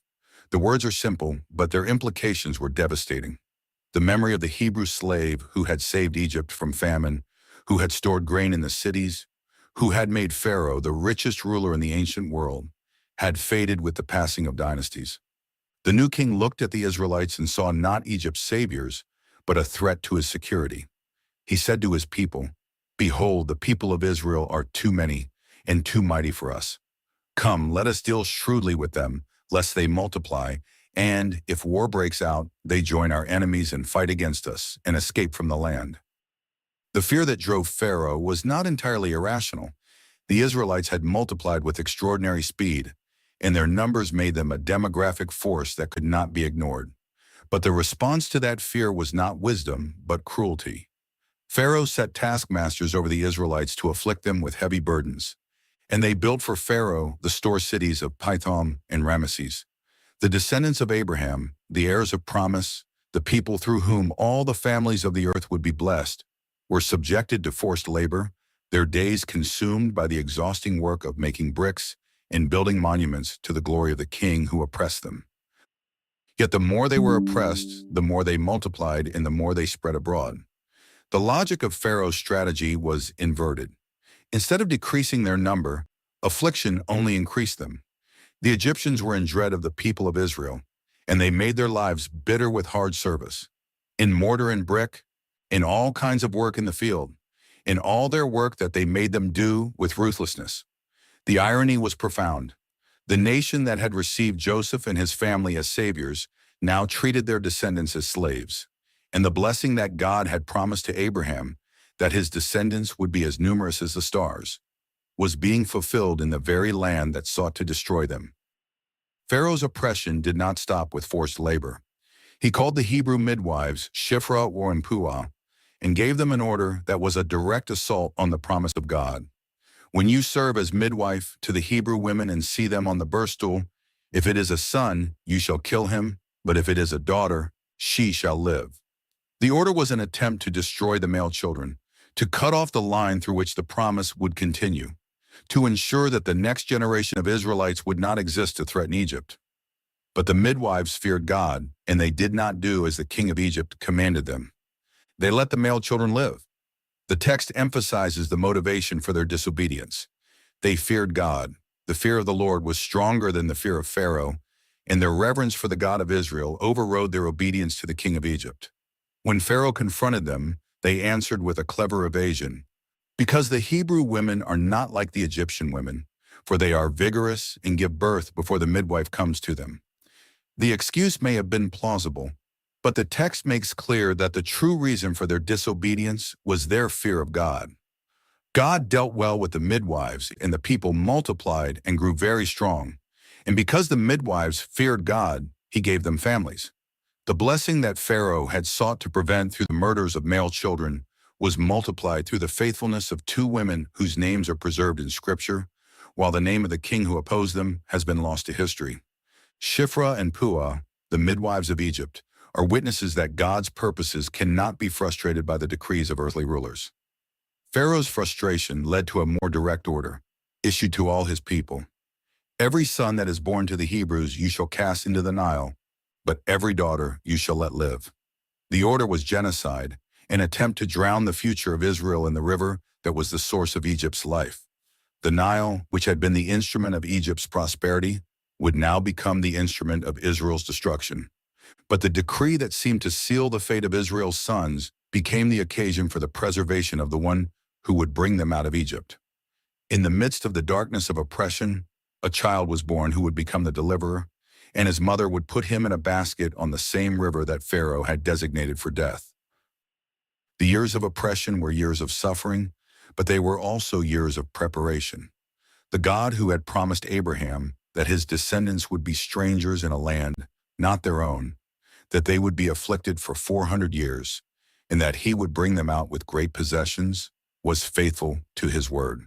The affliction was not God's abandonment of Israel, but the fulfillment of prophecy, and the suffering that seemed to contradict the promise was the very means by which God was preparing his people for deliverance.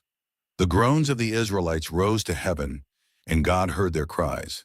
He remembered his covenant with Abraham, with Isaac, and with Jacob, and he looked on the people of Israel and knew them. The story of the Israelites in Egypt is a story of God's faithfulness in the midst of suffering. The multiplication of Israel in the land of their oppression was a demonstration that God's promises are not nullified by the hostility of men. The faithfulness of the midwives was a reminder that the fear of the Lord is the beginning of wisdom and the source of courage to resist unjust authority. And the cries of the people, rising from the brick kilns and slave barracks of Egypt, were heard by the God who had promised to be the God of Abraham's descendants.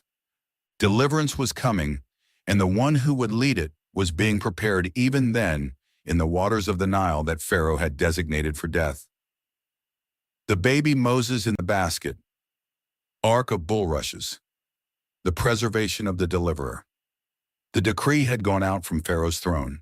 Every son born to the Hebrews must be thrown into the Nile.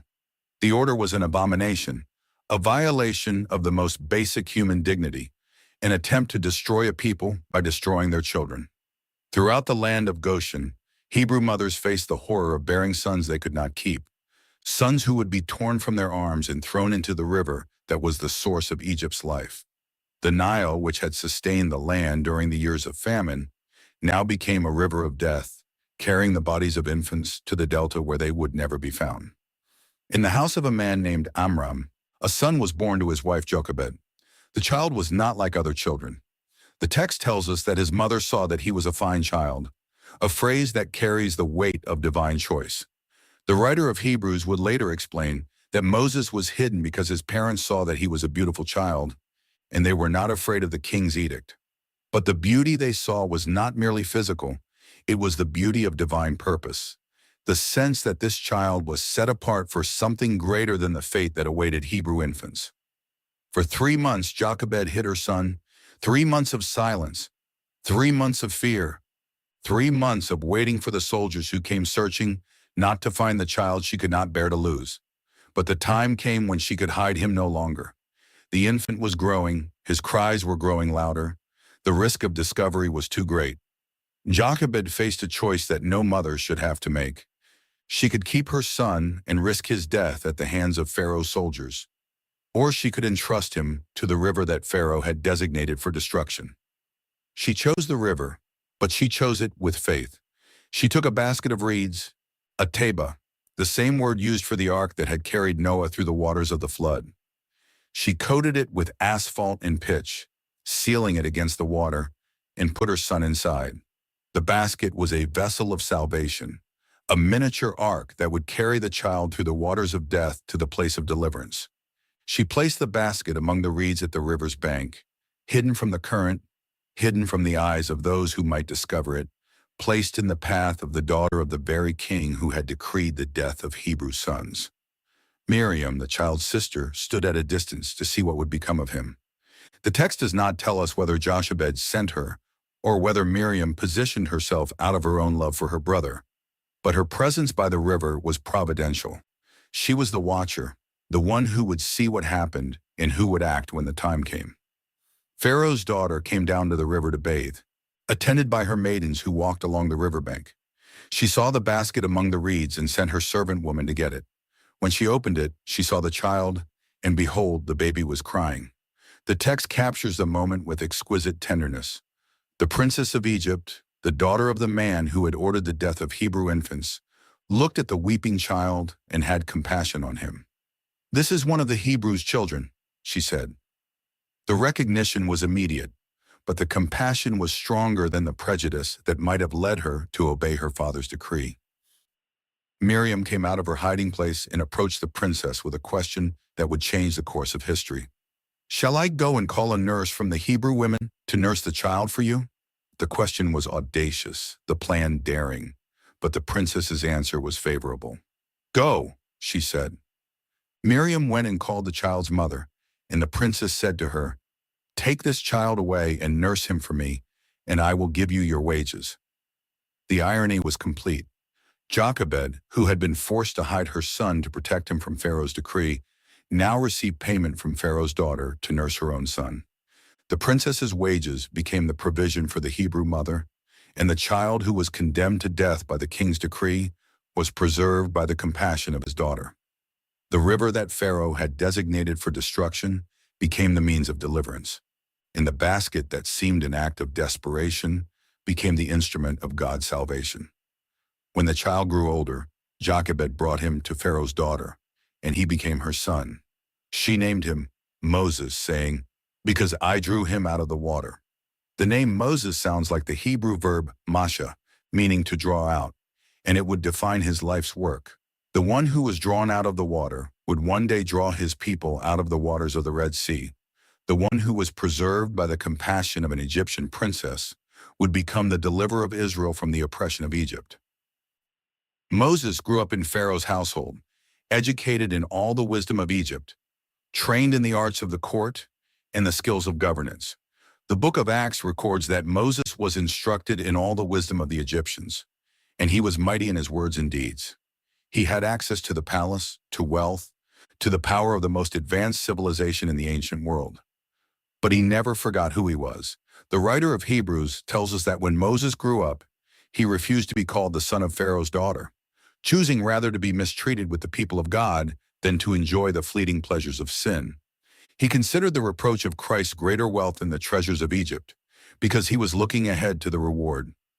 The story of the baby Moses in the basket is a story of God's providence working through the faithfulness of ordinary people. Jochebed, the mother who refused to obey the king's decree, acted with courage and creativity, hiding her son and then entrusting him to the river in a vessel sealed against the waters. Miriam, the sister who watched from a distance, acted with boldness and wisdom, approaching the princess with a plan that would reunite her brother with his mother. Pharaoh's daughter, whose name is not recorded, acted with compassion and defiance, disobeying her father's decree to preserve the life of a child she might have left to die. And God, who is not mentioned in the narrative, was present in every detail, guiding the basket to the right place, softening the princess's heart, ensuring that the one who would lead his people out of Egypt would survive the waters that were meant to destroy him. The ark of bulrushes that carried Moses through the waters of the Nile was a foreshadowing of the deliverance that would come through him. As Noah was preserved in the ark through the waters of judgment, so Moses was preserved in the ark through the waters of death. And as Moses would later lead his people through the waters of the Red Sea, so the greater Moses, Jesus Christ, would lead his people through the waters of baptism to new life. The basket among the reeds was a small beginning, but it was the beginning of the deliverance that would become the central story of the Old Testament, the exodus of Israel from the house of bondage. Moses flees to Midian. The deliverer's flight. Moses had grown to maturity in Pharaoh's household, a Hebrew by birth, an Egyptian by upbringing, a man caught between two worlds. He had seen the oppression of his people, had witnessed the suffering of the slaves who built the store cities of Pithom and Ramesses, had carried in his heart the knowledge that he was not what he appeared to be. The writer of Hebrews tells us that when Moses was 40 years old, it came into his heart to visit his brothers, the children of Israel. He went out to where his people were and looked at their burdens, and what he saw ignited a fire within him that could not be quenched. One day when Moses had gone out to his people, he saw an Egyptian beating a Hebrew, one of his brothers. The sight of the violence, the sound of the blows, the cry of the oppressed man, all of it overwhelmed the control that Moses had maintained for 40 years.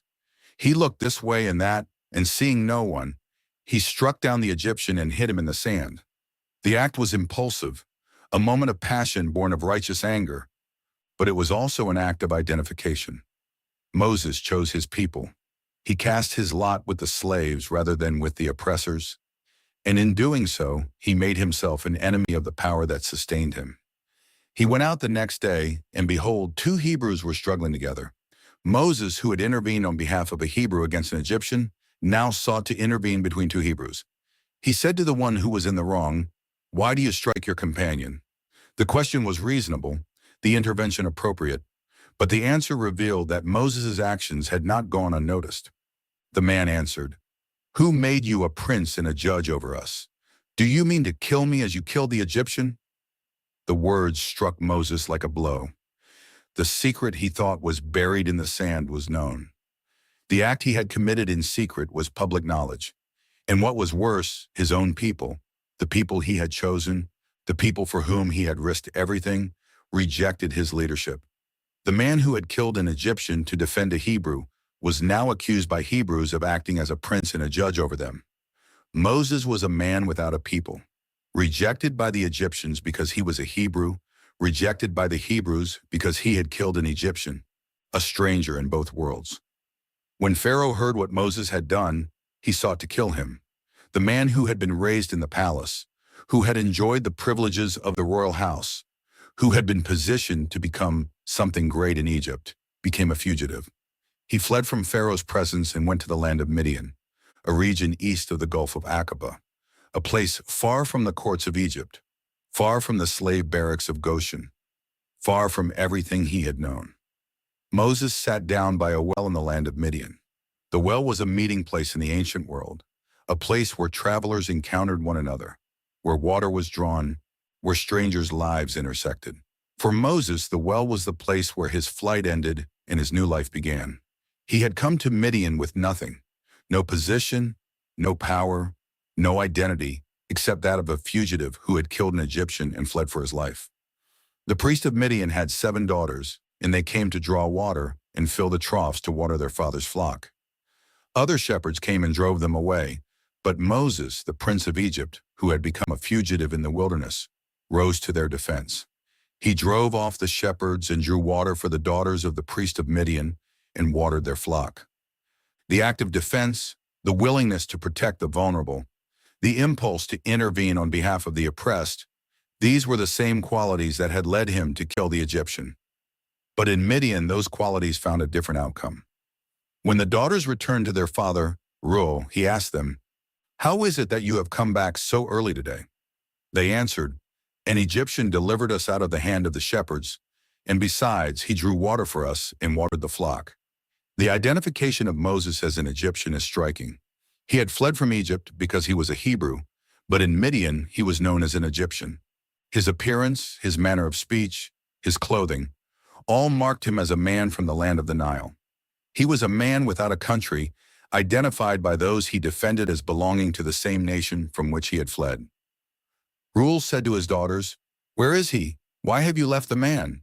Call him, that he may eat bread." Moses was brought to the house, and he agreed to stay with the man. Reuel gave Moses his daughter Zipporah as a wife, and she bore him a son. Moses called his name Gershom, saying, "I have been a sojourner in a foreign land." The name Gershom sounds like the Hebrew phrase Gershom, meaning a sojourner there, and it captured the essence of Moses' identity. He was a stranger in Midian as he had been in Egypt, a man whose home was in no land, a wanderer whose true home was the promise of God. The years passed. Moses, who had been raised in Pharaoh's palace, became a shepherd in the wilderness of Midian. The man who had been educated in all the wisdom of Egypt spent his days tending flocks in the desert, learning the ways of the land where one day he would lead his people. The 40 years he spent in Midian were years of preparation, years in which the pride and impetuosity of the prince of Egypt were tempered by the humility of a shepherd. The man who had killed an Egyptian in a moment of passion learned patience. The man who thought he could deliver his people by his own strength learned to wait on God. The king of Egypt died, and the people of Israel groaned because of their slavery and cried out for help. Their cry came up to God, and God heard their groaning. He remembered his covenant with Abraham, with Isaac, and with Jacob, and he looked on the people of Israel and knew them. The deliverance that Moses had tried to accomplish by his own hand would be accomplished by the hand of God, and the man who had fled from Pharaoh would be sent back to stand before the new king of Egypt. But before that sending, there would be an encounter that would change everything, a bush that burned without being consumed, a voice from the fire, and a commission that Moses would resist but could not refuse. The flight to Midian was not the end of Moses' story, but the beginning of his transformation. The prince of Egypt became a shepherd, the man of action became a man of waiting, and the one who had tried to deliver his people through violence was prepared to deliver them by the power of the God who hears the cries of the oppressed and remembers his covenant. The burning bush, the call of the reluctant prophet Moses was shepherding the flock of his father-in-law Jethro, the priest of Midian. The work was humble, far removed from the courts of Egypt, far from the ambitions that had once driven him. He led the flock to the west side of the wilderness and came to Horeb, the mountain of God. The mountain stood silent in the desert, a mass of granite that would later become the place where the law was given, the place where Israel would meet the God who had delivered them from Egypt. But on that day it was simply a mountain, and Moses was simply a shepherd, doing the ordinary work of caring for sheep in the wilderness. Then the angel of the Lord appeared to him in a flame of fire out of the midst of a bush. The bush was burning, yet it was not consumed. The fire that should have destroyed the thorny shrub in an instant continued to burn without consuming its fuel, a sign that this was no ordinary fire. Moses saw the sight and said, "I will turn aside to see this great sight, why the bush is not burned." The curiosity that led him to investigate the burning bush was the same impulse that had led him to investigate the suffering of his people, the same willingness to turn aside from his own concerns to see what was happening around him. And because he turned aside, he met the living God. When the Lord saw that Moses turned aside to look, God called to him out of the bush, "Moses, Moses." The repetition of the name was a mark of urgency, of intimacy, of divine attention focused on a single man. Moses answered, "Here I am." The words were the same that Abraham had spoken on Mount Moriah, the words of a man prepared to listen, to obey, to be sent. But Moses did not know what was coming, and the words that followed would shake the foundations of his identity.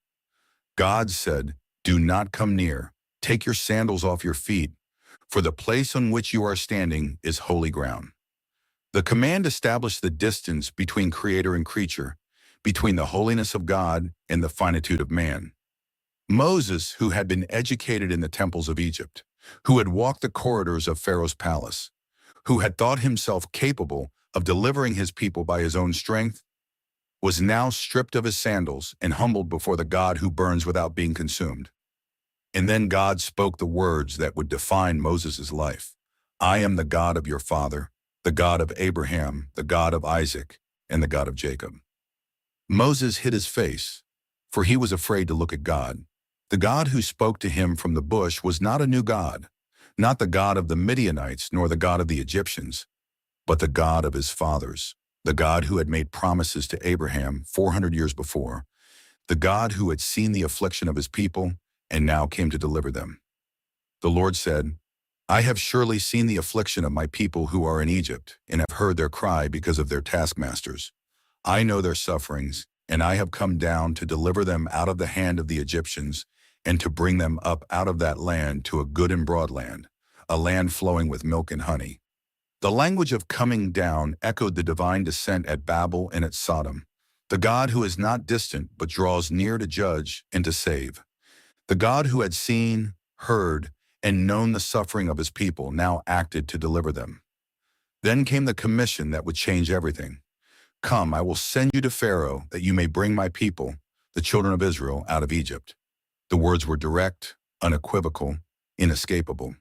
The man who had fled from Egypt 40 years before was being sent back. The man who had tried to deliver his people by his own strength and failed was being commissioned to deliver them by the power of God. The shepherd of Midian was being sent to confront the king of Egypt. Moses' response was not the enthusiastic acceptance of a man ready to fulfill his destiny, but a series of objections that revealed his fear, his humility, and his deep reluctance to undertake the task God had given him. "Who am I that I should go to Pharaoh and bring the children of Israel out of Egypt?" The question was honest. Moses knew who he was, a fugitive, a shepherd, a man who had tried and failed. He was no longer the prince of Egypt.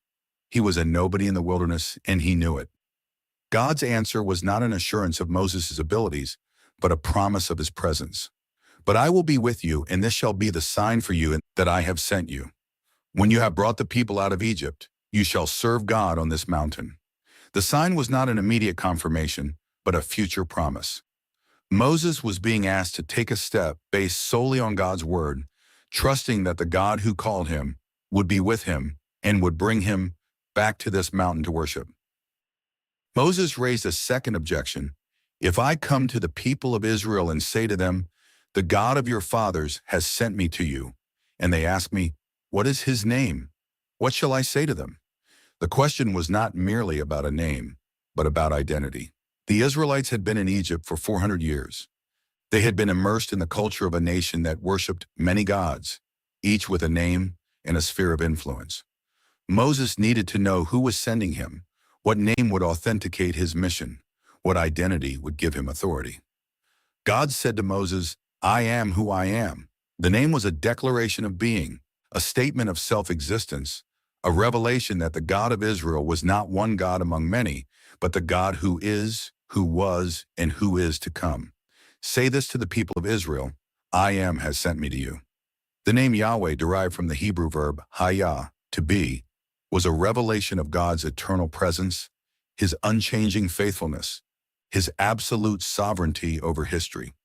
The God who called Moses was the God who is, the God who was with Abraham, Isaac, and Jacob, and the God who would be with Moses and with Israel in the deliverance that was to come.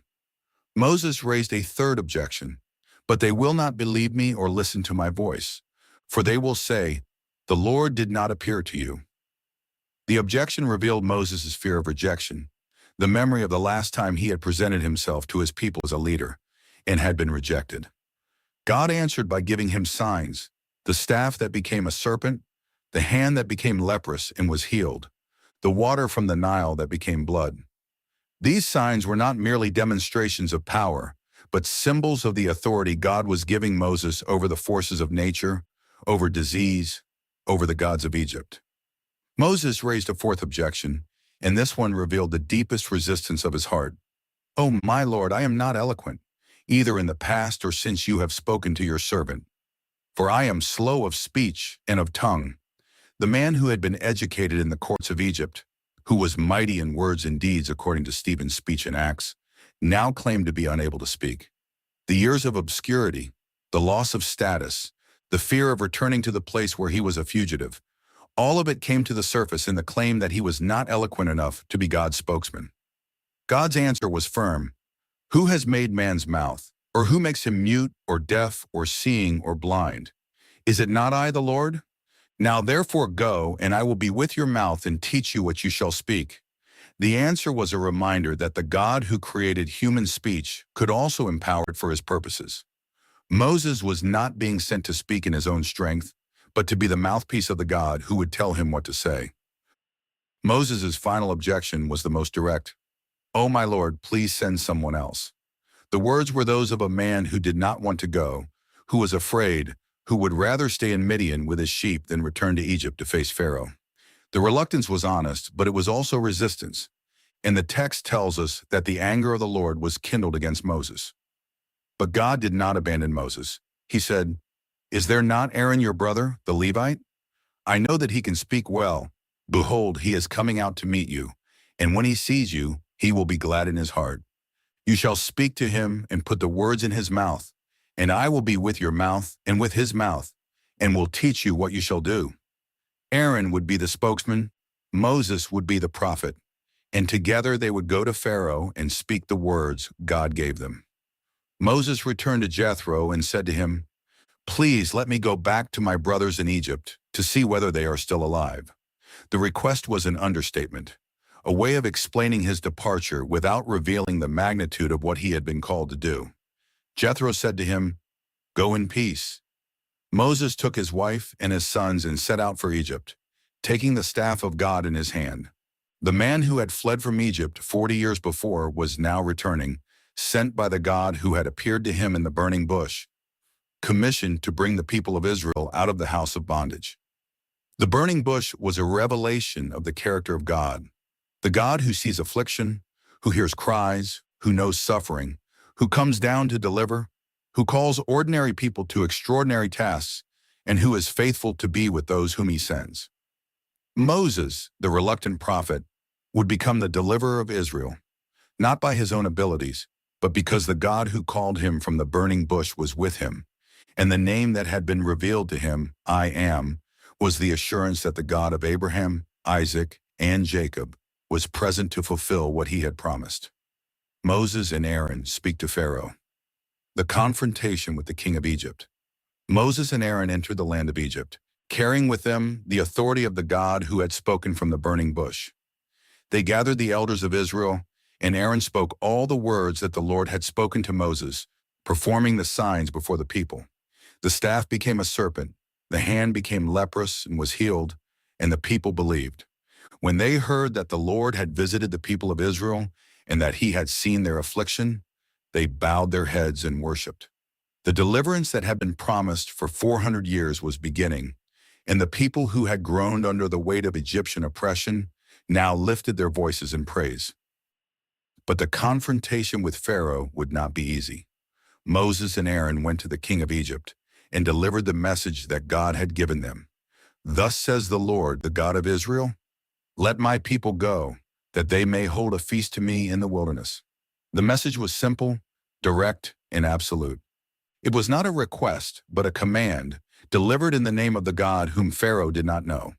The demand was limited, a feast in the wilderness, not a permanent departure, but the implications were vast. The God of Israel was claiming ownership of a people whom Pharaoh considered his property. Pharaoh's response was dismissive. Who is the Lord that I should obey his voice and let Israel go?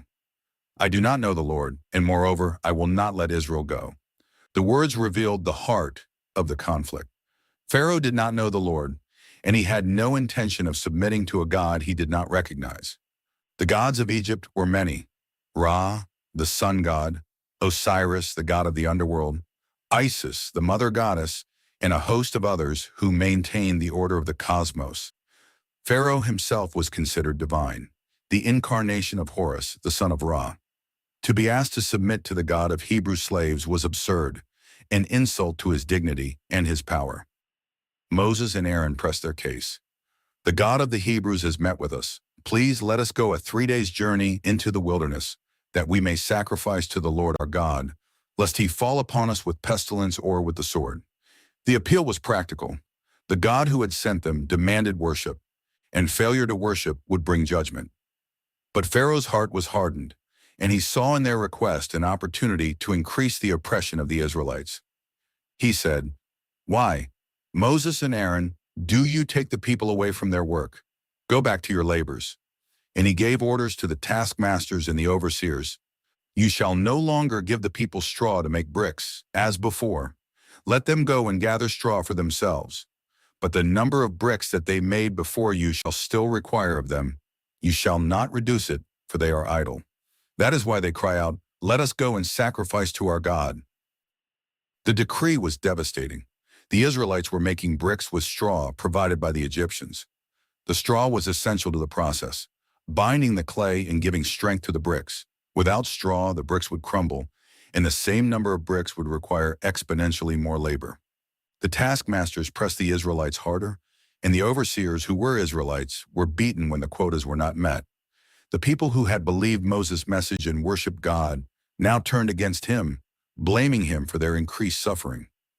The overseers went to Pharaoh and cried out, "Why do you treat your servants like this? No straw is given to your servants. Yet they say to us, 'Make bricks,' and behold, your servants are beaten, but the fault is in your own people." Pharaoh's answer was brutal. "You are idle, idle. That is why you say, 'Let us go and sacrifice to the Lord.' Go now and work. No straw will be given you, but you must still deliver the same number of bricks." The overseers met Moses and Aaron as they came out from Pharaoh's presence and said to them, "The Lord look on you and judge, because you have made us stink in the sight of Pharaoh and his servants, and have put a sword in their hand to kill us." The words were bitter, the accusation devastating. Moses, who had been called by God to deliver his people, was now blamed for their suffering. The mission that had begun with worship and faith had ended with oppression and rejection. Moses turned to the Lord and said, "O Lord, why have you done evil to this people? Why did you ever send me? For since I came to Pharaoh to speak in your name, he has done evil to this people, and you have not delivered your people at all." The complaint was honest, the lament of a man who had obeyed God and found only failure. Moses had done what God commanded, and the result was greater suffering for the people he had been sent to save. The Lord answered Moses with a promise that reached back to the covenant with Abraham and stretched forward to the deliverance that was coming. Now you shall see what I will do to Pharaoh, for with a strong hand he will send them out, and with a strong hand he will drive them out of his land. God reminded Moses of his name, his covenant, his promises. I am the Lord. I appeared to Abraham, to Isaac, and to Jacob as God Almighty, but by my name, the Lord, I did not make myself known to them. I also established my covenant with them to give them the land of Canaan. I have heard the groaning of the people of Israel whom the Egyptians hold as slaves, and I have remembered my covenant. The words were an assurance that the suffering of the present moment was not the end of the story. Pharaoh's resistance was not a sign that God's plan had failed, but a demonstration of the power that would be shown in the deliverance. The hardness of Pharaoh's heart was not an obstacle to God's purposes, but the occasion for the revelation of God's power. The 10 plagues of Egypt, the unmaking of a nation. The confrontation between Moses and Pharaoh had begun with a command and a refusal. "Let my people go," Moses had said, "in the name of the Lord." "Who is the Lord that I should obey his voice?" Pharaoh had answered. The stage was set for a contest not merely between two men, but between the God of Israel and the gods of Egypt.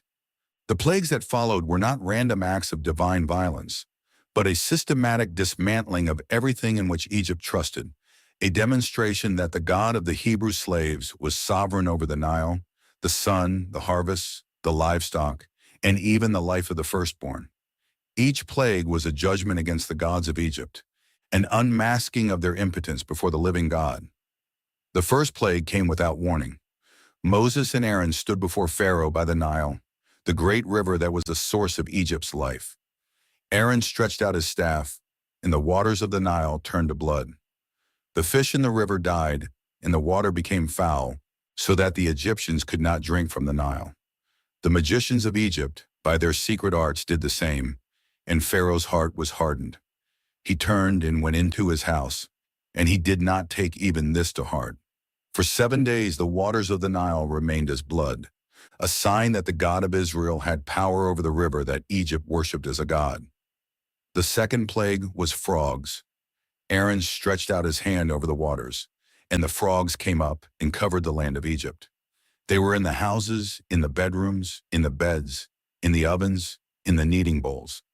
The magicians also produced frogs, but they could not remove them. Pharaoh called Moses and Aaron and said, "Pray to the Lord to take away the frogs from me and from my people, and I will let the people go to sacrifice to the Lord." Moses gave Pharaoh the honor of choosing the time for the removal, and the frogs died in the houses, in the courtyards, and in the fields. But when Pharaoh saw that there was relief, he hardened his heart and would not let the people go. The third plague was gnats. Aaron stretched out his staff and struck the dust of the earth, and the dust became gnats on man and beast. All the dust of the earth became gnats in all the land of Egypt. The magicians tried by their secret arts to produce gnats, but they could not. They said to Pharaoh, "This is the finger of God." But Pharaoh's heart was hardened, and he would not listen to them. The fourth plague was flies. The Lord said to Moses, "Rise up early in the morning and present yourself before Pharaoh as he comes out to the water, and say to him, 'Thus says the Lord, let my people go, that they may serve me. For if you will not let my people go, behold, I will send swarms of flies on you and your servants and your people and into your houses.'" The Lord made a distinction between Egypt and Israel. There were no flies in the land of Goshen, where the Israelites lived.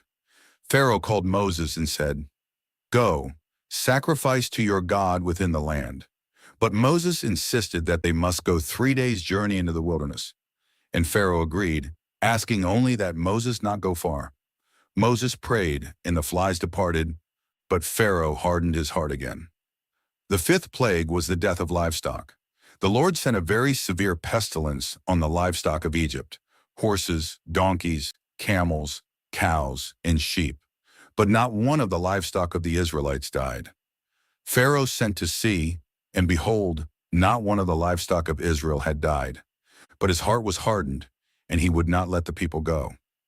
The sixth plague was boils. The Lord said to Moses and Aaron, "Take handfuls of soot from the kiln, and let Moses throw them toward heaven in the sight of Pharaoh." The soot became fine dust over all the land of Egypt, and it became boils breaking out in sores on man and beast throughout all the land. The magicians could not stand before Moses because of the boils, for the boils were on the magicians as on all the Egyptians. But the Lord hardened Pharaoh's heart, and he would not listen to them. The seventh plague was hail. The Lord said to Moses, "Rise up early in the morning and present yourself before Pharaoh and say to him, 'Thus says the Lord, the God of the Hebrews, let my people go, that they may serve me. For this time I will send all my plagues on your heart and on your servants and your people, so that you may know that there is none like me in all the earth.'" Moses stretched out his staff, and the Lord sent thunder and hail, and fire ran down to the ground. The hail struck everything that was in the field, both man and beast. Only in the land of Goshen, where the people of Israel were, was there no hail. Pharaoh sent for Moses and Aaron and said, "I have sinned this time. The Lord is in the right, and I and my people are in the wrong. Pray to the Lord, for there has been enough of God's thunder and hail. I will let you go, and you shall stay no longer." Moses prayed, and the thunder and hail ceased. But when Pharaoh saw that the rain and the hail and the thunder had ceased, he sinned again and hardened his heart. The eighth plague was locusts. The Lord said to Moses, "Go in to Pharaoh, for I have hardened his heart and the heart of his servants, that I may show these signs of mine among them, and that you may tell your children and your grandchildren how I have dealt harshly with the Egyptians, and what signs I have done among them, that you may know that I am the Lord." Moses stretched out his hand, and the Lord brought an east wind, and the locust came and covered the face of the land, devouring every plant that the hail had left. Pharaoh called Moses and Aaron and said, "I have sinned against the Lord your God and against you. Now therefore forgive my sin, please, only this once, and pray to the Lord your God that he may take away this death from me." The Lord removed the locusts, but the Lord hardened Pharaoh's heart, and he would not let the people go. The ninth plague was darkness. The Lord said to Moses, "Stretch out your hand toward heaven, that there may be darkness over the land of Egypt, a darkness to be felt." Moses stretched out his hand, and there was thick darkness in all the land of Egypt for 3 days. They did not see one another, nor did anyone rise from his place for 3 days. But all the people of Israel had light where they lived. Pharaoh called Moses and said, "Go, serve the Lord. Your little ones also may go with you. Only let your flocks and your herds remain behind." But Moses insisted that not a hoof should be left behind. And Pharaoh said, "Get away from me. Take care never to see my face again, for on the day you see my face you shall die." Moses said, "As you say, I will not see your face again." The 10 plagues of Egypt were a systematic dismantling of the power structures that sustained Pharaoh's rule. The Nile, worshipped as a god, was turned to blood.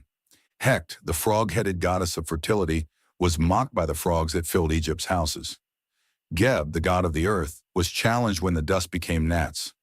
Capri, the beetle god, was humiliated by the flies. Hathor, the cow goddess, and Apis, the sacred bull, were shamed when the livestock died. Isis and Ra, the gods of healing, could not prevent the boils that afflicted the magicians.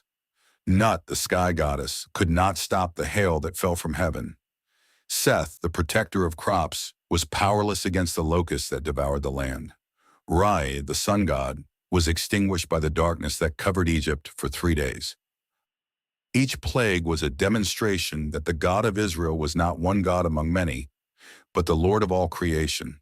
The Nile, the sun, the harvest, the livestock, all of it was under his command. And Pharaoh, who had asked, "Who is the Lord?" was learning the answer with each successive plague. But the hardness of his heart was not merely his own stubbornness. It was also the instrument of God's purpose. Through the plagues, the Lord was making his name known, not only to the Egyptians, but also to the Israelites and to all the nations who would hear what he had done. The plagues culminated in a final judgment that would break Pharaoh's resistance once and for all. The Lord said to Moses, "Yet one plague more I will bring upon Pharaoh and upon Egypt. Afterward, he will let you go from here. When he lets you go, he will drive you away completely." The 10th plague was the death of the firstborn, a judgment that would touch every home in Egypt. from Pharaoh's palace to the prison where the captives were kept. But before that plague came, the Lord provided a means of protection for his people, the Passover, a sacrifice that would mark the houses of Israel and cause the angel of death to pass over them. The plagues had been judgments against the gods of Egypt. The Passover would be the salvation of God's people. The first Passover, the night of salvation. The ninth plague had passed, and the darkness that had covered Egypt for 3 days had lifted. But a greater darkness was approaching. The Lord spoke to Moses and Aaron in the land of Egypt, giving them instructions for a night that would change the course of history. This month shall be for you the beginning of months. It shall be the first month of the year for you. The command was a declaration that Israel's calendar would reset, that the exodus from Egypt would mark the birth of the nation, that time itself would be measured from this moment of deliverance. The instructions were precise, each detail laden with meaning. On the 10th day of this month, each family was to take a lamb, a male without blemish, a year old. If a family was too small to eat an entire lamb, they were to share with their neighbor so that each family had their lamb. The lamb was to be kept until the 14th day of the month, a period of inspection that ensured the animal had no defect, an image of the sinless sacrifice who was to come. On the 14th day, the whole assembly of the congregation of Israel was to kill their lambs at twilight. The blood of the lamb was to be applied to the doorposts and the lintel of each house. The people were to take a bunch of hyssop, dip it in the basin of blood, and strike the doorposts and the lintel with the blood. The blood was the sign, the mark of protection that would distinguish the houses of Israel from the houses of Egypt. The blood shall be a sign for you on the houses where you are, said the Lord. And when I see the blood, I will pass over you, and no plague will befall you to destroy you, when I strike the land of Egypt. The lamb was to be roasted with fire, with its head, legs, and inner parts consumed entirely. It was not to be eaten raw or boiled, but roasted, an image of judgment endured. It was to be eaten with unleavened bread and bitter herbs. The unleavened bread spoke of haste, because there would be no time for the bread to rise. The bitter herbs spoke of the bitterness of slavery, a reminder that deliverance came from a place of suffering. And the lamb was to be eaten in haste, with belts fastened, sandals on feet, and staff in hand. The posture was the posture of those ready to depart, of pilgrims prepared to leave behind the land of slavery. The Lord declared that this night would be a memorial, a festival to be observed throughout the generations. This day shall be for you a memorial day, and you shall keep it as a feast to the Lord. Throughout your generations, as a statute forever, you shall keep it as a feast. The Passover was not merely a one-time event, but an ordinance, a perpetual reminder that the Lord had passed over the houses of Israel when he struck the Egyptians. The observance would become the central festival of the Jewish year, a celebration of deliverance that would be observed for thousands of years. The Lord also commanded the Feast of Unleavened Bread, 7 days during which no leaven was to be found in the houses of Israel. Leaven, which causes the dough to rise, became a symbol of corruption, of the old life left behind. Just as the Israelites were to leave Egypt, they were to leave behind the leaven of their former existence. The removal of leaven was an act of separation, a declaration that the people who had been delivered were now a new nation, set apart for the Lord. The instructions for the Passover were given to Moses and Aaron, and they communicated them to the elders of Israel. The people bowed their heads and worshipped, and the children of Israel went and did as the Lord had commanded. They selected their lambs, prepared their homes, and waited for the night that would change everything. At midnight, the Lord struck down all the firstborn in the land of Egypt, from the firstborn of Pharaoh who sat on his throne, to the firstborn of the captive who was in the dungeon, and all the firstborn of the livestock. The cry that rose from Egypt that night was a sound like no other ever heard in the land. There was not a house in Egypt where there was not someone dead. The judgment that had been threatened for so long had finally come, and the gods of Egypt, powerless to protect even their own, were shown to be nothing before the Lord.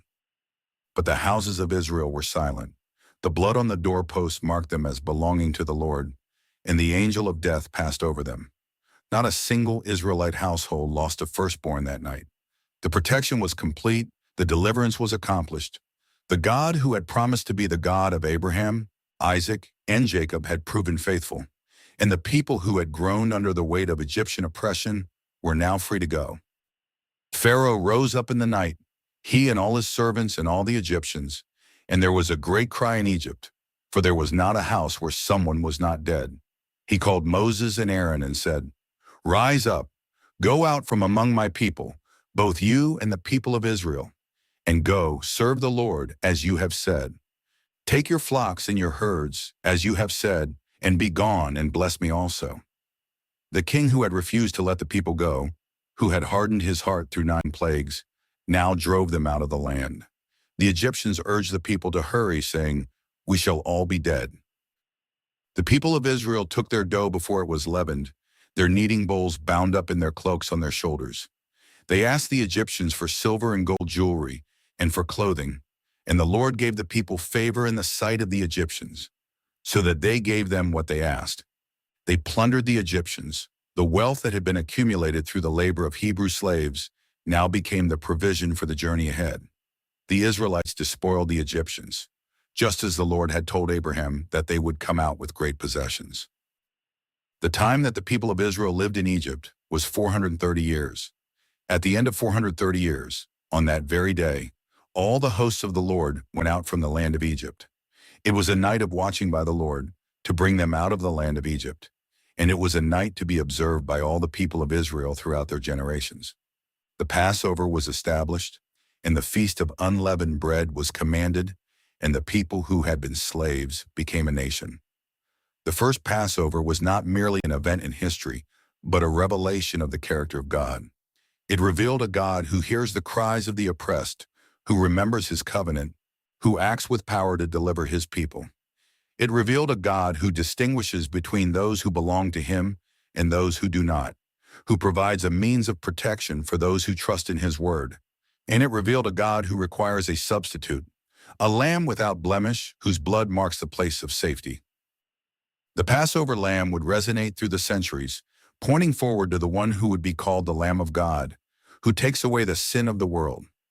As the blood of the lamb protected the Israelites from the judgment that fell on Egypt, so the blood of Christ would protect those who trust in him from the judgment that falls on sin. As the Israelites ate the lamb in haste, ready to depart from slavery, so those who trust in Christ are called to leave behind the old life and journey toward the promised land. And as the Passover was to be remembered throughout the generations, so the Lord's Supper, the meal of the new covenant instituted by Jesus on the night of the Passover, would be celebrated in memory of the greater deliverance accomplished through his death and resurrection. The Exodus from Egypt, the departure of a nation. The night of the Passover had ended, and the morning that dawned over the land of Egypt was like no other morning in the history of the world. The cries of the Egyptians had ceased. The homes that had lost their firstborn had begun their mourning, and the people of Israel, more than 600,000 men, besides women and children, were on the move. They had been slaves in Egypt for 430 years, their backs bent under the weight of bricks and mortar, their spirits crushed by the cruelty of their taskmasters. But now they were free. The God of Abraham, Isaac, and Jacob had heard their cries, remembered his covenant, and acted to deliver them. The journey began at Ramesses, the store city that the Israelites had built with their own hands. They gathered from the land of Goshen, the fertile region in the eastern delta where their ancestors had settled in the days of Joseph. They came with their flocks and their herds, with the silver and gold they had asked from the Egyptians, with the dough that had not yet leavened, with the unleavened bread that would sustain them in the wilderness. They came as a multitude, the fulfillment of the promise that Abraham's descendants would be as numerous as the stars of heaven, as the sand on the seashore. The text records the numbers with precision, about 600,000 men on foot, besides women and children. A mixed multitude also went up with them, and very much livestock, both flocks and herds.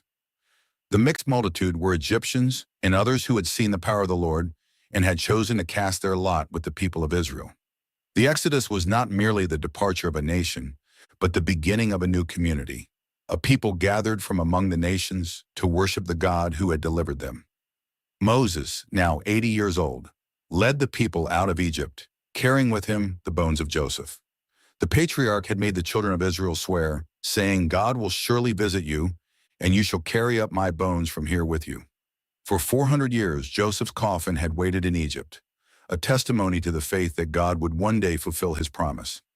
Now, in the great departure, Joseph's bones went with the people, a sign that God's promises endure beyond the generations, that the God who visited Abraham would visit his descendants, that the land of promise waited for those who trusted in the Lord.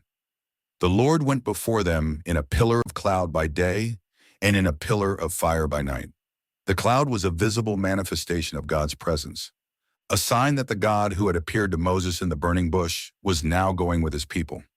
By day, the cloud protected them from the relentless desert sun.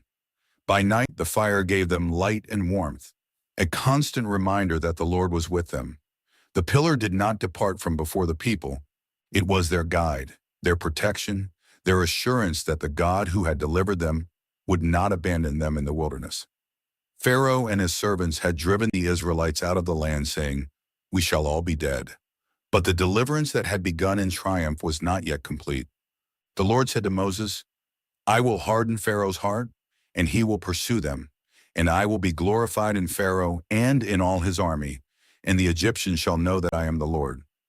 The Exodus was not merely a departure, but a demonstration of God's power, a lesson to be taught to the Egyptians and to all the nations who would hear what had happened. The Israelites traveled from Ramesses to Succoth, and from Succoth to Etham, on the edge of the wilderness. The Lord did not lead them by the way of the land of the Philistines, though that was shorter, for he said, "Lest the people change their minds when they see war and return to Egypt." Instead, the Lord led the people by the way of the wilderness toward the Red Sea.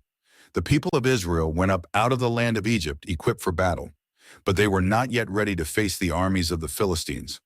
The wilderness would be their training ground, the place where they would learn to trust the Lord who had delivered them. But Pharaoh's heart was hardened, and he said to his people, "What is this we have done, that we have let Israel go from serving us?" The loss of the slave labor force that had built the store cities of Pithom and Ramesses was too great for the king of Egypt to accept. He took 600 chosen chariots and all the other chariots of Egypt, with officers over all of them, and he pursued the people of Israel. The army of Egypt, the most powerful military force in the ancient world, pursued a nation of former slaves trapped between the wilderness and the sea. When the children of Israel lifted up their eyes and saw the Egyptians coming after them, they were very afraid. The pillar of cloud that had guided them now moved behind them, separating the camp of Israel from the camp of Egypt. The cloud gave light to the Israelites but darkness to the Egyptians, so that the two camps could not come near one another all night. The presence of the Lord, which had been their guide, became their protection, a barrier between them and the army that sought to destroy them. The people cried out to the Lord, and they said to Moses, "Is it because there are no graves in Egypt that you have taken us away to die in the wilderness? What is this you have done to us in bringing us out of Egypt? Is not this what we said to you in Egypt? Leave us alone that we may serve the Egyptians? For it would have been better for us to serve the Egyptians than to die in the wilderness." The words were the words of fear, the cry of a people who had seen God's power in the plagues and the Passover, but who now faced the greatest threat of all, the army of Egypt, with its chariots and its horsemen. Moses answered the people with words that have resonated through the centuries.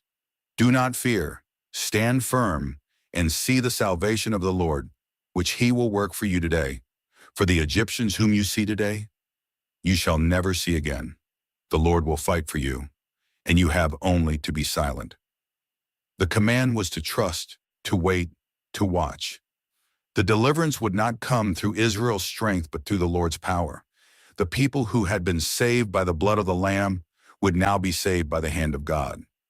The Exodus from Egypt was the defining event in Israel's history, the moment when a collection of slaves became a nation, when the promises made to Abraham were seen to be fulfilled, when the God of the covenant revealed himself as the God who acts in history to deliver his people. The Exodus would be remembered throughout the generations, celebrated in the Passover, proclaimed in the Psalms, recited in the prophets. It was the pattern of salvation, the model of deliverance, the sign that the God who had called Abraham would be faithful to the end. But the Exodus was not yet complete. The people stood at the edge of the sea, the army of Egypt behind them, the waters before them, and the pillar of cloud above them. The deliverance that had begun in Egypt would be accomplished at the sea, and the waters that had been the instrument of judgment against the Egyptians would become the path to freedom for the people of God. The Exodus was not merely a departure from Egypt, but a passage through the waters, a baptism into a new identity, a journey that would lead them from the house of bondage to the land of promise. The crossing of the Red Sea, the salvation of the Lord. The night had been long. The pillar of cloud had moved from before Israel to behind them, a wall of darkness between the camp of the Israelites and the camp of the Egyptians. For the Egyptians, the cloud brought darkness, a blindness that prevented them from advancing against the people they pursued. For the Israelites, the cloud brought light, an assurance that the God who had delivered them from Egypt was still with them, still protecting them, still guiding them. But the people were trapped. Before them lay the Red Sea, its waters impassable. Behind them lay Pharaoh's army, 600 chosen chariots, and all the chariots of Egypt, the most formidable military force in the ancient world.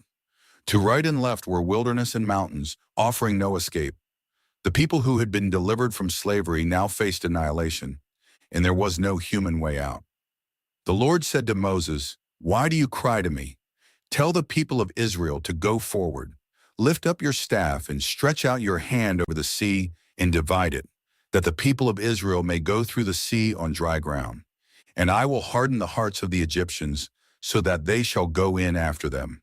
And I will get glory over Pharaoh and all his host, his chariots, and his horsemen." The command was extraordinary. The sea was not a shallow lake, but a body of water deep enough to swallow Egypt's chariots. To go forward was to walk into certain death, unless the God who had parted the waters of the Nile now parted the waters of the sea. But Moses had learned to trust the voice that had spoken to him from the burning bush, and he stretched out his hand over the sea. The Lord drove the sea back by a strong east wind all night, and he made the sea into dry land, and the waters were divided. The wind was the breath of God, the same wind that had hovered over the waters at creation, the same wind that would later fill the tabernacle with the glory of the Lord. The waters that had covered the earth in judgment now stood up as a wall, a heap to the right and to the left, creating a path through the sea. Dry ground appeared, and the people of Israel went into the midst of the sea on dry ground, the waters being a wall to them on their right hand and on their left. The image is one of the most powerful in all of Scripture. A nation walking through the sea, the waters held back by the power of God, the dry ground under their feet, a testimony that the God who had promised to deliver them was faithful to his word. They walked through the sea as through a valley, the walls of water rising beside them, the cloud behind them protecting them from the Egyptians, the fire above them guiding their way. The exodus that had begun in Egypt was now being accomplished at the sea, and the people who had been slaves were being born as a nation. The Egyptians pursued them, all Pharaoh's horses, his chariots and his horsemen, into the midst of the sea. In the morning watch, the Lord looked down on the Egyptian forces through the pillar of fire and cloud, and he threw them into a panic. He clogged their chariot wheels so that they drove heavily, and the Egyptians said, "Let us flee from before Israel, for the Lord fights for them against the Egyptians." The words were a confession. The gods of Egypt had been judged in the plagues, the armies of Egypt had been humiliated, and now Pharaoh's chariots, the symbol of Egyptian power, were stuck in the midst of the sea. The God who had been unknown to Pharaoh was now fighting for Israel, and the mighty empire that had oppressed God's people for 400 years was powerless before him. Then the Lord said to Moses, "Stretch out your hand over the sea, that the water may come back upon the Egyptians, upon their chariots, and upon their horsemen." Moses stretched out his hand, and the sea returned to its normal course at daybreak. The waters that had stood up as walls collapsed, and the Egyptians fled into the water. And the Lord threw the Egyptians into the midst of the sea. The waters returned and covered the chariots and the horsemen, all the army of Pharaoh that had followed them into the sea. Not one of them remained. The people of Israel had walked through the sea on dry ground, and the army of Egypt had been destroyed. The salvation that Moses had promised, "Do not fear, stand firm and see the salvation of the Lord," had been accomplished. The Egyptians they had seen that day, they would never see again. The Lord had fought for them, and they had only to be still and watch the deliverance he had worked. When the people of Israel saw the great power that the Lord had used against the Egyptians, they feared the Lord, and they believed in the Lord and in his servant Moses. The fear that had seized them when they saw Egypt's chariots was transformed into the fear of the Lord, the reverence that is the beginning of wisdom. The faith that had faltered when they faced the sea was strengthened into a faith that would sustain them through the wilderness years. Then Moses and the people of Israel sang a song to the Lord. The song is one of the oldest poems in the Hebrew Scriptures, a hymn of triumph that celebrates God's power and his people's deliverance. I will sing to the Lord, for he has triumphed gloriously. The horse and his rider he has thrown into the sea. The Lord is my strength and my song, and he has become my salvation. This is my God, and I will praise him, my father's God, and I will exalt him.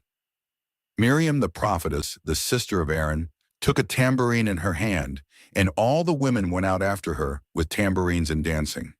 She sang to them, "Sing to the Lord, for he has triumphed gloriously. The horse and his rider he has thrown into the sea." The song of Moses and the dance of Miriam became the hymn of the redeemed, a celebration of deliverance that would be sung for generations. The crossing of the Red Sea was the climax of the Exodus, the moment when the deliverance that had begun with the Passover was completed. The blood of the Lamb had protected the Israelites from the judgment that fell on Egypt, and the waters of the sea had delivered them from the army that pursued them. The passage through the sea was a baptism, a transition from the old life of slavery to the new life of freedom. The waters that had been a barrier became a path, and the people who had been trapped were set free. The crossing of the Red Sea also established a pattern that would resonate throughout Scripture. The waters of judgment that destroyed God's enemies became the waters of salvation for God's people. The Apostle Paul would later interpret the crossing of the sea as a baptism into Moses, a sign that the people of Israel had been united with their leader by passing through the waters. And he would see in the Exodus a foreshadowing of the greater deliverance accomplished through Jesus Christ, who leads his people through the waters of baptism from the slavery of sin to the freedom of new life. The Song of Moses would later be taken up in the book of Revelation, where those who have conquered the beast sing the Song of Moses, the servant of God, and the Song of the Lamb. The deliverance at the Red Sea was not merely a historical event, but a sign of the final deliverance that God will accomplish for his people, when the waters of judgment are left behind and the land of promise lies before them.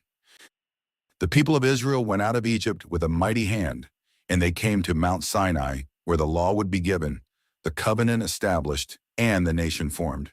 But the journey from the Red Sea to Sinai was only the beginning. The God who had parted the sea would guide them through the wilderness, provide for their needs, and bring them to the land that he had promised to Abraham, Isaac, and Jacob. The Exodus was accomplished, but the journey was not yet complete, and the people who had been delivered would learn, through 40 years of wandering in the wilderness, that the God who saves is also the God who sanctifies, and that deliverance from Egypt was the beginning of a relationship that would define them forever. God provides manna and quail in the wilderness, bread from heaven.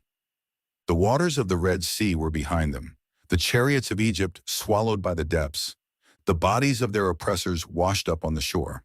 The people of Israel had witnessed the greatest deliverance in their history, had sung the Song of Moses, and danced with Miriam, had seen the power of the Lord manifested in ways their ancestors had only heard tell of. But the euphoria of deliverance faded quickly as the realities of the wilderness set in. The sea was behind them, but the desert stretched before, a vast, arid expanse of sand and rock where water was scarce and food non-existent. The people who had been delivered from slavery now faced a new enemy: hunger. They traveled from the Red Sea into the wilderness of Shur, 3 days without finding water. When they came to Marah, they found water, but it was bitter and could not be drunk. The people grumbled against Moses, saying, "What shall we drink?" The grumbling was the first of many complaints, a pattern that would characterize the wilderness generation. They had been delivered by the hand of God, but their faith was shallow, their memory short, their trust in the Lord easily shaken at the first sign of difficulty. Moses cried out to the Lord, and the Lord showed him a log and he threw it into the water, and the water became sweet. From Marah they came to Elim, where there were 12 springs of water and 70 palm trees, and they camped there by the water. The oasis was a gift, a moment of rest and refreshment, but the journey continued. On the 15th day of the second month after they had left Egypt, the whole congregation of Israel came to the wilderness of Sin, which is between Elim and Sinai. The wilderness of Sin was a desolate place, a stretch of barren land that offered nothing to sustain the multitude that had camped there. The provisions they had brought from Egypt were running out, and the people faced the prospect of starving to death. The grumbling began again, but this time it was not a quiet murmur among the families. It was a full rebellion against the leadership of Moses and Aaron. The whole congregation of Israel said to them, "Would that we had died by the hand of the Lord in the land of Egypt, when we sat by the meat pots and ate bread to the full. For you have brought us out into this wilderness to kill this whole assembly with hunger." The memory of Egypt had been transformed in their minds. They remembered the meat pots, the bread to the full, the food they had eaten as slaves. They forgot the bricks, the whips, the cries of their children thrown into the Nile. In their hunger, the slavery of Egypt seemed preferable to the freedom of the wilderness. The Lord spoke to Moses, and his words revealed both the grace and the purpose of the provision that was to come. "Behold, I am about to rain bread from heaven for you, and the people shall go out and gather a day's portion every day, that I may test them, whether they will walk in my law or not. On the sixth day, when they prepare what they bring in, it will be twice as much as they gather daily." The bread from heaven was not merely a provision for hunger. It was a test. The people would receive what they needed, but they would receive it in a way that required daily trust. They could not store up for the future, except on the day before the Sabbath. They would have to depend on God every morning to go out and gather what He provided, to trust that He would be faithful to provide again the next day. The manna was a lesson in dependence, a training in the faith that would be required for the life of covenant obedience. Moses and Aaron gathered the people, and Aaron spoke to them, "Come near before the Lord, for He has heard your grumbling." As Aaron spoke, they looked toward the wilderness, and behold, the glory of the Lord appeared in the cloud. The Lord said to Moses, "I have heard the grumbling of the people of Israel. Say to them, at twilight you shall eat meat, and in the morning you shall be filled with bread. Then you shall know that I am the Lord your God." In the evening, quail came up and covered the camp. The birds, migrating across the wilderness, were carried by the wind into the camp of Israel, providing a feast of meat for the hungry multitude. In the morning, when the dew had evaporated, there was on the face of the wilderness a fine, flake-like thing, fine as frost on the ground. When the people of Israel saw it, they said to one another, "What is it? Man who?" For they did not know what it was. Moses said to them, "It is the bread that the Lord has given you to eat." The manna was unlike anything they had seen before. It was white like coriander seed, and its taste was like wafers made with honey. It appeared each morning with the dew and melted when the sun grew hot. The people were to gather it, each according to his need, an omer per person. Some gathered much, some little, but when they measured it, those who gathered much had nothing left over, and those who gathered little had no lack. The provision was perfectly proportioned to need, a daily miracle that sustained the multitude in the wilderness. But the test was immediate. Some of the people, ignoring Moses' command, left part of the manna until the morning, and it bred worms and stank. The manna that was hoarded became corruption, a lesson that trust in God's provision cannot be replaced by human security. On the sixth day, they gathered twice as much, 2 omers each, and the leaders of the congregation came and told Moses. Moses said, "Tomorrow is a day of solemn rest, a holy Sabbath to the Lord. Bake what you will bake and boil what you will boil, and all that is left over lay aside to be kept until the morning." On the Sabbath, the manna they had kept did not stink, and there were no worms in it. The provision for the Sabbath was a double portion, a gift that allowed the people to rest as the Lord had commanded. But on the seventh day, some of the people went out to gather, and they found none.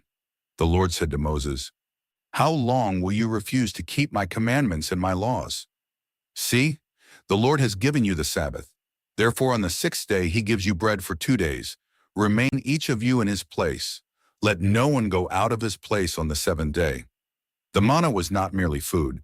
It was a curriculum in covenant faithfulness. The people were learning to trust, to obey, to rest. The house of Israel called the bread manna, and they ate it for 40 years until they came to the border of the land of Canaan. The manna was a constant miracle, a daily reminder that the God who had delivered them from Egypt was also the God who sustained them in the wilderness. It was bread from heaven, the food of angels, the provision of a God who cared for his people with the intimacy of a father feeding his children. Moses commanded Aaron to take a jar of manna and put it before the Lord, to be kept throughout their generations. The jar was placed before the testimony, a witness to God's faithfulness, a reminder for future generations that the Lord had fed his people in the wilderness. The manna in the jar was a testimony that the God who had provided for Israel in the wilderness would provide for their children and for their children's children. The manna from heaven was more than bread. It was a revelation of the character of God. The people grumbled, and God gave. The people complained, and God provided. The people hoarded, and God taught them to trust. The people doubted, and God proved faithful again and again. The manna was grace, unearned and undeserved, a daily gift from the hand of a God who loved his people, even when their faith was weak and their memories short. Centuries later, Jesus would be in the wilderness and would be tempted to turn stones into bread. He answered the tempter with the words that gave meaning to the manna. Man shall not live by bread alone, but by every word that comes from the mouth of God. The manna was a sign that pointed forward to the true bread from heaven, the Word made flesh, the one who said, I am the bread of life. Whoever comes to me shall not hunger, and whoever believes in me shall never thirst. The manna sustained Israel for 40 years, but those who ate it died. The true bread from heaven gives eternal life, and those who come to him will never hunger again. Water from the rock that followed them. The journey from the wilderness of sin continued, and the people of Israel moved from place to place, following the pillar of cloud that guided them toward Mount Sinai. They camped at Rephidim, and the pattern that had begun at Marah and continued in the wilderness of sin repeated itself. There was no water for the people to drink, and the thirst that seized them was more than physical. It was a thirst born of fear, of doubt, of a faith that had not yet learned to trust the God who had parted the sea and rained bread from heaven. The people quarreled with Moses, and their words were sharper than before. Give us water to drink, they demanded. Moses answered, Why do you quarrel with me? Why do you test the Lord? The question revealed the heart of the problem. The people were not merely thirsty. They were putting God to the test. They were challenging the Lord, demanding that he prove his presence among them by providing for their needs on their own terms. The manna had come each morning, but it was not enough to sustain their faith. They needed water, and they needed it now. The people thirsted, and they grumbled against Moses. Their words were bitter, their accusations harsh. Why did you bring us up out of Egypt to kill us and our children and our livestock with thirst? The question echoed their grumbling in the wilderness of sin, but the stakes were higher. Without water, they would die. The children they had brought out of Egypt, the livestock that had come with them from the land of Goshen, everything would perish in the wilderness if God did not provide. The fear that seized them was real, but their response revealed that they had not yet learned to trust the God who had been faithful to them at every step. Moses cried out to the Lord, saying, What shall I do with this people? They are almost ready to stone me. The desperation in Moses' voice was the desperation of a leader who had done everything the Lord had commanded and still faced rebellion. He had brought them out of Egypt, parted the sea, brought water from the bitter springs of Marah, received bread from heaven, and now they were ready to kill him because there was no water at Rephidim. The weight of leadership was crushing him, and he turned to the only one who could help. The Lord answered Moses with a command that was both simple and profound. Pass on before the people, taking with you some of the elders of Israel, and take in your hand the staff with which you struck the Nile, and go. Behold, I will stand before you there on the rock at Horeb, and you shall strike the rock, and water shall come out of it, and the people will drink. The instruction was specific. Moses was to take the elders with him to serve as witnesses to what the Lord would do. He was to take the staff that had been the instrument of so many signs. The staff that had become a serpent, the staff that had struck the Nile and turned it to blood, the staff that had been stretched out over the Red Sea. And he was to strike the rock at Horeb, the mountain of God, the place where he had met the burning bush, the place where the law would be given. The rock was not any rock, it was the rock at the mountain of God, the place where the Lord's presence was manifested. Moses did as the Lord commanded. In the sight of the elders of Israel, he struck the rock, and water gushed out abundantly. Water flowed from the rock, a stream that ran in the wilderness, enough to quench the thirst of the multitude and their livestock. The people who had been ready to stone their leader now drank from the water that God had provided, and the crisis was averted. But the place received a name that would resonate through the generations. Moses called the name of that place Massa in Meribah. Massa means testing, Meribah means quarreling. Because of the quarreling of the people of Israel, and because they tested the Lord by saying, "Is the Lord among us or not?" The question was the heart of their doubt. They had seen the plagues, the Passover, the crossing of the sea, the manna from heaven.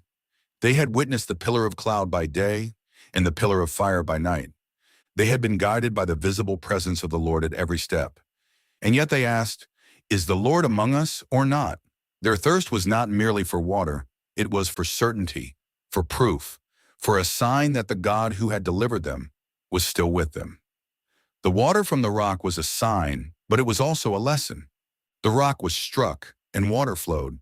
The God who had been tested by his people responded not with judgment, but with provision. The thirst that had revealed their lack of faith was met with grace, and the water that came from the rock was a testimony that the Lord was indeed among them, that he had not abandoned them, that his presence was as real as the water they drank. The water from the rock became one of the central images of Israel's experience in the wilderness. The Apostle Paul would later write that the rock was Christ, that the spiritual drink that sustained Israel in the wilderness came from the spiritual rock that followed them, and that rock was Christ. The striking of the rock was an image of the suffering of the Messiah, the one who was struck for the sins of his people, from whom flowed the living water that quenches the deepest thirst of the soul. But the water from the rock was also a warning. When the people of Israel came again to Meribah in the wilderness of Zin, in the 40th year of their journey, the Lord commanded Moses to speak to the rock, and water would come out. But Moses, angry with the people, struck the rock twice instead of speaking to it as the Lord had commanded. For that act of disobedience, Moses was forbidden to enter the promised land. The rock that had been struck once could not be struck again. The provision that had come through judgment must now come through the word of the Lord.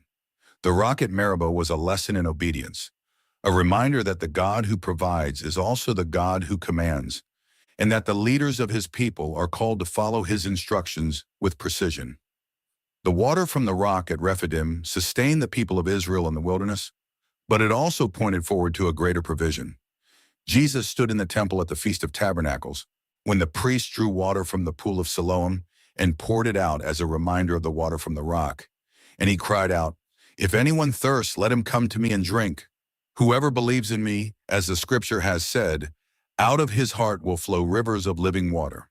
The water that came from the rock in the wilderness was a sign of the living water that flows from Christ, the water that quenches the deepest thirst, the water that becomes in the believer a spring of water welling up to eternal life. The people of Israel drank from the rock and were satisfied. The water was a gift of grace, unearned and undeserved, provided to a grumbling people who had tested the Lord and questioned his presence among them. The rock at Horeb stood as a witness that the God who had delivered his people from Egypt would also sustain them in the wilderness, that his presence was with them even when their faith failed, and that his provision was sufficient for every need they would face on the journey to the land of promise. The battle against the Amalekites.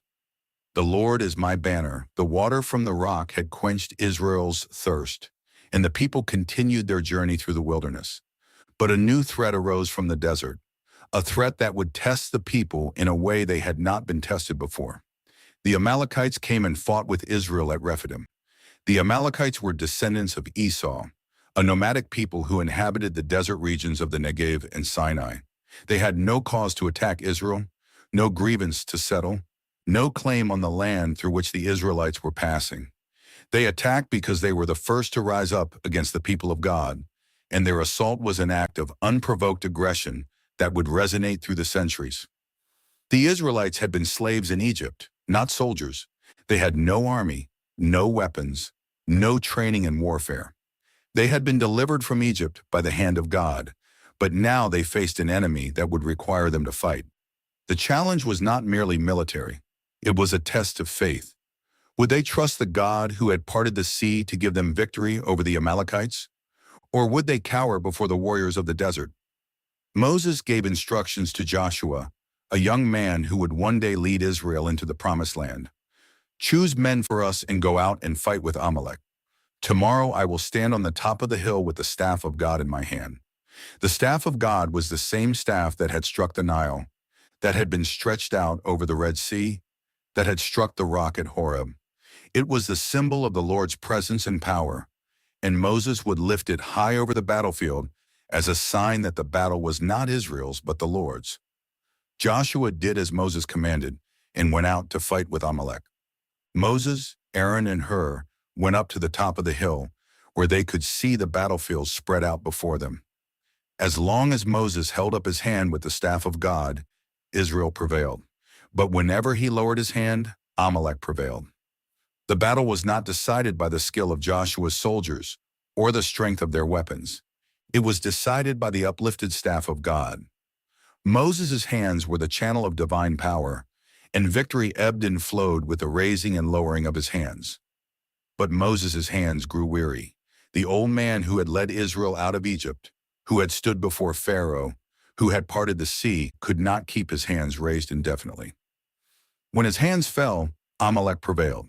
The battle was a test not only of Moses' faith, but of his endurance, and he was failing. But Aaron and Hur saw what was happening and acted. They took a stone and put it under Moses, and he sat on it. Then Aaron on one side and Hur on the other held up his hands, one on each side, so that his hands remained steady until the sun went down. The image is one of the most powerful in the wilderness narrative. The leader who could not keep his hands raised was supported by those who were with him. Aaron and Hur held his hands steady, and because they supported him, the victory was won. The battle was not won by Moses alone, nor by Joshua alone, nor by the soldiers alone. It was won by the community working together, by the leader's intercession supported by his companions, by the steadfastness of holding up the staff of God until the enemy was defeated. Joshua defeated Amalek and his people with the edge of the sword, and the victory was complete. The Amalekites who had attacked Israel in the wilderness were defeated, and the people of God learned that the God who had delivered them from Egypt would also give them victory over their enemies. The battle was a lesson about the nature of spiritual warfare that Israel would face in the years to come. They would have to fight, but victory would come not by their own strength, but by the power of God manifested through the uplifted hands of their leader. The Lord said to Moses, "Write this as a memorial in a book and recite it in the ears of Joshua, that I will utterly blot out the memory of Amalek from under heaven." The command was to record the event, to preserve the memory of what had happened, to ensure that future generations would know that the God who had fought for Israel at Rephidim would continue to fight against the enemies of his people. The Amalekites would appear again and again in Israel's history, always as enemies, always as those who oppose God's purposes. And the Lord's judgment against them was final. From generation to generation, the Lord would have war with Amalek. Moses built an altar and called it Yahweh Nissi, "The Lord is my banner." The name was a declaration of faith, a confession that the victory had not been won by Joshua's sword, but by the Lord's presence. The banner was the staff of God lifted high, the sign of divine presence and power, the symbol that the battle belonged to the Lord. When the enemy attacked, the Lord was the banner under which Israel fought, and the victory was his. The battle against the Amalekites was a turning point in the wilderness journey. It was the first military engagement of the newly formed nation, and it established a pattern that would define Israel's warfare throughout its history.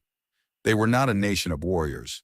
They were a nation of former slaves who had been delivered by the hand of God. Their victories would come not through superior weapons or greater numbers, but through faith in the God who fought for them. The lifting of the staff was a reminder that the battle was the Lord's, and victory was his gift to his people. The battle also established Joshua as Israel's military leader, the one who would succeed Moses and lead the people into the Promised Land. The instruction to recite the event in the ears of Joshua was a commission, a transfer of responsibility from Moses to the one who would lead the people across the Jordan. Joshua learned at Rephidim that victory came not by his sword, but by the staff of God, and that lesson would sustain him when he faced the walls of Jericho and the armies of Canaan. The Amalekites would appear again in Israel's history.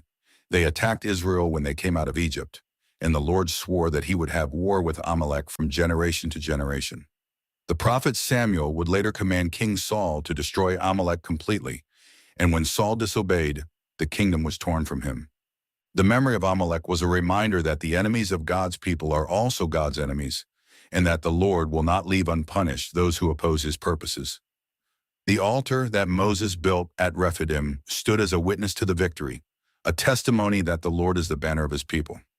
The name Yahweh Nissi would resonate through the Psalms, where the Lord is described as a banner over those who fear him, a refuge and fortress, a very present help in trouble. The banner is the gathering sign, the symbol of identity, the mark of those who belong to the Lord. When Israel fought under the Lord's banner, they were victorious. When they fought in their own strength, they were defeated. The battle against the Amalekites was a lesson about the nature of spiritual warfare. Victory came not through the soldier's strength, but through the leader's intercession, supported by those who held up his hands. The lifted staff was an image of prayer, of dependence on God, of the recognition that the battle is the Lord's.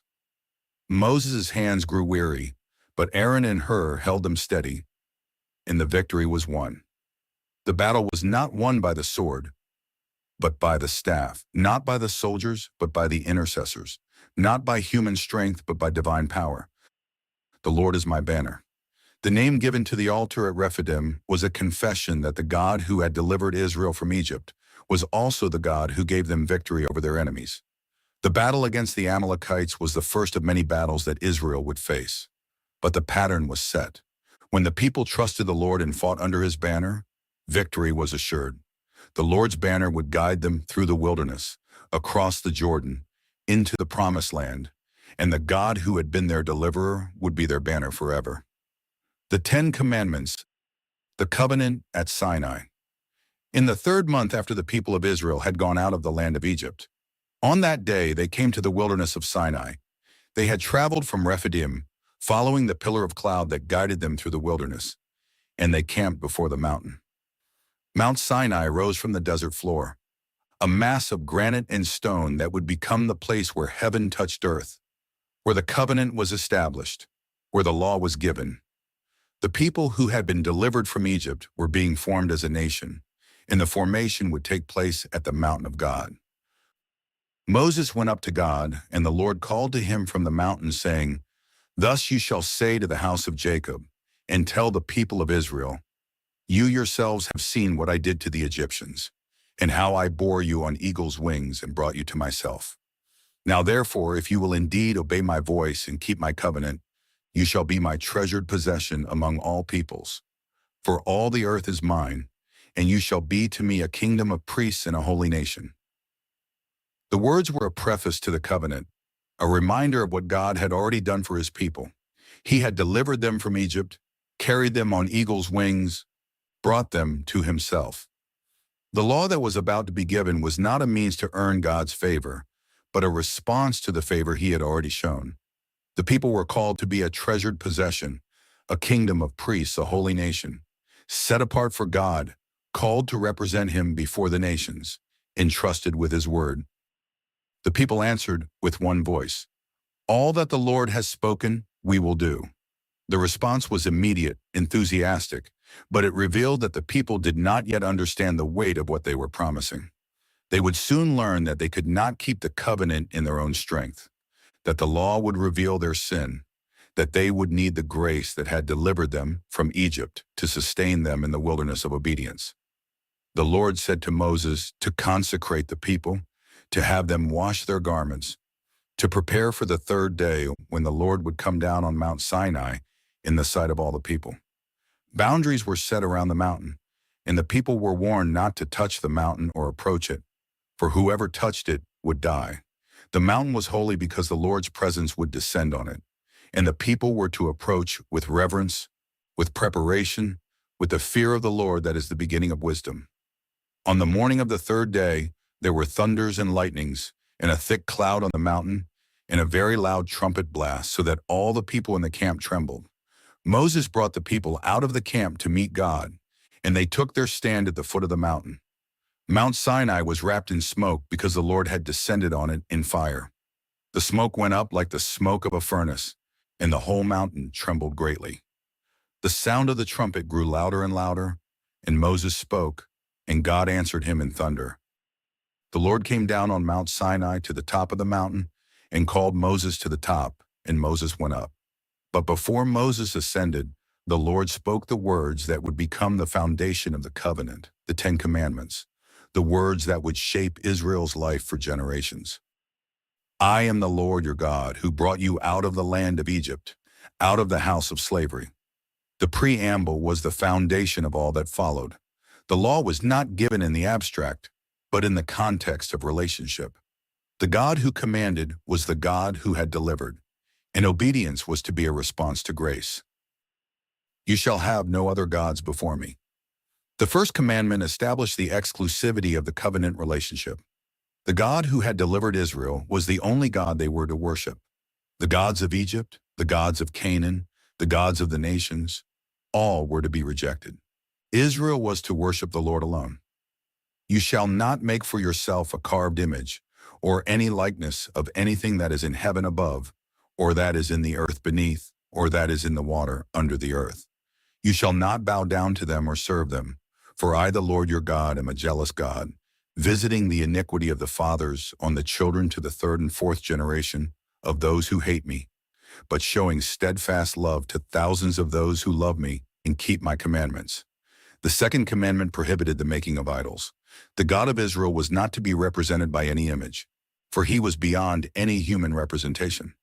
The prohibition of idols was a protection against the worship of created things, a reminder that the Creator could not be contained in any created form.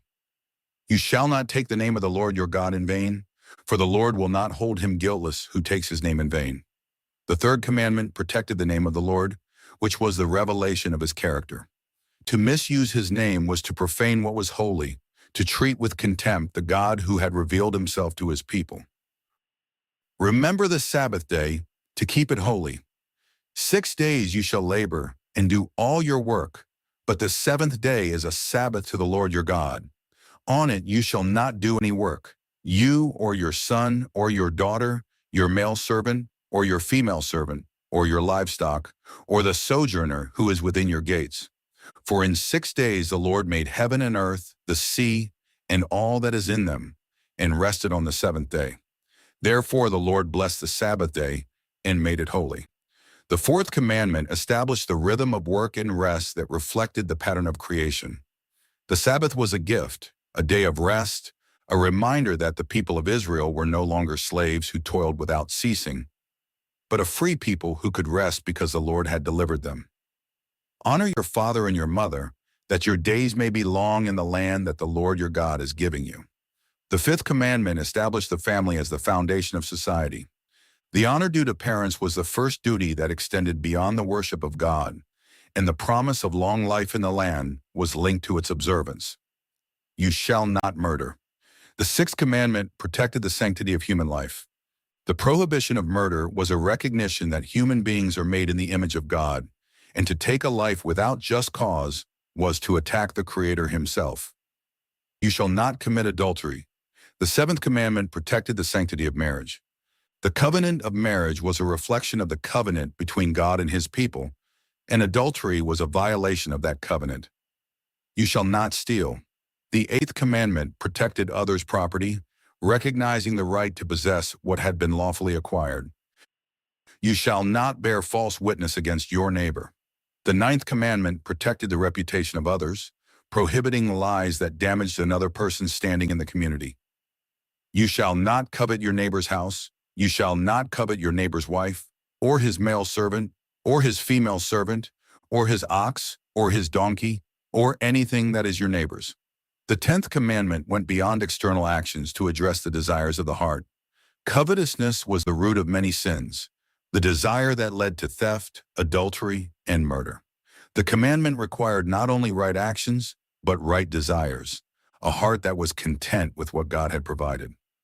When all the people saw the thunders and the lightnings, and the sound of the trumpet and the mountain smoking, they were afraid and trembled, and they stood far off. They said to Moses, "You speak to us and we will listen, but do not let God speak to us lest we die." The fear was appropriate, the presence of the Lord was overwhelming, and the people recognized that they could not stand before him on their own. Moses said to them, "Do not fear, for God has come to test you, that the fear of him may be before you, that you may not sin." The 10 Commandments were not the entirety of the law, but the foundation upon which the rest of the law was built. They were the summary of the covenant, the principles that would guide Israel's life in the land. They were also a revelation of the character of God, a reflection of his holiness, his justice, his love. The God who had delivered Israel from Egypt was a God who required that his people live in a way that reflected his own character, that they be holy as he is holy. The 10 Commandments were given in the context of the covenant, a covenant that Israel had already agreed to keep. But the giving of the law was also a revelation of the need for grace. The people who said, "All that the Lord has spoken we will do," would soon break the covenant, worshiping a golden calf at the foot of the very mountain where the law was given. The law would reveal their sin, and their sin would reveal their need for the mercy of the God who had delivered them from Egypt and who would continue to carry them on eagles' wings. Moses went up the mountain to receive the tablets of stone written with the finger of God. He remained on the mountain 40 days and 40 nights, receiving the instructions for the tabernacle, the priesthood, the sacrifices, all the provisions that would allow a holy God to dwell in the midst of a sinful people. The law was not the end of God's grace, but the beginning, a revelation of his character and a guide for the life of the people he had chosen to be his treasured possession. A kingdom of priests, a holy nation. The golden calf. The sin at the mountain Mount Sinai still smoked with the presence of the Lord, the thunders and lightnings of the divine descent still fresh in the people's memory. Moses had gone up into the cloud that covered the mountain, ascending to receive the tablets of stone, the law and the commandments that would define the covenant between God and Israel. The people stood at the foot of the mountain, waiting for their leader's return. But the days passed. One day, then 10, then 20, then 30. Moses had been gone 40 days, and the people who had witnessed the glory of God, who had heard the voice of the Lord in the midst of the fire, who had promised all that the Lord has spoken we will do, began to lose faith. They gathered around Aaron the high priest, Moses' brother, the man who had stood beside Moses before Pharaoh, who had held up his hands in the battle against Amalek. They said to him, "Up, make us gods who shall go before us. As for this Moses, the man who brought us up out of the land of Egypt, we do not know what has become of him." The words reveal the superficiality of their faith. They had been delivered by the hand of God, but they attributed their deliverance to Moses. They had seen the pillar of cloud and the pillar of fire, but they demanded gods they could see and touch. The God who had spoken from the mountain was too distant, too terrible, too holy. They wanted a God they could control. And the man who had been called by God to serve as Moses' spokesman, the man who had witnessed the plagues and the parting of the sea, gave in to the people's demand. He said to them, "Take off the rings of gold that are in the ears of your wives, your sons, and your daughters, and bring them to me." The people took off their golden rings and brought them to Aaron, the gold that had been given to them by the Egyptians when they left the land of slavery, the gold that was to be used for the service of the Lord, the gold that now would be made into an idol. Aaron took the gold from their hands, melted it, and worked it with an engraving tool and made a golden calf. The choice of the calf was significant. In Egyptian religion, the bull Apis was a sacred animal, a symbol of strength and fertility. The Israelites, who had lived in Egypt for 400 years, had absorbed the images of Egyptian worship, and when they wanted a God they could see, they returned to what they had known. They said, "Israel, these are your gods who brought you up out of the land of Egypt." The words were a blasphemy. The God who had delivered them from the house of bondage, who had parted the Red Sea, who had rained bread from heaven, who had spoken from the mountain, was being reduced to an image of gold, a thing made by human hands. Aaron built an altar before the calf and made a proclamation. Tomorrow shall be a feast to the Lord. The name of the Lord was invoked, but the worship was corrupted. The feast that was to be offered to the God of Israel was offered before a golden calf, and the people who had been called to be a kingdom of priests and a holy nation descended into revelry. They rose up early the next day, offered burnt offerings and presented peace offerings, and sat down to eat and drink and rose up to play. The playing was not innocent entertainment. The Hebrew word suggests the kind of revelry that accompanied pagan worship, the drunkenness and immorality that characterized ancient Near Eastern cults. On the mountain, the Lord spoke to Moses, "Go down, for your people, whom you brought up out of the land of Egypt, have corrupted themselves. They have turned aside quickly out of the way that I commanded them. They have made for themselves a golden calf and have worshipped it and sacrificed to it, and said, 'Israel, these are your gods, who brought you up out of the land of Egypt.'" The Lord's words revealed the depth of his anger. He called them your people, distancing himself from the nation he had delivered, and he described their sin as a turning aside from the way he had commanded. The Lord said to Moses, "I have seen this people, and behold, it is a stiff-necked people. Now therefore let me alone, and that my wrath may burn hot against them, and I may consume them, in order that I may make a great nation of you."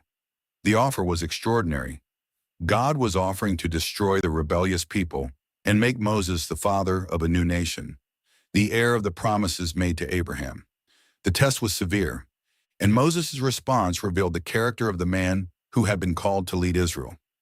Moses implored the Lord his God, saying, "O Lord, why does your wrath burn hot against your people, whom you have brought out of the land of Egypt with great power and with a mighty hand?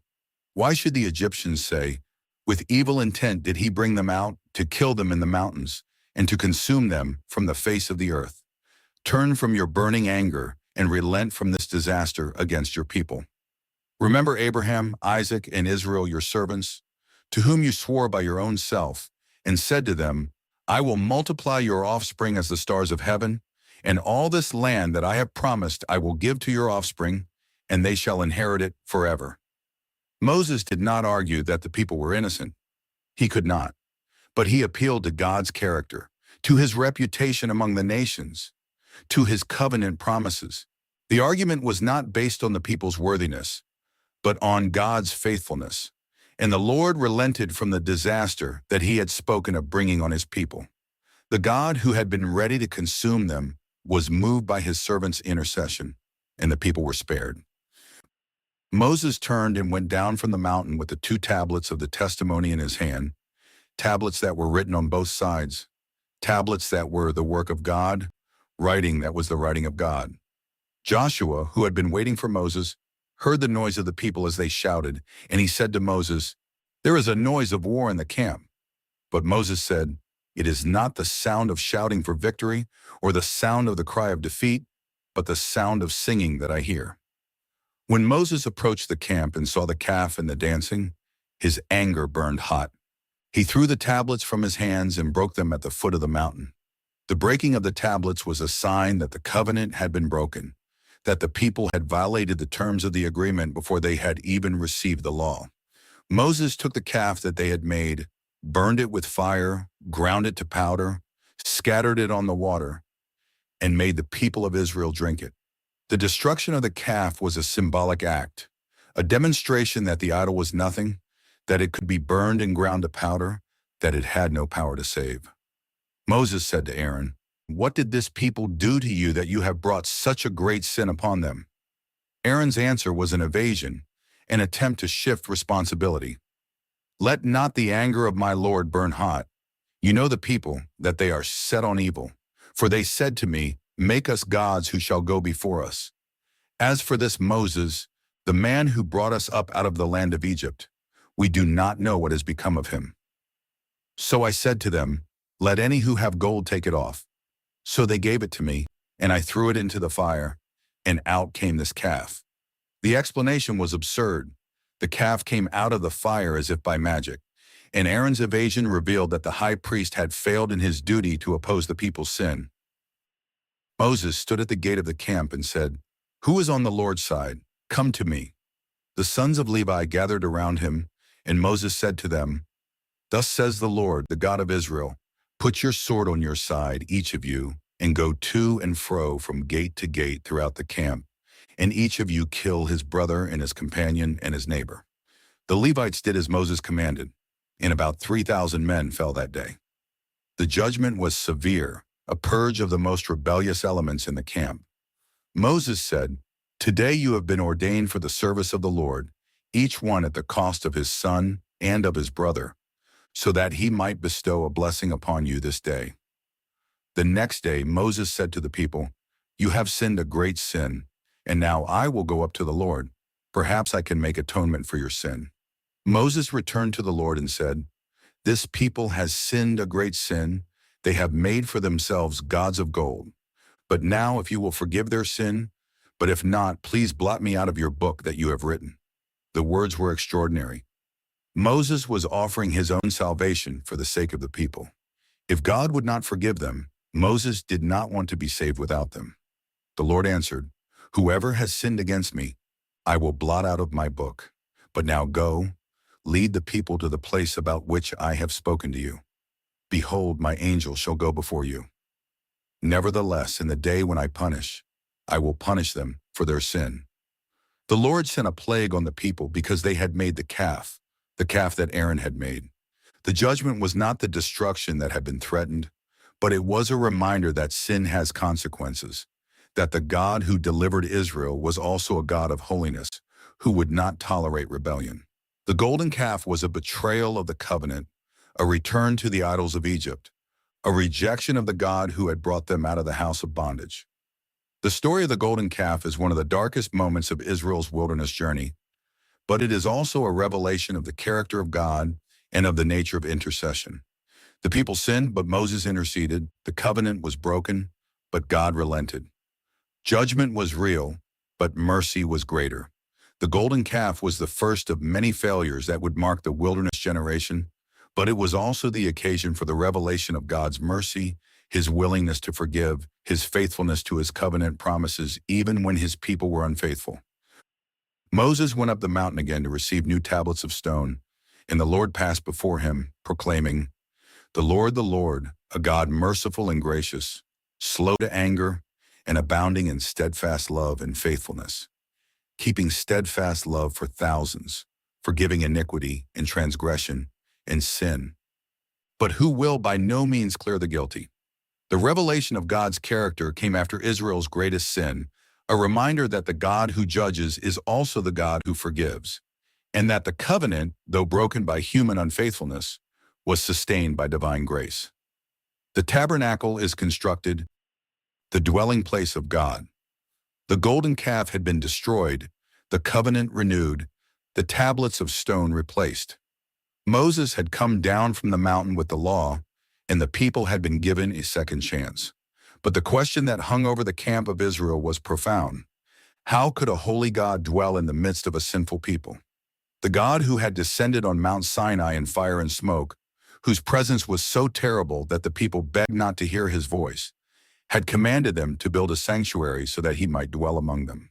The tabernacle was not merely a tent, it was a solution to the problem that the golden calf had exposed. It was the means by which a holy God could live in the midst of his people.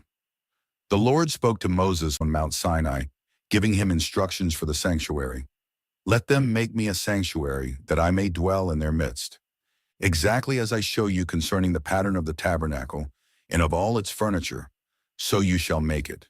The instructions were detailed, precise, revealing a God who cared not only about the fact of worship, but about the form of worship.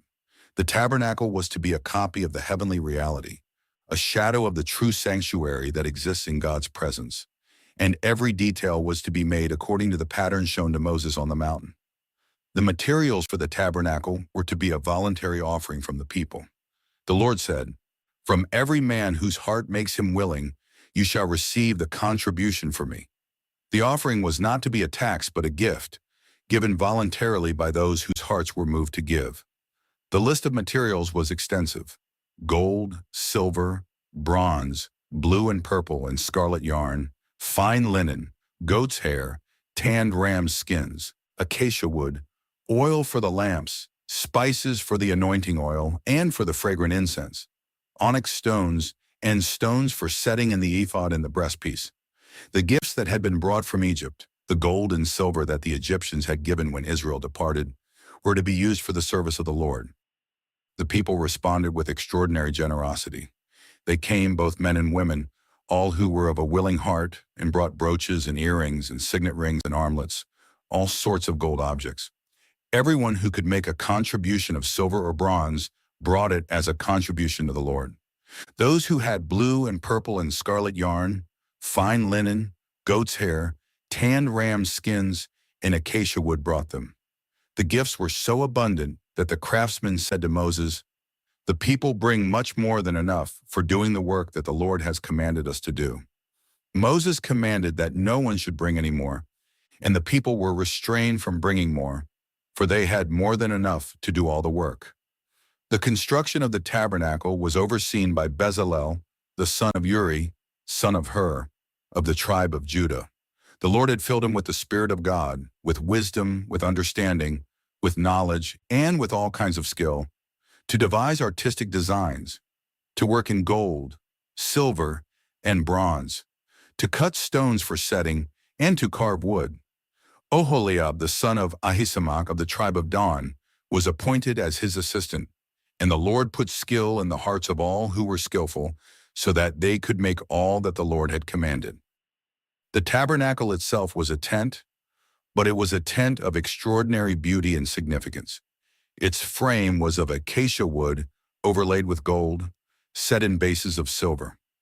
The tent was covered with 4 layers, an inner covering of fine twisted linen, blue and purple and scarlet yarn, with cherubim skillfully worked, a covering of goat's hair, a covering of tanned ram's skins, and an outer covering of fine leather. The dimensions were precise: 30 cubits long, 10 cubits wide, 10 cubits high. The tabernacle was designed to be portable, to be taken down and transported as Israel journeyed through the wilderness. A sign that the God of Israel was not a God fixed in one place, but a God who went with his people wherever they went. Inside the tabernacle, the furnishings were arranged according to the pattern shown to Moses on the mountain.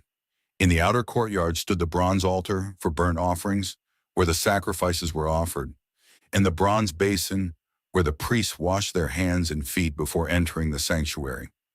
In the holy place, the first chamber of the tent, there were 3 pieces of furniture: the table for the bread of the presence, where 12 loaves were placed each Sabbath as a sign of God's provision; the golden lampstand with its 7 lamps that were to burn continually, a symbol of the light of God's presence; and the altar of incense, where fragrant incense was burned each morning and evening, the smoke of the incense representing the prayers of the people rising to heaven.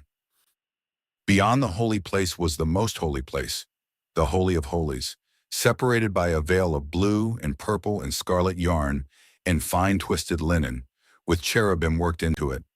Inside the most holy place was the Ark of the Covenant, the most sacred object in all of Israel's worship. The ark was a chest of acacia wood overlaid with pure gold, 2.5 cubits long, 1.5 cubits wide, and 1.5 cubits high. Inside the ark were the tablets of the testimony, the stone tablets that Moses had received on Mount Sinai. The cover of the ark was the mercy seat made of pure gold, with 2 cherubim of gold beaten out of the same piece, their wings covering the mercy seat. It was on the mercy seat that the Lord's presence dwelt, between the cherubim, and it was there that the high priest would enter once a year on the Day of Atonement to sprinkle the blood of the sacrifice for the sins of the people. When the tabernacle was finished, the people brought everything to Moses, and he inspected the work. They had done exactly as the Lord had commanded, and Moses blessed them. The tabernacle was erected on the first day of the first month of the 2nd year after the Exodus from Egypt.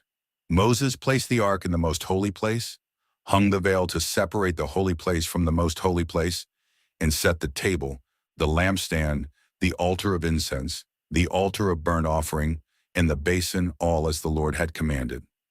Then the cloud covered the tent of meeting, and the glory of the Lord filled the tabernacle.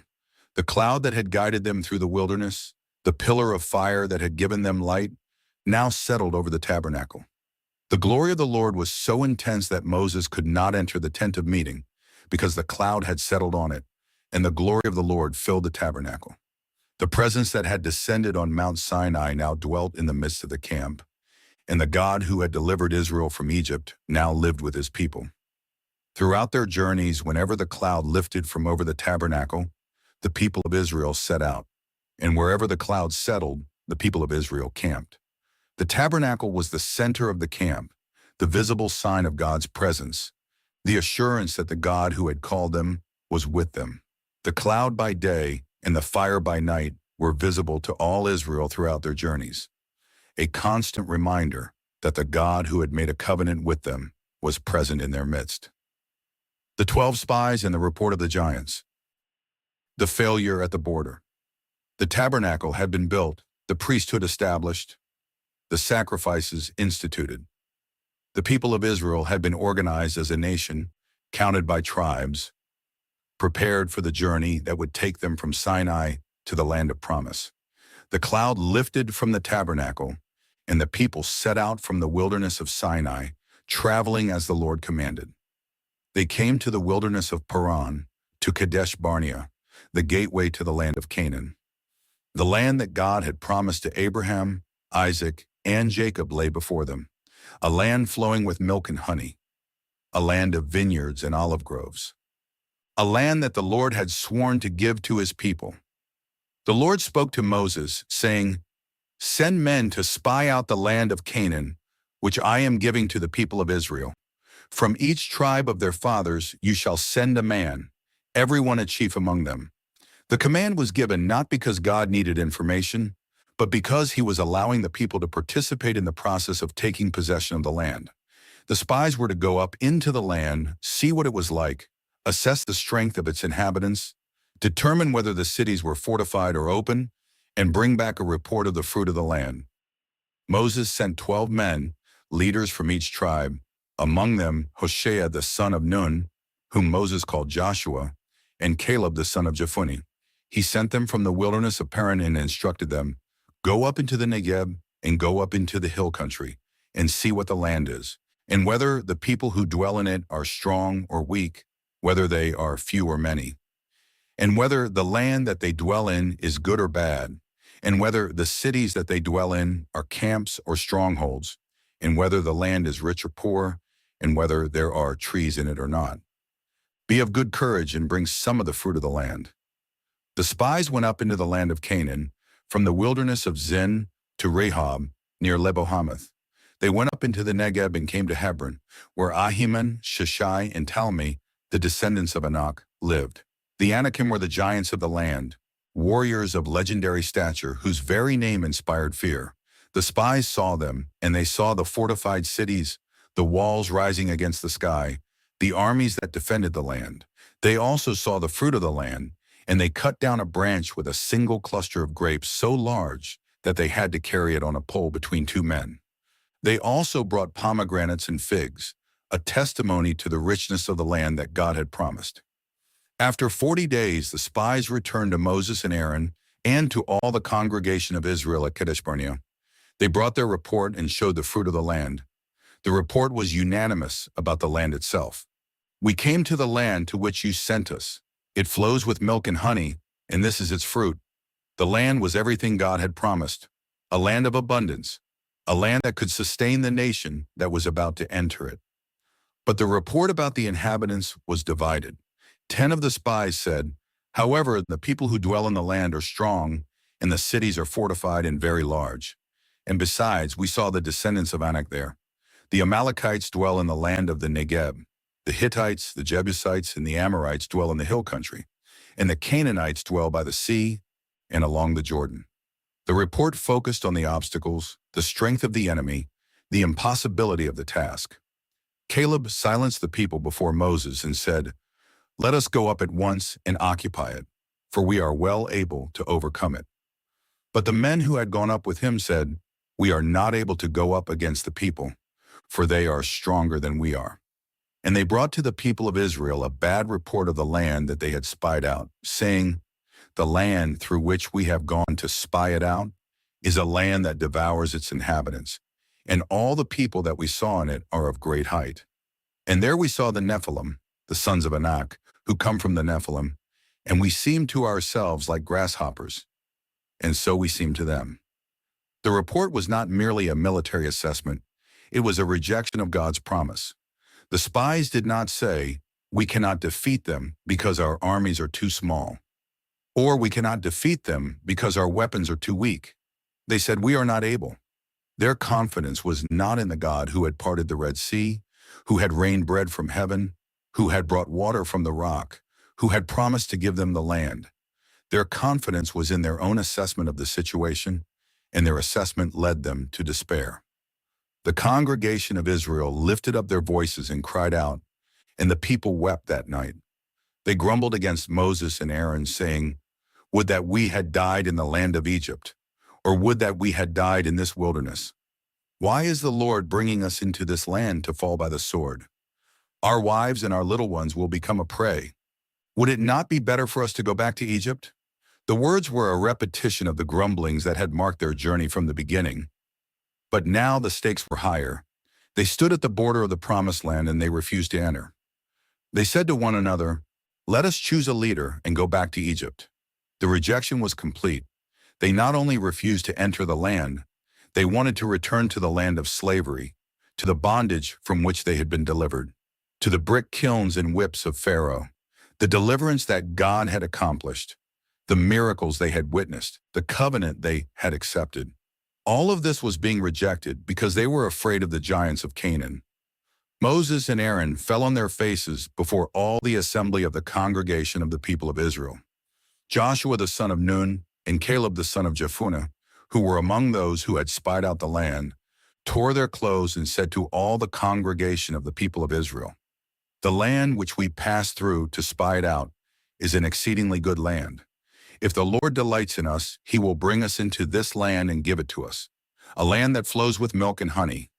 Only do not rebel against the Lord, and do not fear the people of the land, for they are bread for us. Their protection is removed from them, and the Lord is with us. Do not fear them." The words of Joshua and Caleb were a call to faith. They did not deny the strength of the inhabitants or the size of the cities. They acknowledged the obstacles, but trusted in the Lord who had promised to give them the land. The giants were bread for them, a feast to be consumed, because the Lord was with them. But the congregation would not listen. They spoke of stoning Joshua and Caleb with stones, and the rebellion that had begun with the spies' report was about to become a murderous uprising. Then the glory of the Lord appeared at the tent of meeting to all the people of Israel. The Lord said to Moses, "How long will this people despise me? And how long will they not believe in me, in spite of all the signs that I have done among them? I will strike them with the pestilence and disinherit them, and I will make of you a nation greater and mightier than they."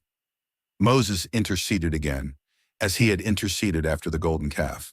He appealed to God's character, to his reputation among the nations, to his covenant promises.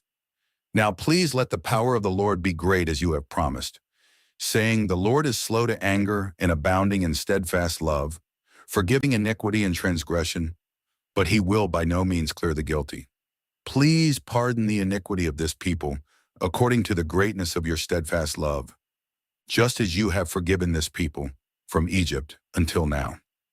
The Lord answered, 'I have pardoned according to your word.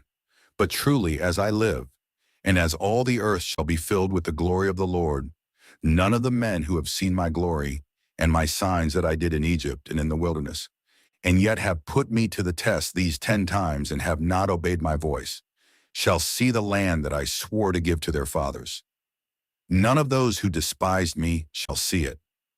The judgment was severe but just. The generation that had been delivered from Egypt, that had witnessed the plagues, the parting of the sea, the manna from heaven, the water from the rock, would not enter the promised land. They would wander in the wilderness for 40 years, a year for each day the spies spied out the land, until their bodies lay in the wilderness. Only Joshua and Caleb, the 2 spies who had trusted in the Lord, would be permitted to enter the land. The 10 spies who had brought the bad report died by a plague before the Lord, and the people who had refused to enter the land were sent back into the wilderness. The journey that could have been completed in weeks would now take 40 years, and the generation that had been brought out of Egypt would die in the wilderness, leaving their children to inherit the promise they had rejected. The bronze serpent, the remedy lifted up. The years of wandering had taken their toll. The generation that had come out of Egypt, the generation that had stood at the foot of Mount Sinai and promised to obey all that the Lord had spoken, the generation that had refused to enter the promised land because of the report of the giants was dying in the wilderness. One by one, the men who had been counted in the census at Sinai were buried in the sands of the desert. The 40 years of judgment were drawing to a close, and a new generation was rising, a generation that had not known Egypt, that had been raised on manna and water from the rock, that had learned to follow the pillar of cloud and fire. But the old patterns of grumbling and rebellion had not died with their fathers. The people of Israel, the descendants of the faithless generation, had inherited their fathers' complaints. The journey had brought them from Kadesh Barnea back into the wilderness, circling Mount Seir, avoiding the territory of Edom because Esau's descendants would not let them pass.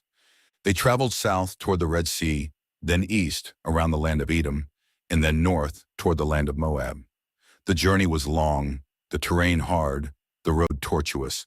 The people became impatient on the way, and their impatience turned to grumbling against God and against Moses. They said, "Why have you brought us up out of Egypt to die in the wilderness? For there is no food and no water, and we loathe this worthless food." The words were almost identical to the grumblings of their fathers, but the target of their complaint was different. Their fathers had complained about the lack of bread and water. This generation was complaining about the manna itself. They called it worthless food.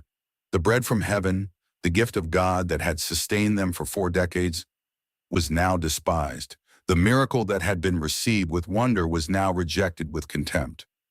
The Lord heard their complaints, and his response was swift and severe.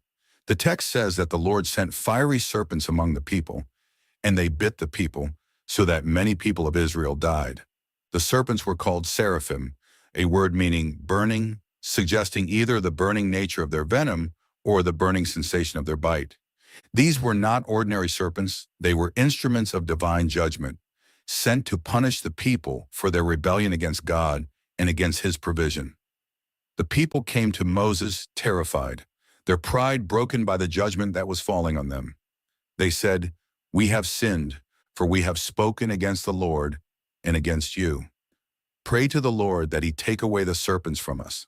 The confession was genuine, born of the recognition that their grumbling was not just against Moses, but against the God who had provided for them.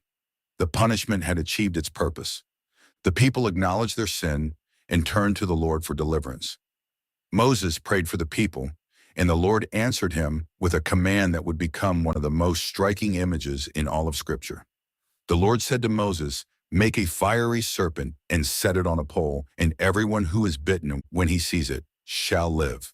The command was paradoxical. The instrument of judgment, the serpent, would become the instrument of healing.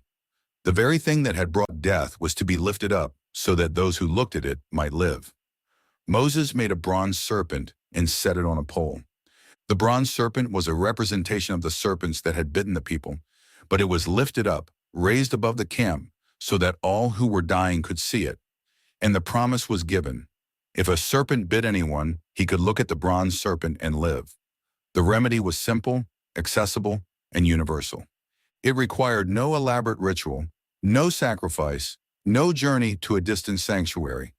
It only required that the dying person look at the lifted serpent. The healing was not in the bronze itself. The metal had no power to cure the serpent's bite. The healing came from God, who linked his promise to the act of looking. To look was to trust, to believe that God would do what he said, to turn from the despair of death to the hope of life. Those who looked lived. Those who refused to look, or who thought the remedy too simple, died in their rebellion. The bronze serpent remained in the camp of Israel as long as the people remained in the wilderness.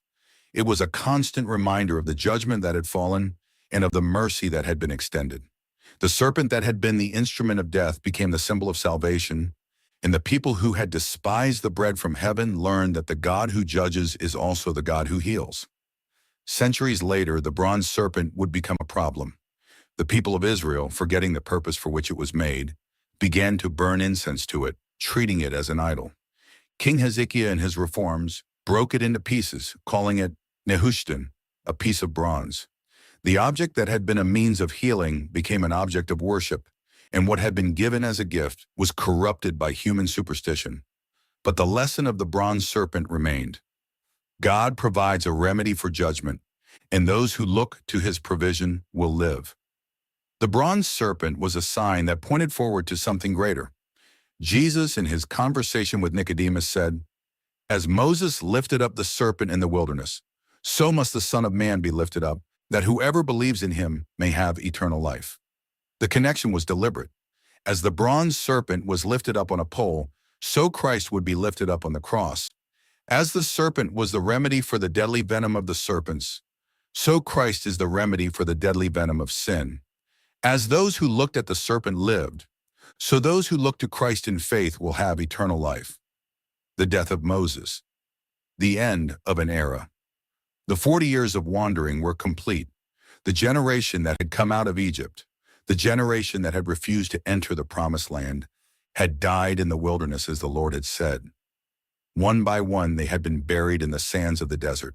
The men who had been counted at Sinai, the warriors who had been numbered for battle, the spies who had brought the bad report. Only Caleb and Joshua remained of that generation, the two who had trusted in the Lord and urged the people to go up. The new generation, born in the wilderness, raised on manna and water from the rock, was now ready to enter the land that God had promised to their fathers. But Moses, the man who had brought them out of Egypt, who had stood before Pharaoh, who had parted the Red Sea, who had received the law on Mount Sinai, who had interceded for the people after the golden calf, who had led them through 40 years of wandering in the wilderness, would not enter the land with them. The judgment that had been pronounced at Kadesh Barnea, when Moses struck the rock instead of speaking to it, remained in force. Moses, the servant of the Lord, would see the land from afar, but he would not cross the Jordan. The Lord said to Moses, "Go up this mountain of Abraham, Mount Nebo, which is in the land of Moab, opposite Jericho, and view the land of Canaan, which I am giving to the people of Israel for a possession, and die on the mountain which you go up, and be gathered to your people, as Aaron your brother died on Mount Hor, and was gathered to his people, because you broke faith with me in the midst of the people of Israel at the waters of Meribah Kadesh, in the wilderness of Zin, and because you did not treat me as holy in the midst of the people of Israel. For you shall see the land before you, but you shall not go there, into the land that I am giving to the people of Israel." The words were clear, final, without appeal. The man who had spent his life in the service of God, who had given everything for the people he led, would not be allowed to complete the journey. He would see the land from the mountain, but he would not set foot in it. The judgment that had been pronounced years before was now fulfilled, and Moses faced the end of his life with the knowledge that the promise he had pursued for so long would be received by others. Before his death, Moses gathered the people of Israel and spoke to them. The book of Deuteronomy records his final discourses, a series of addresses that recapitulated the law, reminded the people of their history, and called them to covenant faithfulness. Moses spoke to the new generation as a father speaks to his children, warning them of the dangers that lay ahead, urging them to love the Lord their God with all their heart, with all their soul, and with all their might, promising them that if they obeyed, they would be blessed in the land, and warning them that if they disobeyed, they would be cursed and driven out. He reminded them of the law that had been given at Sinai, the commandments that were to shape their life in the land. He reminded them of the journey through the wilderness, the 40 years of testing, the manna, the water, the pillar of cloud and fire. He reminded them of the covenant that the Lord had made with them, the promises that had been given to Abraham, Isaac, and Jacob, the land that flowed with milk and honey. And he called them to choose life, to choose obedience, to choose the Lord. Moses wrote the law in a book and gave it to the priests and to the elders, commanding them to read it before all Israel every 7 years at the Feast of Tabernacles.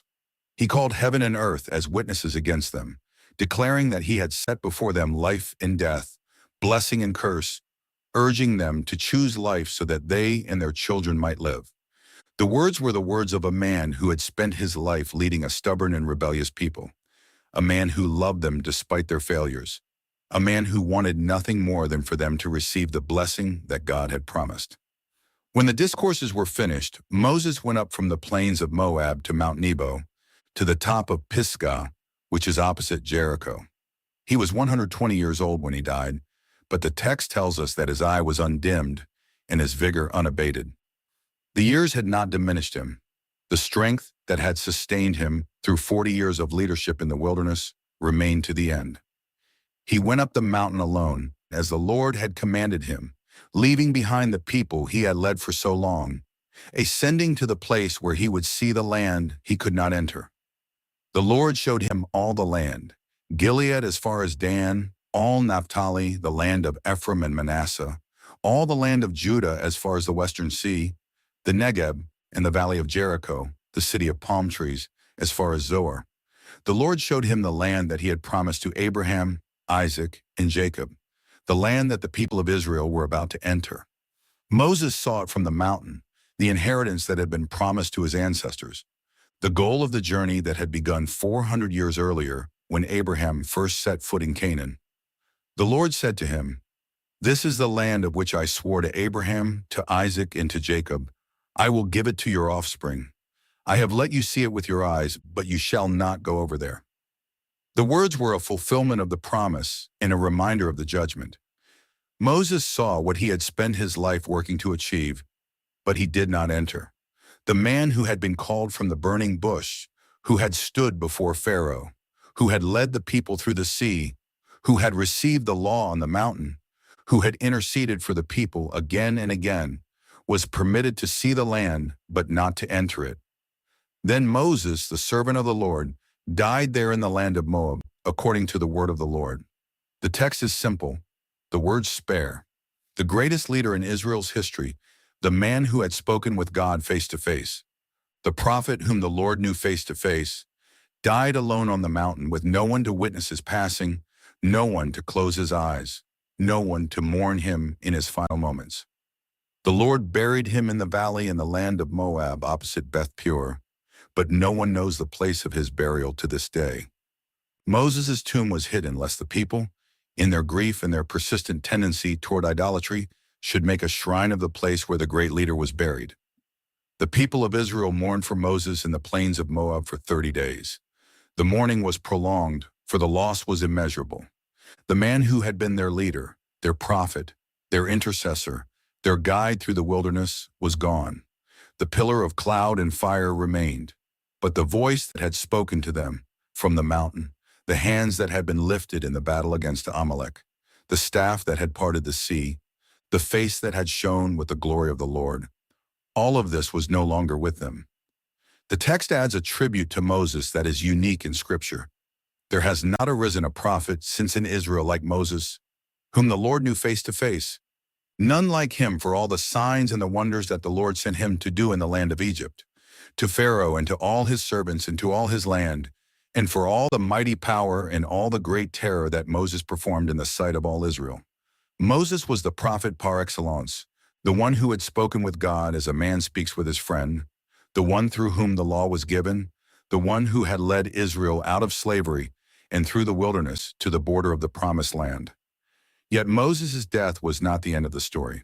Before his death, the Lord had instructed him to lay his hands on Joshua the son of Nun, a man in whom was the Spirit, and to commission him as the next leader of Israel. Joshua would lead the people across the Jordan, conquer the land, divide the inheritance among the tribes. The work that Moses had begun would be completed by the man he had trained, the man who had been his assistant from his youth, the man who had been one of the two faithful spies. Moses' death was a transition, not a termination. God's purposes would continue, and the people who had been delivered from Egypt would enter the land of promise under Joshua's leadership. Conquerors and rulers. Rahab hides the spies. The faith of a Canaanite woman. The death of Moses marked the end of an era, But God's purposes did not die with his servant. Joshua the son of Nun, the man who had been Moses' assistant from his youth, the spy who had trusted in God when the others despaired, now stood as Israel's leader. The Lord spoke to him with words that echoed the promises made to Moses. "Moses, my servant, is dead. Now therefore arise, go over this Jordan, you and all this people, into the land that I am giving to them, to the people of Israel. Every place that the sole of your foot will tread upon, I have given to you, just as I promised to Moses." The command was clear, but the task was daunting. The Jordan River lay between Israel and the Promised Land, a barrier swollen at the time of harvest, when the snow melt from Mount Hermon made the river overflow its banks. Across the Jordan lay the city of Jericho, one of the oldest and most fortified cities in Canaan, its walls rising against the sky, its gates shut against the approaching Israelites. The conquest would not be easy, and Joshua knew that he needed intelligence about the land and its defenses. From the camp at Shittim, Joshua sent 2 men to spy out the land, specifically the city of Jericho. The spies crossed the Jordan and entered the city, moving stealthily through its streets, observing its walls, its gates, its garrison. They sought lodging for the night, and they found it in the house of a woman named Rahab. The text identifies her as a prostitute, a woman of the city whose house was on the wall, a place where travelers could find lodging and where the comings and goings of strangers might not be noticed. Her house was a hiding place, a place where 2 Hebrew spies could hide among the people of Jericho. The presence of the spies did not go unnoticed. The king of Jericho was informed that men of Israel had come to spy out the land, and he sent a message to Rahab, "Bring out the men who have come to you, who entered your house, for they have come to search out all the land." The demand was direct, the threat implied. Rahab faced a choice that would determine her fate and that of her family. She could turn the spies over to the king's men, as any loyal subject of Jericho would do, or she could protect them at the risk of her own life. Rahab chose to hide the spies. She took them up to the roof of her house and covered them with bundles of flax that she had laid out to dry. Then she said to the king's messengers, "True, the men came to me, but I did not know where they were from. And when the gate was about to be closed at dark, the men went out. I do not know where the men went. Pursue them quickly, for you will overtake them." The words were a deception, a lie told to protect the men who had come to her house. But the text does not condemn Rahab for her deception. Instead, it praises her faith. The writer of Hebrews would later say, "By faith Rahab the prostitute did not perish with those who were disobedient, because she had given a friendly welcome to the spies." The king's men pursued the spies toward the Jordan, and the gate was shut behind them. Rahab went up to the roof where the spies were hidden and spoke to them words that revealed the condition of her heart. "I know that the Lord has given you the land, and that the fear of you has fallen upon us, and that all the inhabitants of the land melt away before you. For we have heard how the Lord dried up the water of the Red Sea before you when you came out of Egypt, and what you did to the 2 kings of the Amorites who were beyond the Jordan, to Sihon and Og, whom you devoted to destruction. And as soon as we heard it, our hearts melted, and there was no spirit left in any man because of you. For the Lord your God, he is God in the heavens above and on the earth beneath." Rahab's confession was extraordinary. She was a Canaanite woman, a citizen of Jericho, a member of a people destined for destruction. She had every reason to fear the advancing Israelites, to fight against them, to resist their invasion. But she had heard the reports of what the Lord had done, and she believed. The God of Israel, the God who parted the Red Sea and defeated the kings of the Amorites, was the true God, the God of heaven and earth. Rahab's faith was not based on what she had seen, but on what she had heard, and her confession placed her on Israel's side against her own people. She made a covenant with the spies, asking for a sign that they would spare her and her family when the city was taken. "Now then, please swear to me by the Lord that, as I have dealt kindly with you, you also will deal kindly with my father's house, and give me a sure sign that you will save alive my father and mother, my brothers and sisters, and all who belong to them, and deliver our lives from death." The request was bold, but the spies agreed. They said, "Our life for yours, even to death. If you do not tell this business of ours, Then when the Lord gives us the land, we will deal kindly and faithfully with you." The spies gave Rahab a sign. She was to tie a scarlet cord in the window through which they let her down, and she was to gather her family into her house. Anyone who remained in her house would be spared. Anyone who went out into the street would be responsible for their own death. The scarlet cord was a sign of the covenant, a mark that distinguished Rahab's house from the other houses of Jericho. The spies were let down by a rope through the window because her house was on the wall, and they escaped to the hills, waiting there 3 days until the pursuit ended.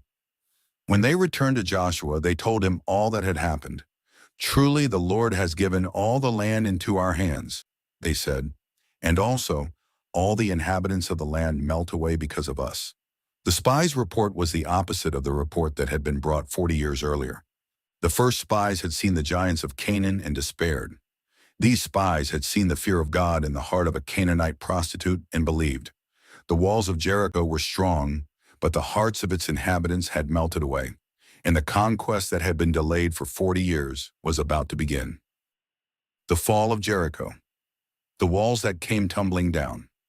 The spies had returned with their report, and Joshua knew that the time had come. The people of Israel had waited 40 years for this moment. The generation that had come out of Egypt had died in the wilderness, their bodies buried in the desert sands because they refused to trust the Lord. But their children, born in the wilderness, raised on manna and water from the rock, had been prepared for this day. They had been numbered for battle, organized by tribes, equipped with weapons. They stood on the eastern bank of the Jordan, and across the river lay the land of promise, the land flowing with milk and honey, the land that God had sworn to give to their fathers. The crossing of the Jordan was the first obstacle. The river was at flood stage, its waters swollen by the spring melt from Mount Hermon, its current swift and deadly. But the Lord commanded Joshua to have the priests carry the Ark of the Covenant to the river's edge. And when their feet touched the waters parted. The river that had been a barrier became a path, just as the Red Sea had parted 40 years earlier. The people crossed on dry ground, the priests standing in the middle of the river with the ark until the whole nation had passed over. The crossing was a sign that the God who had delivered them from Egypt was still with them, still guiding them, still fighting for them. They camped at Gilgal on the eastern border of Jericho, and there Joshua circumcised the new generation, renewing the covenant that had been made with Abraham. They celebrated the Passover, the first Passover in the land of Canaan, and the manna that had sustained them for 40 years ceased. They ate of the produce of the land that day, the grain of Canaan, the food that grew in the land of promise. The wilderness journey was over. The conquest was about to begin. Jericho was the first city they would face, and it was one of the most formidable. The city was ancient, its walls dating back centuries, its towers rising against the sky. The walls were double, an inner wall and an outer wall, with houses built between them. The city was fortified, provisioned, prepared for a siege. The people of Jericho had heard the reports of what the Lord had done to Egypt, to the kings of the Amorites, to the armies that had opposed Israel. Their hearts had melted with fear, but their walls remained strong, and they were determined to resist. Joshua went out to reconnoiter the city, and he encountered a man standing before him with a drawn sword in his hand. Joshua asked, "Are you for us or for our adversaries?" The man answered, "No, but I am the commander of the army of the Lord. Now I have come." Joshua fell on his face to the earth and worshipped, and he asked, "What does my Lord say to his servant?" The commander of the Lord's army said, "Take off your sandals from your feet, for the place where you are standing is holy." The words echoed the command given to Moses at the burning bush. Joshua was standing on holy ground, and the battle that was about to be fought was not merely a human battle. It was the Lord's battle, and the commander of the Lord's army had come to lead his people. The Lord gave Joshua instructions for the conquest of Jericho, and the instructions were unlike anything he could have expected. They were not a military strategy, but a liturgical procession. The people of Israel were to march around the city once a day for 6 days, 7 priests bearing trumpets of ram's horns before the Ark of the Covenant. On the 7th day, they were to march around the city 7 times, and the priests were to blow the trumpets. When they heard the long blast of the trumpet, All the people were to shout with a great shout, and the walls of the city would fall down flat. The strategy was a test of faith. It required that the people trust that God would act, not through their military might, but through their obedience. The walls of Jericho were not to be breached by battering rams or undermined by sappers. They would fall because the Lord commanded them to fall. The procession was a demonstration that the battle was the Lord's, that victory would come not by human power, but by the Spirit of God. Joshua called the priests and said to them, "Take up the Ark of the Covenant, and let 7 priests bear 7 trumpets of ram's horns before the Ark of the Lord." He commanded the people, "Go forward, march around the city, and let the armed men pass on before the Ark of the Lord." The armed men went first, then the 7 priests blowing the trumpets, then the Ark of the Covenant, then the rear guard. They marched around the city once and returned to the camp. They did this for 6 days, a silent procession. The only sound the trumpets of the priests and the footsteps of the people. The people of Jericho watched from the walls, their fear growing with each passing day. The strange procession, the silent marchers, the Ark of the Covenant, the priests with their trumpets. It was unlike any siege they had seen before. They did not know what to make of it, but they could not have known what was coming. The walls that had protected them for centuries were about to fall. On the 7th day they rose early, at the dawn of day, and marched around the city 7 times. On the 7th time, when the priests blew the trumpets, Joshua commanded the people, "Shout, for the Lord has given you the city." The people raised a great shout, the priests blew the trumpets, and the walls of Jericho fell down flat. The walls that seemed impenetrable collapsed at the sound of the people's voices, the trumpets of the priests, the presence of the ark. The people went up into the city, every man straight before him, and they took the city. The conquest was complete, but it came with a command. The city was to be devoted to the Lord for destruction. Everything in it was to be burned. Every living thing was to be killed. Because the city and its people were under the ban, the silver and gold, the vessels of bronze and iron, were to be brought into the treasury of the Lord. The command was severe, but it was a judgment on a culture that had rejected God for generations. A culture of idolatry, child sacrifice, and violence that had filled the cup of God's wrath to overflowing. Only Rahab and her family were spared. The spies who had entered her house remembered the covenant they had made, and they brought her out, along with her father, her mother, her brothers, and all who belonged to her. They set them outside the camp of Israel, and she lived among the people of Israel to this day. The scarlet cord that she had tied in her window marked her house for salvation, a sign that the God of Israel shows mercy to those who trust in him. The fall of Jericho was a decisive victory, a demonstration that the God who had led Israel out of Egypt would lead them into the promised land. The walls that seemed insurmountable fell at the sound of the people's shout, not by their strength but by their obedience. The victory was the Lord's, and the people learned that when they trusted and obeyed, the impossible became possible. The fall of Jericho also established a pattern for the conquest. The first victory was not won by human strategy, but by divine intervention. The people were to remember that the land was not taken by their own power, but by the power of God. The destruction of Jericho was a first fruits, a dedication of the first city to the Lord, a reminder that the land was a gift, not a conquest. The silver and gold went into the Lord's treasury, and the city was burned as an offering to the God who had given the victory. The sin of Achan. The trouble in the camp. The victory at Jericho was complete. The walls had fallen, the city had been taken, and the people of Israel had experienced the power of God in a way that their fathers had experienced at the Red Sea. The news of the victory spread throughout the land of Canaan, and the hearts of the kings and peoples of the region melted with fear. But there was trouble in the camp of Israel, a hidden sin that would turn the next battle into a defeat and remind the people that God's presence could not be taken for granted. Joshua sent men from Jericho to Ai, a small city north of Jericho, to spy out the land. The spies returned with a report that seemed encouraging. "Do not have all the people go up, but let about 2,000 or 3,000 men go up and attack Ai. Do not make the whole people toil up there, for they are few."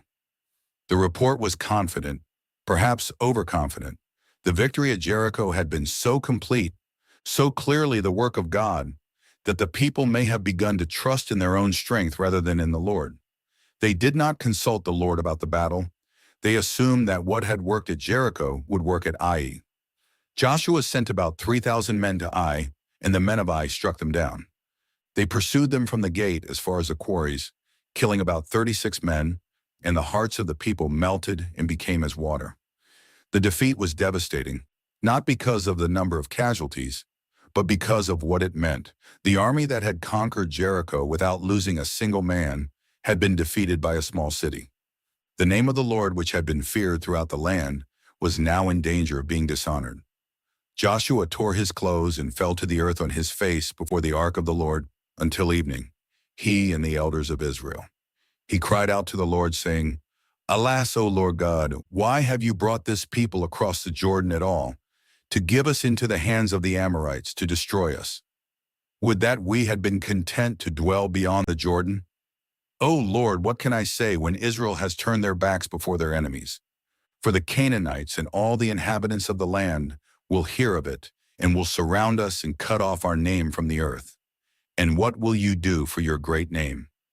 Joshua's prayer was a prayer of confusion and despair. He did not understand why the God who had given them victory at Jericho had allowed defeat at Ai. He feared that the Lord's name would be profaned among the nations, that the conquest would stall before it had truly begun. But the Lord's answer revealed that the problem was not with God's power, but with Israel's sin. The Lord said to Joshua, "Get up! Why have you fallen on your face? Israel has sinned. They have transgressed my covenant that I commanded them. They have taken some of the devoted things. They have stolen and lied and put them among their own belongings. Therefore the people of Israel cannot stand before their enemies. They turn their backs before their enemies, because they have become devoted for destruction. I will be with you no more, unless you destroy the devoted things from among you." The sin was identified.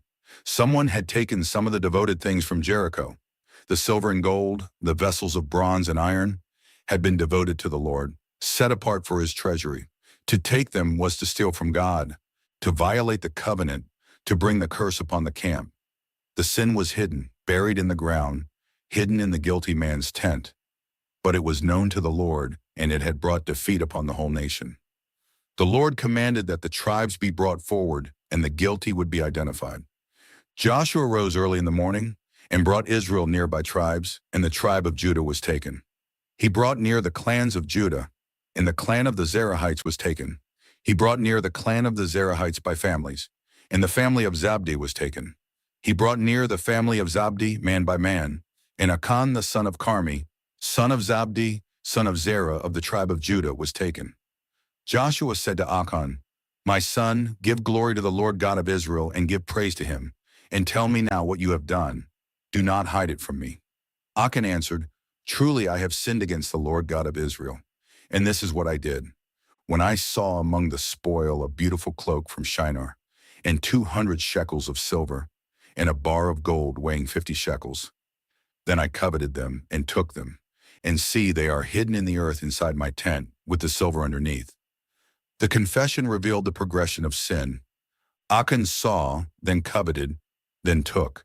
The pattern was the same as the pattern of the fall in the garden. The eye sees, desire awakens, the hand takes. Achan had seen the beautiful cloak, the silver, the gold, and he had desired them.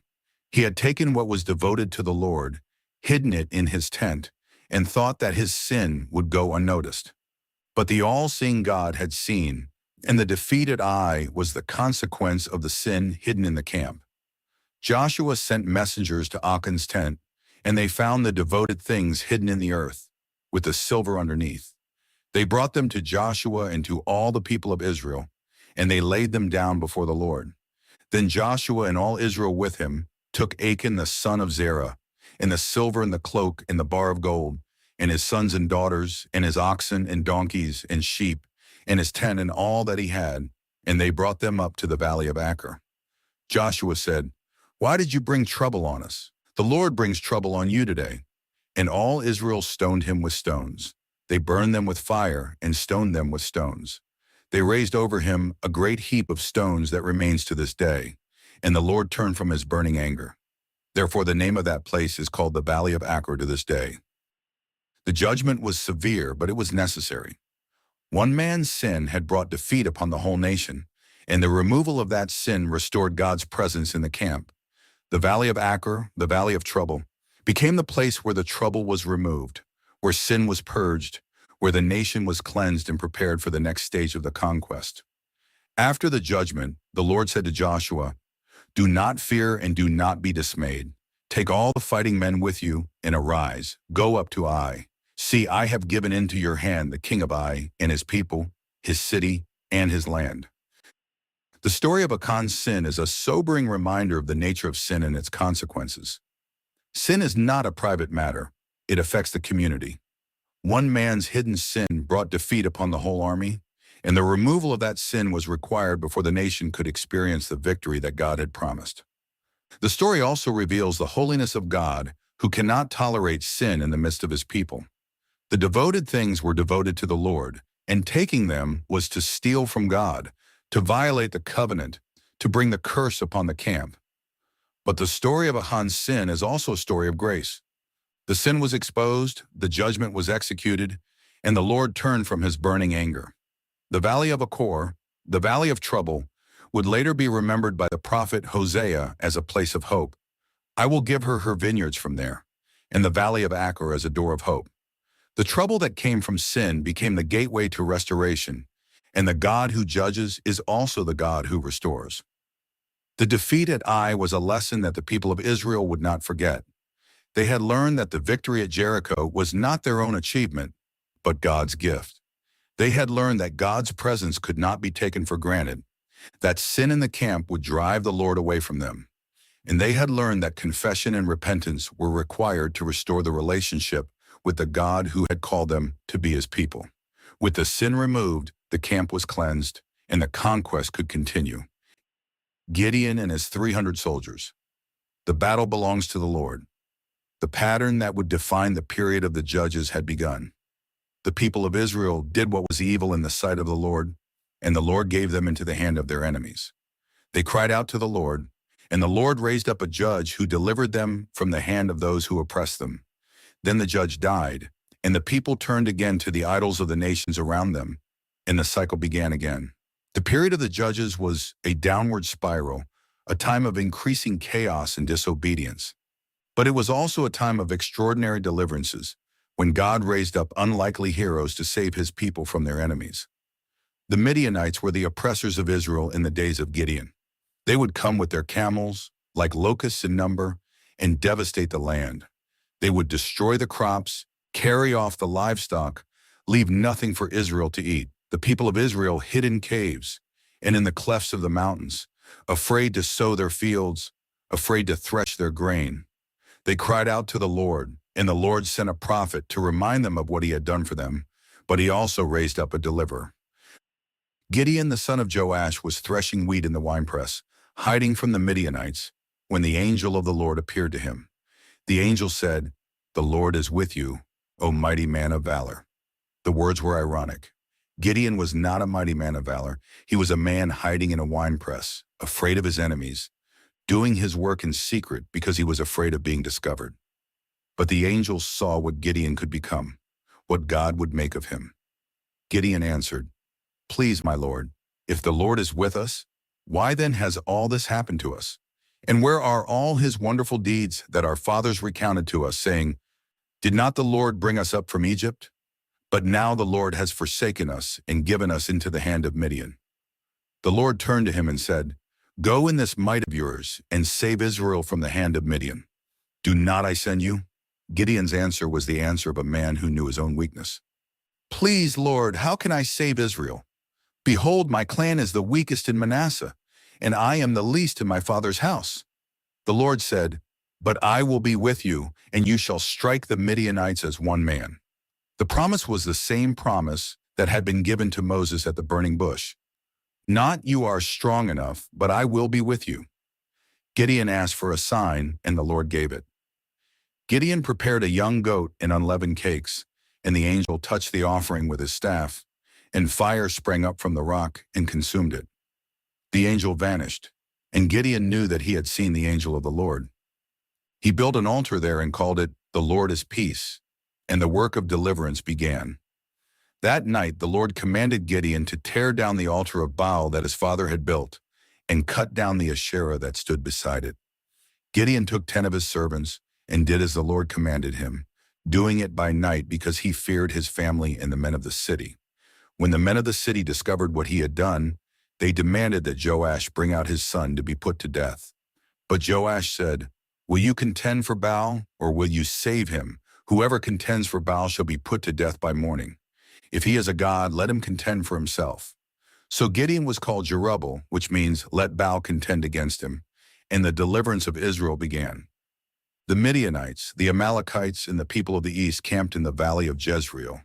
A vast army, as numerous as a locust, their camels without number. The Spirit of the Lord clothed Gideon, and he blew the trumpet, and the men of Abiezer, of Manasseh, of Asher, of Zebulun, and of Naphtali gathered to him. The army that gathered was large, but the Lord said to Gideon, "The people with you are too many for me to give the Midianites into their hand, lest Israel boast over me, saying, 'My own hand has saved me.'" The first test was the test of fear. The Lord said, "Now therefore proclaim in the ears of the people, saying, 'Whoever is fearful and trembling, let him turn back and depart from Mount Gilead.'" 22,000 men returned, and 10,000 remained. But the Lord said, "There are still too many people." Gideon took the 10,000 down to the water, and the Lord said, "Everyone who laps the water with his tongue, as a dog laps, you shall set by himself. Likewise, everyone who kneels down to drink." 300 men lapped the water, bringing it to their mouths, and the rest knelt down to drink. The Lord said to Gideon, "With the 300 men who lapped the water, I will save you and give the Midianites into your hand." Gideon was left with 300 men to face an army that was as numerous as locusts. The odds were impossible, but that was the point. The victory would not be Gideon's, it would be the Lord's. The 300 men were armed with trumpets, empty jars, and torches inside the jars. They were not armed for battle. They were armed for a demonstration. The battle would be won not by the sword, but by the Lord. That night the Lord said to Gideon, "Arise, go down against the camp, for I have given it into your hand."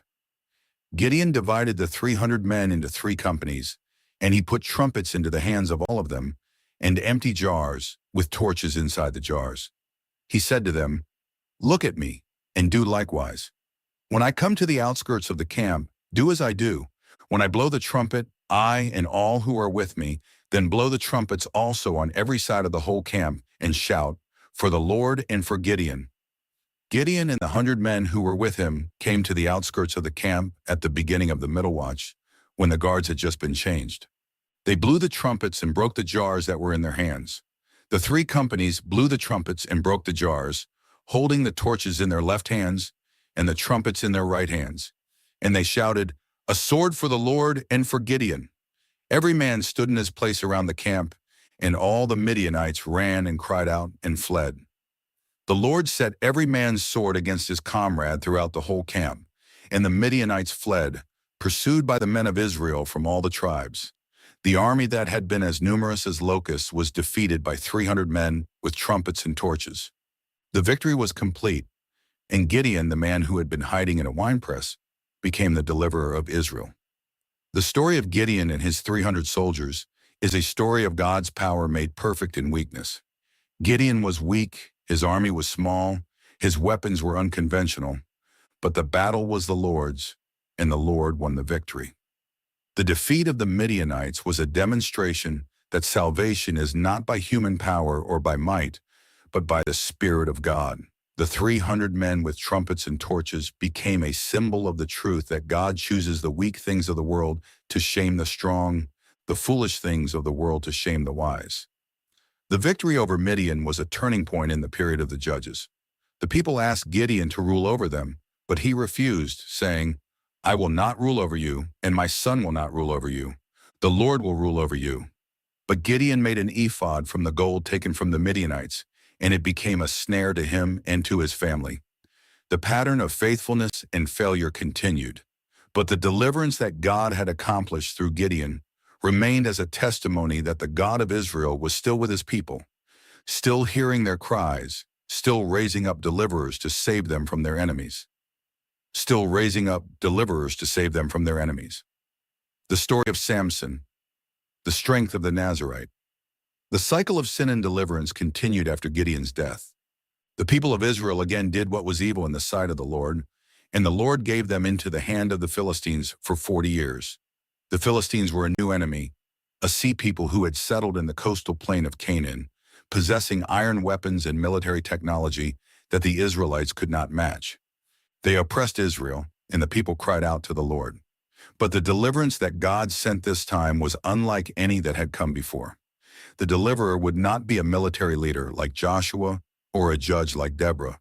He would be a Nazirite set apart from birth, a man whose strength came from the Spirit of the Lord, a man whose life would be marked by contradictions, and whose final act would be his greatest victory.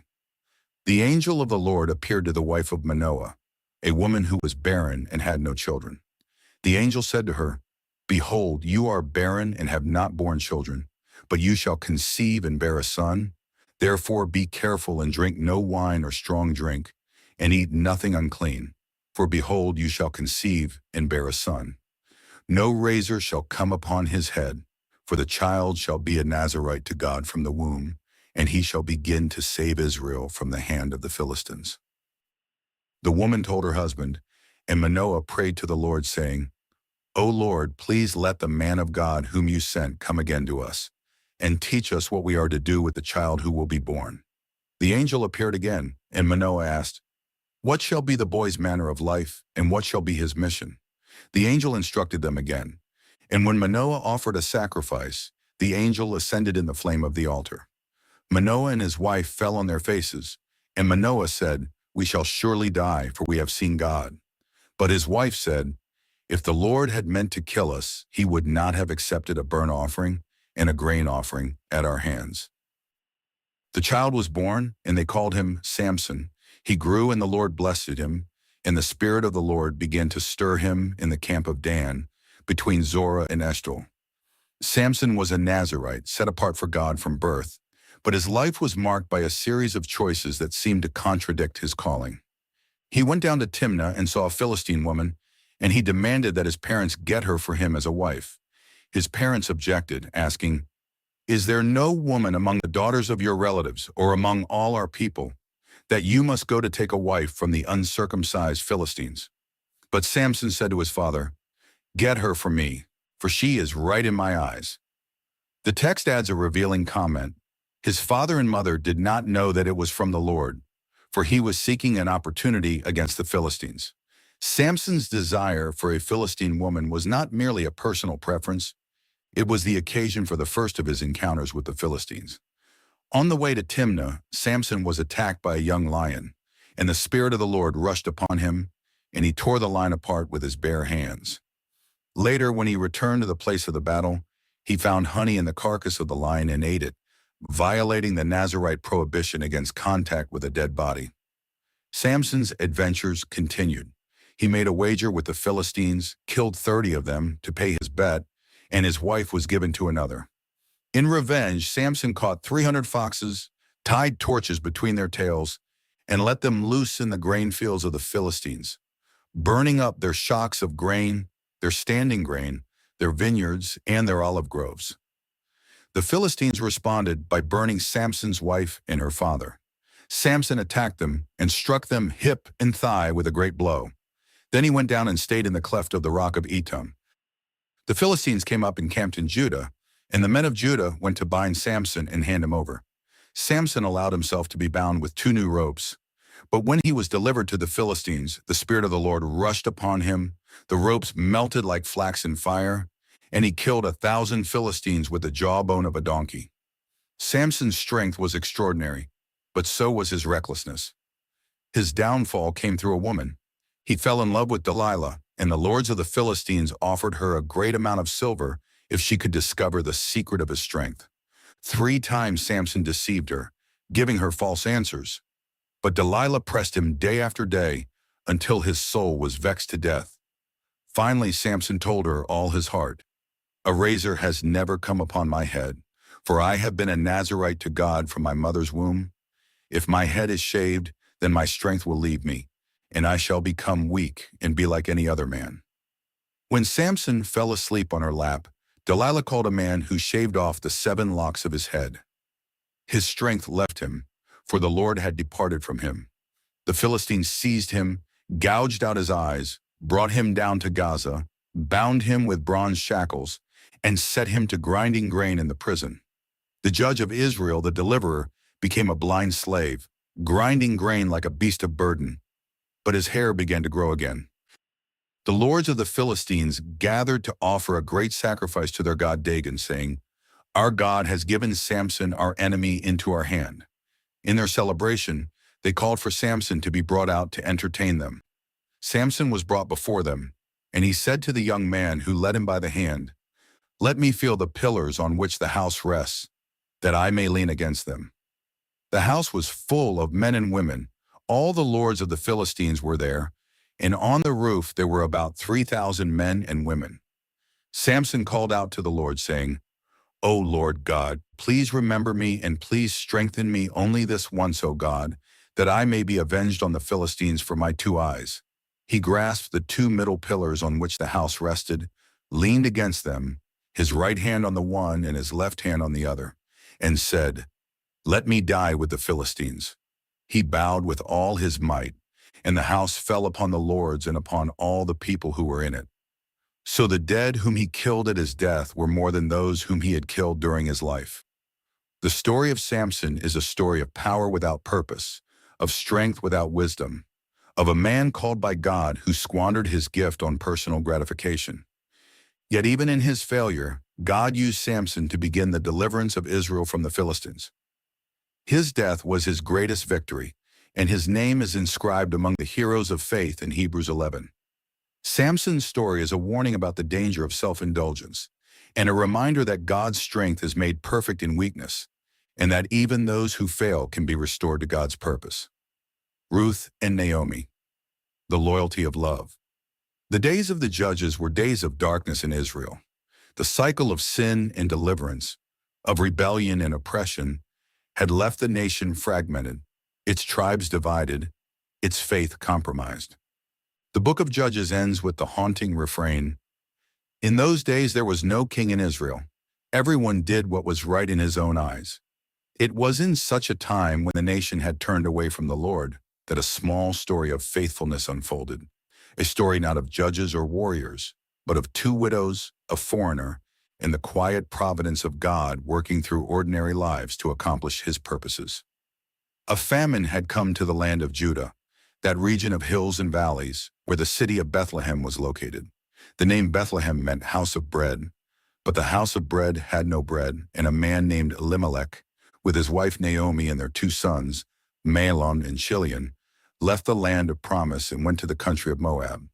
The Moabites were descendants of Lot, but they had been enemies of Israel since the days of the wilderness, and the Lord had forbidden Israel to seek peace with them. Yet Elimelech took his family to Moab, seeking relief from the famine that had struck the land. In Moab, the family settled, and the sons married Moabite women, Orpah and Ruth. The marriages were outside the covenant, unions with women who did not know the God of Israel. Then tragedy struck. Elimelech died, and Naomi was left a widow in a foreign land. Then Mahlon and Chilion died, leaving Naomi without her husband and without her sons, a woman alone in a country not her own, with 2 daughters-in-law who were bound to her by marriage, but not by blood. Naomi heard that the Lord had visited his people and given them bread. The famine in Judah had ended, and the house of bread once again had bread. She set out with her daughters-in-law to return from the country of Moab, for she had heard that the Lord had blessed his people. The 3 women set out on the road that led from Moab to Judah, a journey that would take them across the Jordan River, through the valley where Jericho had fallen, into the hill country of Judea. But at a certain point, Naomi stopped and spoke to her daughters-in-law with words that revealed the depth of her sorrow and the generosity of her heart. "Go, return each of you to her mother's house. May the Lord deal kindly with you, as you have dealt with the dead and with me. The Lord grant that you may find rest, each of you in the house of her husband." Naomi kissed them, and they lifted up their voices and wept. They said to her, "No, We will return with you to your people." But Naomi said, "Turn back, my daughters. Why will you go with me? Have I yet sons in my womb that they may become your husbands? Turn back, my daughters. Go your way, for I am too old to have a husband. If I should say I have hope, even if I should have a husband this night, and should bear sons, would you therefore wait till they were grown? Would you therefore refrain from marrying? No, my daughters, for it is exceedingly bitter to me for your sake that the hand of the Lord has gone out against me." Naomi's words were honest. She had nothing to offer her daughters-in-law. In ancient Near Eastern culture, a widow without a son had no protection, no provision, no future. Orpah and Ruth were young. They could return to their families, remarry, have children, have a life. Naomi had nothing to give them but the bitterness of her loss and the certainty that the hand of the Lord had gone out against her.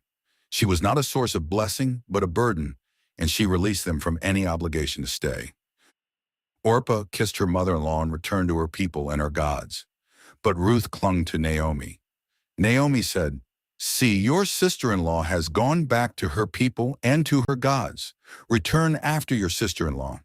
But Ruth answered with words that have resonated through the centuries as one of the most profound declarations of loyalty and faith in all of Scripture.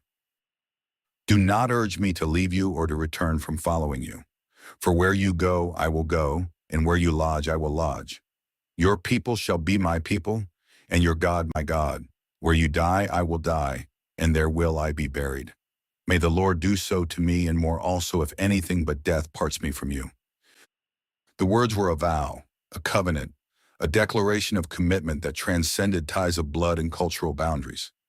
Ruth was a Moabite, a member of a people who had been excluded from the assembly of the Lord. Her gods were the gods of Moab, Chemosh, and Ashtaroth, the idols that had led Israel astray. But she had seen something in